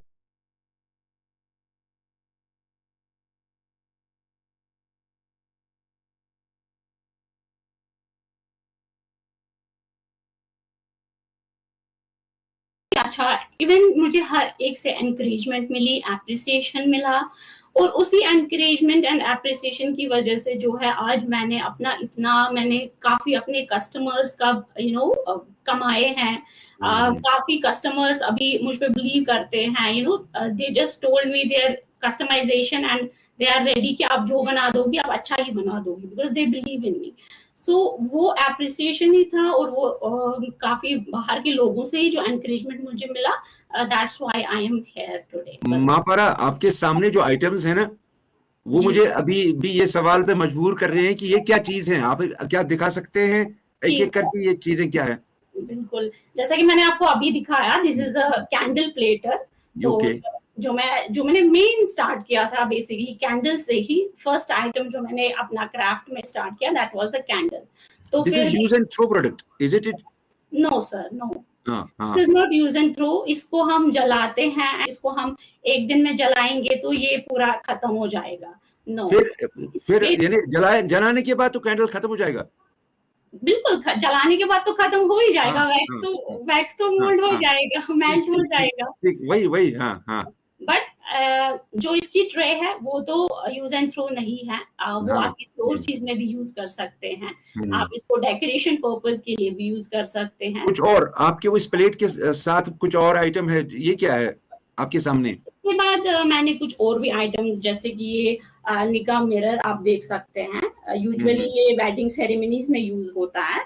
तो इसके साथ साथ मैंने जो निकाह नामाज है वो भी कस्टमाइज किए हैं and these are all handmade products. जब आपने इसको अपने सोशल मीडिया पे डाला तो सबसे पहला कस्टमर जो था वो कहाँ का था और वो सबसे पहले प्रोडक्ट की कीमत आपको क्या मिली? मुझे आई रिमेम्बर, क्योंकि सबसे पहला कस्टमर इंसान कभी नहीं भूलता है, क्योंकि उस टाइम आपको जितनी हैप्पीनेस होती है वो मुझे लगता है जो भी जिंदगी भर याद रहती है, याद रहेगा. बिल्कुल. तो मुझे याद है मेरा जो एक कस्टमर था वो श्रीनगर का ही रहने वाला था एंड उसको चाहिए था candle for the gifting purpose. तो मेरे से कैंडल बनवाया. वो काफी बड़ा कैंडल मैंने बनवाया था उनके लिए. तो उस टाइम भी मैं अभी सीख ही रही थी. बट जैसा कि आपने बोला, जब मैंने पेज पे अपलोड किया तो उनको काफी अट्रैक्ट हुआ, अपीलिंग लगा वो चीज कि कुछ नया है, यूनिक है. तो फर्स्ट ऑर्डर मेरा वहां से था और जब उन्होंने रिसीव किया वो तो काफी एप्रिसिएशन भी उन्होंने मुझे एज अ रिव्यू लिखा वहां पे. तो जो वो भी मैंने फिर अपने सोशल मीडिया के पेज पे अपलोड किया. उसको आपने बाय पोस्ट भेजा वो आइटम? नहीं सर, मैं यूजुअली क्या करती थी, क्योंकि पहले जब हम स्टार्टअप्स करते हैं तो काफी प्रॉब्लम्स आती है, काफी हार्डशिप्स आती है जो हमें फेस करनी पड़ती है and when you are new to it. तो उस टाइम पे डिलीवरीज में या पार्सल्स देने में मेरी फैमिली मेंबर्स मेरी काफी हेल्प करते थे. My father supported me, my brother supported me. तो उस टाइम पे मुझे याद है मेरा जो भाई है उसने सबसे पहली पार्सल जो है वो डिलीवर किया था मेरे बिहाफ पे. बहुत अच्छा. तो उस पहले पार्सल सो सबसे पहले जो मैंने कैंडल बनाया था तो उसके मैंने 600 रुपीज चार्ज किए थे. ओके, तो उसमें खर्चा कितना लगा था?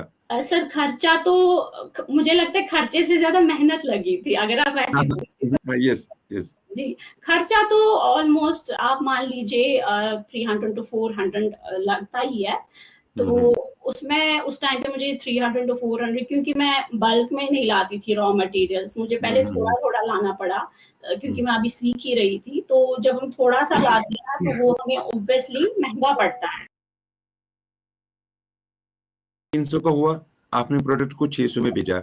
बीच में जो आपकी मेहनत है, आपका टाइम है, उसमें आपका सबसे बड़ा पैशन फुलफिलमेंट है. Yes yes. तो पैशन फुलफिलमेंट की कॉस्ट आपको मिली, अपने शौक, अपनी मेहनत की आपको मिला कुछ. ठीक. तो उसके बाद मुझे ये सवाल ज़हन में आता है कि वो रॉ मटेरियल आपने लाया था, वो भी किसी कॉस्ट का था? उसमें आपको सपोर्ट किसने किया? आपने रॉ मटेरियल को जो खरीदा तो वो कहाँ से खरीदा? उसका फाइनेंशियल वो किसने एप्लीकेशन कहाँ से पूरी हुई? सर मैं आपको बता दूं कि मैंने जो ये स्टार्ट किया, देखिए हर एक स्टार्टअप को करने से पहले आपको इन्वेस्टमेंट ज़रूरी होती है. क्योंकि बहुत कम ऐसे स्टार्टअप्स होते हैं या बिज़नेस होते हैं जिनमें हमें ज़ीरो इन्वेस्टमेंट लगती है, वो बहुत कम होते हैं. बट बहुत यूजुअली बिल्कुल सही. मोस्टली जो भी बिज़नेस होता है उसमें हमें कुछ ना कुछ इन्वेस्ट करना पड़ता है. करना ही होता है. जी, तो मुझे याद है मैंने जस्ट 5000 के रॉ मटेरियल्स मैंने 5000 रुपीज़ से स्टार्ट किया. जितना भी रॉ मटेरियल था वो मैंने लाया. ठीक है? तो क्योंकि अलग-अलग चीज़ें होती थी. एक्रिलिक कलर्स अलग है, कैंडल वैक्स अलग था, ज्वेल्स अलग थे, पेंट अलग था, वो सब चीज़ें. तो अलग-अलग मुझे लानी पड़ती थी. इस वजह से वो मुझे महँगा पड़ता था उस टाइम पे. बट अच्छा. मुझे अपना शौक पूरा करना था तो मैंने that time I was also doing a job. जैसे कि मैंने बोला मैं एज़ एन एजुकेटर जॉब कर रही थी. तो मैंने जो इन्वेस्टमेंट है वहाँ से की एंड मोस्ट ऑफ ऑल उस टाइम पे मेरी फैमिली ने भी मुझे काफ़ी सपोर्ट किया. बिकॉज़ जस्ट मैंने उनके साथ ये आइडिया शेयर किया था कि मैं करूँ या नहीं करूँ. पहले उनको समझ ही नहीं आया कि व्हाट इज़ दिस, मतलब क्या आइडिया क्या है? सोच रही है महापारा, क्या सोच रही है? क्या सोच रही है? बिकॉज़ ये ऐसी चीज़ है जो अभी तक मतलब हुई नहीं थी यहाँ पे, यूनिक है. तो मेरे पेरेंट्स को भी ये समझ नहीं आया कि व्हाट इज़ दिस. तो they were saying me that time कि ठीक है अगर तुम्हें अपना शौक पूरा करना है तो आप कर लो, देख लो, अगर आपको लगता है ये अच्छा है कुछ तो बना लो. तो वो सपोर्ट जो है उस टाइम पे अगर मेरे पेरेंट्स नहीं करते तो आई डोंट थिंक कि आज मैं इतना अच्छा पेज अपना जो है वो चला रही होती. तो थैंक्स माय पेरेंट्स. महापारा मुझे एक बात बताइए, आपके घर में और कौन-कौन से हैं? मेरे फादर एंड मदर एंड मेरी एक सिस्टर है और मेरे एक भाई है और मैं हूँ. I am the younger one in the house. Okay good. अभी जो आपने कहा कि आप कुछ और भी जॉब कर रही हैं और ये आपका पैशन है, पार्ट टाइम जॉब है. क्या पार्ट टाइम जॉब को में सबसे मजा आपको आता है या आपको मजा आता है अपने इस पैशन में? मुझे लगता है अगर हम ऑनेस्ट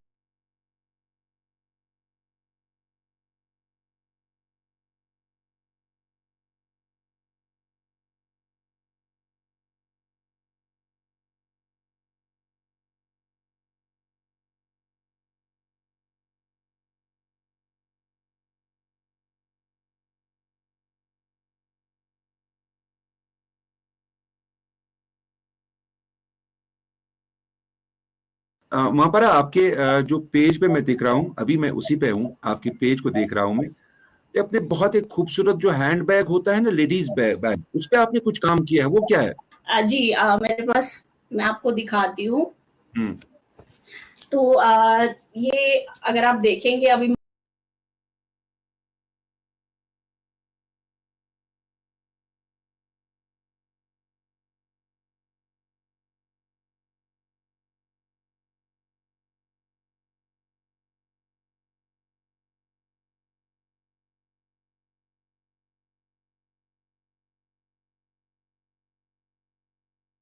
हाँ. for brides.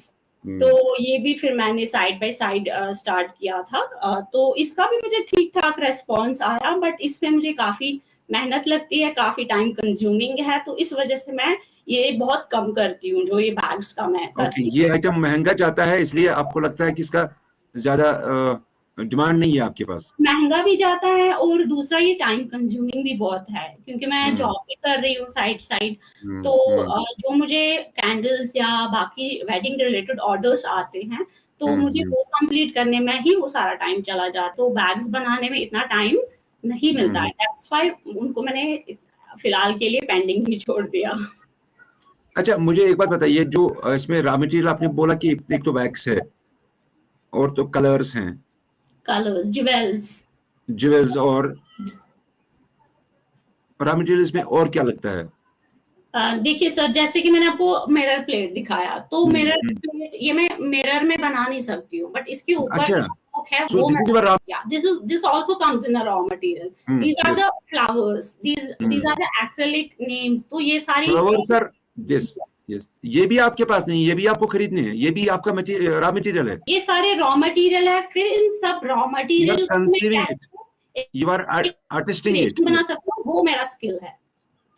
हाँ, you are artisting it, you are making your art, various products you are buying from the market, then you are conceiving an idea how to make it beautiful, how to make it more presentable, you are making it at home, then comes the market from social media. अच्छा, social media के अलावा ऐसा नहीं हो सकता है कि आप बाहर मार्केट में इसकी मार्केटिंग करें, रियल मार्केट में?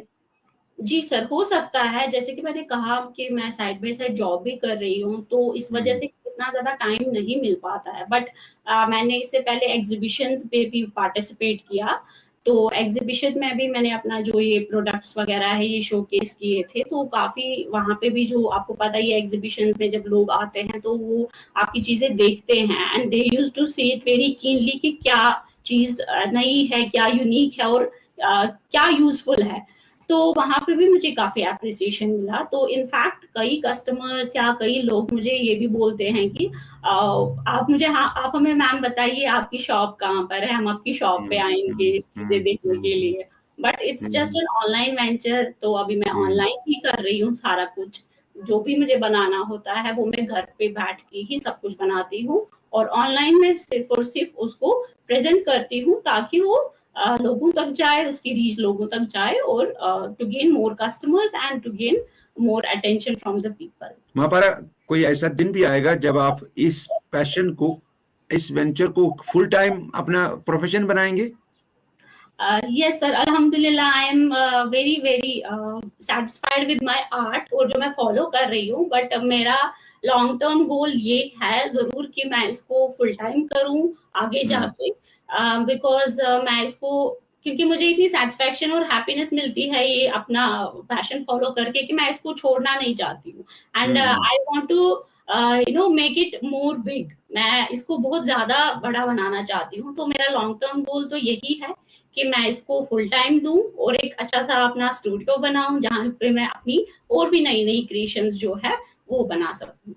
और आपका फाइनेंशियल जो गोल्स हैं वो भी पूरे हो सकते हैं इससे? यस यस, यानी डेफिनिटली। दो चीजों पे पावर रखने से बेहतर है अगर हम एक ही चीज पे फोकस करें, that will give you better results. Yes, inshallah, my long term goal is that I'll be working, मैं इंशाल्लाह वर्क करना चाहूंगी उस पे आगे। तो या महापारा, आपके जो मैं देख रहा हूँ, आपका इंस्टाग्राम पेज जो है, काफी सारे फॉलोअर्स हैं, काफी खूबसूरत प्रोडक्ट हैं और आपके बहुत सारे लाइक्स भी आ रहे हैं। तो मुझे एक बात बताइए, इंस्टाग्राम के अलावा आप और कौन सा सोशल मीडिया प्लेटफॉर्म यूज कर रहे हैं? सर, इंस्टाग्राम के अलावा मैं फेसबुक पे मेरा पेज था, बट फेसबुक पे इतनी अच्छी रीच नहीं मुझे मिला और इतना अच्छा सो मैंने फिर वो इतना फॉलो नहीं किया। तो इंस्टाग्राम ही अभी मोस्टली ट्रेंडिंग में है और ज़्यादा यूज़ भी करते हैं लोग। तो मुझे लगता है कि मेरे जितना भी अभी तक रीच गेन हुई है या फॉलोअर्स मिले हैं, वो मेरे इंस्टाग्राम से, या जो भी कस्टमर्स बने हैं वो मेरे इंस्टाग्राम से ही बने हैं।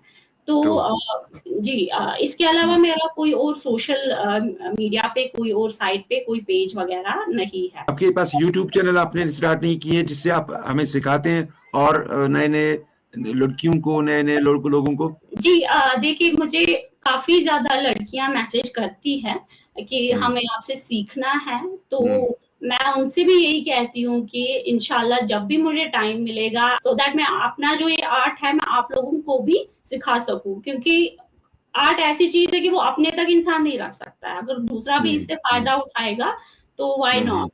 तो but I am just managing to maintain my time, जो मैं जॉब और इसके बीच में कर रही हूँ। सो आई होप वन डे ऐसा भी दिन आएगा कि जब मैं फुल टाइम अटेंशन जो है अपने पैशन को ही दूंगी।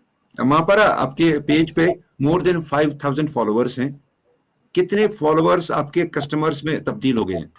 सर जैसा कि मैंने बताया, मुझे 4 साल हो गए फॉलो करते हुए, तो पहले साल तो मैं बिल्कुल सीख ही रही थी।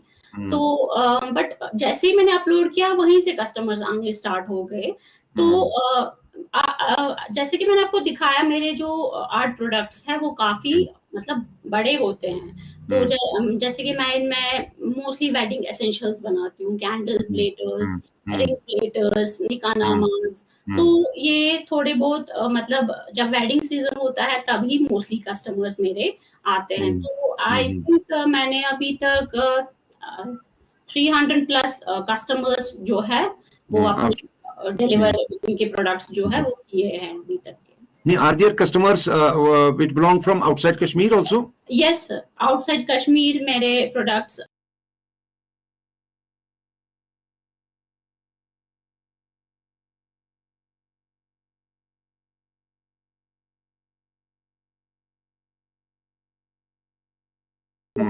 throughout India and throughout other countries also.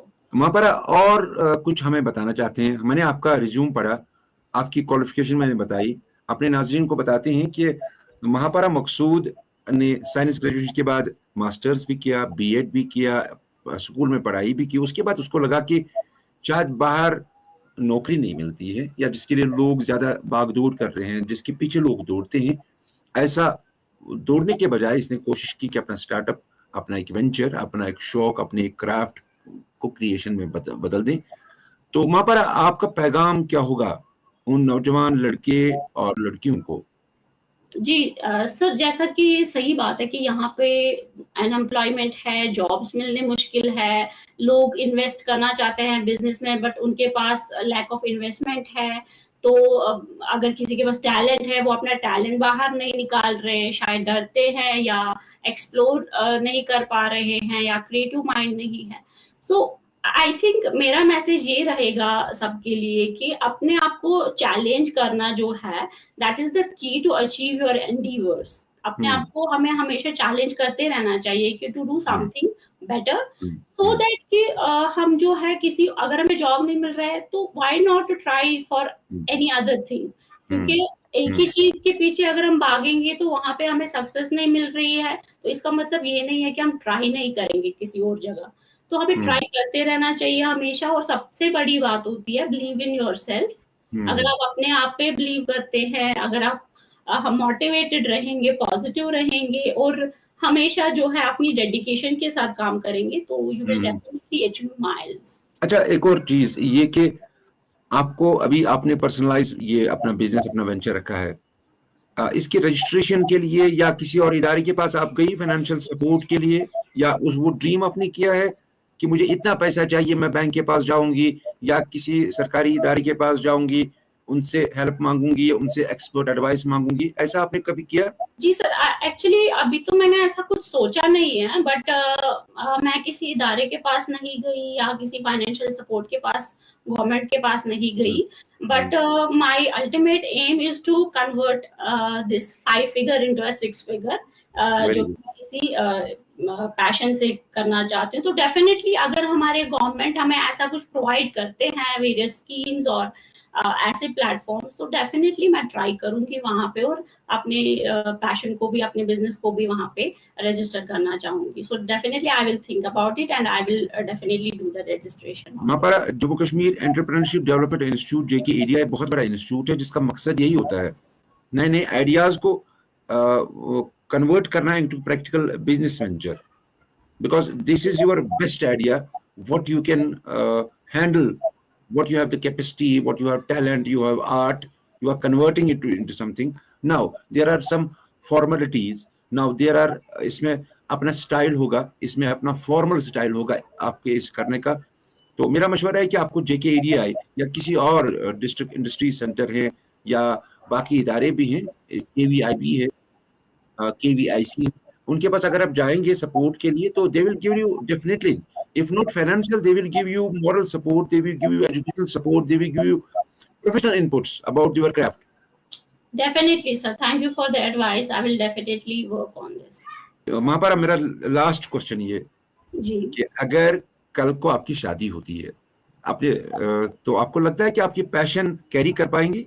बिल्कुल सर, मैं जैसे कि मैंने कहा, पैशन एक ऐसी चीज होती है जो इंसान हमेशा जिससे सेटिस्फैक्शन मिलती है, तो मुझे लगता है कि पैशन को इंसान को कभी नहीं छोड़ना चाहिए. अगर वो उससे खुश रहता है, सेटिस्फैक्शन मिलती है, हैप्पीनेस मिलती है, तो उस पैशन को हमें कभी छोड़ना नहीं चाहिए, उसको आगे परस्यू करना चाहिए. हर्डल्स आए, कुछ भी आए, but you have to conquer those hurdles. आपको आगे बढ़ते रहना होता है, बिकॉज इट्स लाइफ ऐसी ही होती है, और हमें हमेशा लाइफ को इसी तरीके से देखना चाहिए कि चाहे कितनी भी मुश्किल आता है, बट हमें अपनी सक्सेस की तरफ ही जाना होता है. Thank you very much, Mahapaara. Thank you. Thank you for having me and having a conversation with me. Thank you, sir. Thank you. Do like my startup television. Definitely, definitely.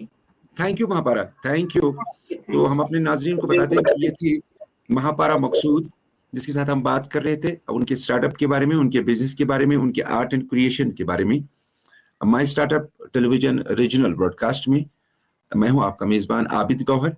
हम बात कर रहे थे एक नौजवान लड़की के साथ जो अपना वेंचर चला रही है पिछले 1-2 सालों से, लेकिन साइड में चला रही है, और उसका ख्वाब ये है कि वो इस वेंचर को फुल टाइम अपना प्रोफेशन बनाए, अपना एक बिजनेस एंटरप्राइज बनाए, अपने आइडियाज, अपने क्राफ्ट को क्रिएशन में बदल के उसको दुनिया के सामने पेश करे और अपना एक बिजनेस वेंचर, अपना एक इनकम जो सोर्स है वो पैदा करे.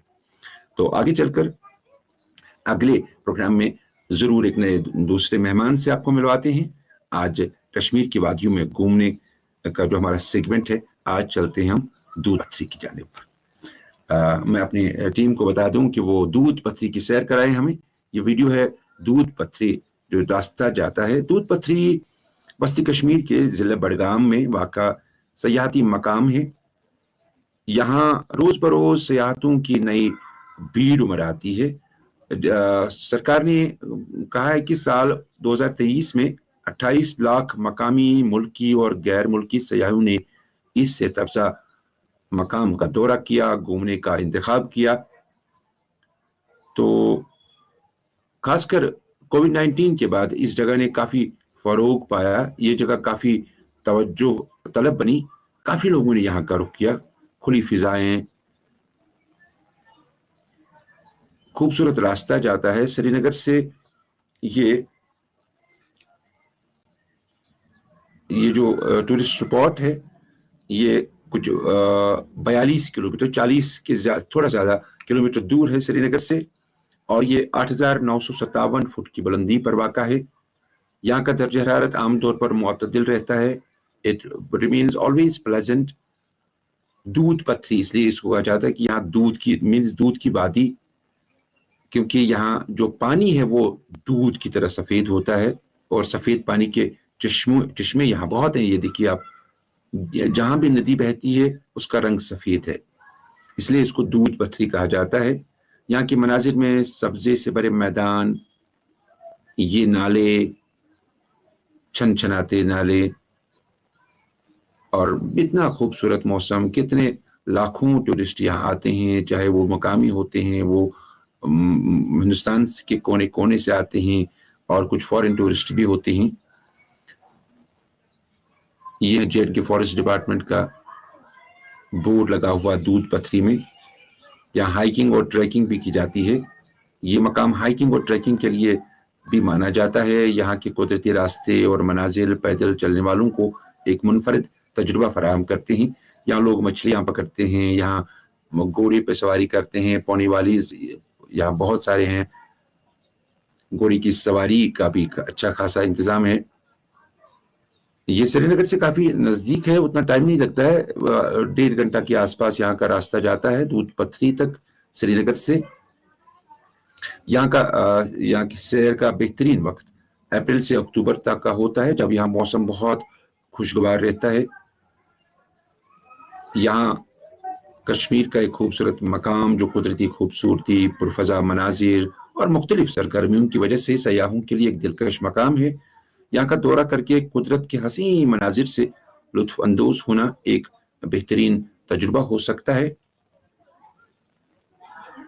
अभी कुछ साल पहले यहाँ रास्ता सही नहीं था, लेकिन आजकल बहुत अच्छा रास्ता है, दूध पथरी को जाता है। 1 घंटे में श्रीनगर से हम दूध पथरी पहुंच जाते हैं। ये वादियाँ, हसीन वादियाँ, खूबसूरत मनाजिर, और बॉलीवुड भी अब इस तरफ मुतवज्जा हुआ है। बॉलीवुड की अभी नई नई कुछ शूटिंग हो रही है यहाँ पर दूध पथरी में। इतने हसीन मनाजिर दूध पथरी के। ये बडगाम जिले में है, कश्मीर का बडगाम जिला मोस्टली रूरल पॉपुलेशन में पड़ता है। ये खूबसूरत मनाजिर दूध पथरी के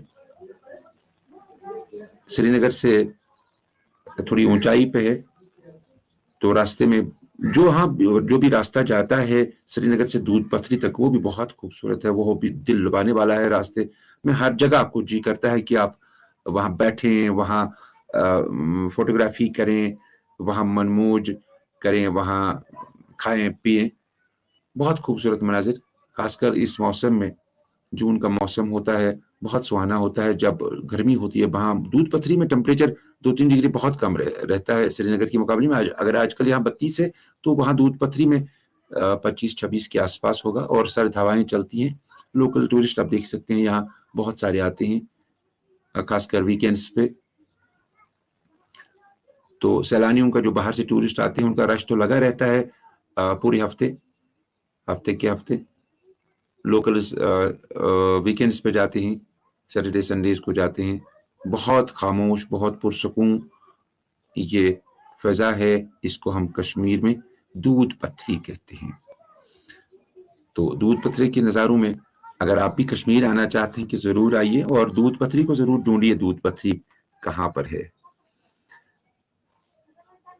तो यह था हमारा एक छोटा सा सेगमेंट सयाती मकाम कश्मीर से। क्योंकि कश्मीर का नाम जब भी आपको जहन में आता है, आपको कश्मीर की खूबसूरती याद आती है, जहन में आती है। कश्मीर की हवाएं, कश्मीर की ठंडी ठंडी हवाएं, यहाँ का पुरफिजा माहौल, यहाँ के खूबसूरत मनाजिर। तो इस सेगमेंट को दिखाने का हमारा मकसद ये होता है कि आप कश्मीर की तरफ गौर करें। कश्मीर बहुत पुरअमन जगह बन गई है, तो हम एक पॉजिटिव वाइब लेके कश्मीर से ये प्रोग्राम कर रहे हैं। यहाँ के एंटरप्रेन्योर से बात कर रहे हैं, यहाँ के स्टार्टअप से बात कर रहे हैं। माई स्टार्टअप टेलीविजन को देखते रहिए। माई स्टार्टअप टेलीविजन की ये एक अवलीन कोशिश थी कि हम कश्मीर से यहाँ की एक ताज़ा हवा पूरे मुल्क और पूरी दुनिया को दिखाएं कि कश्मीर से क्या हो रहा है, कश्मीर में स्टार्टअप्स कैसे पनप रहे हैं, यहाँ का टैलेंट कितना है, यहाँ की खूबसूरती कितनी है, यहाँ का सोच और यहाँ के आर्ट और क्राफ्ट कितना बहुत ज़बरदस्त है, जिसको आगे बढ़ावा देने की ज़रूरत है। तो इसके साथ ही हम आज के इस प्रोग्राम को वाइंड अप करते हैं। माई स्टार्टअप टेलीविजन को देखते रहिए, लाइक करते रहिए, कमेंट करते रहिए। आपका बहुत बहुत शुक्रिया, आप हमें देखते रहिए। Thank you very much. See you again on the next Friday. Till then, bye-bye. To stay informed about the startup ecosystem, subscribe to My Startup TV.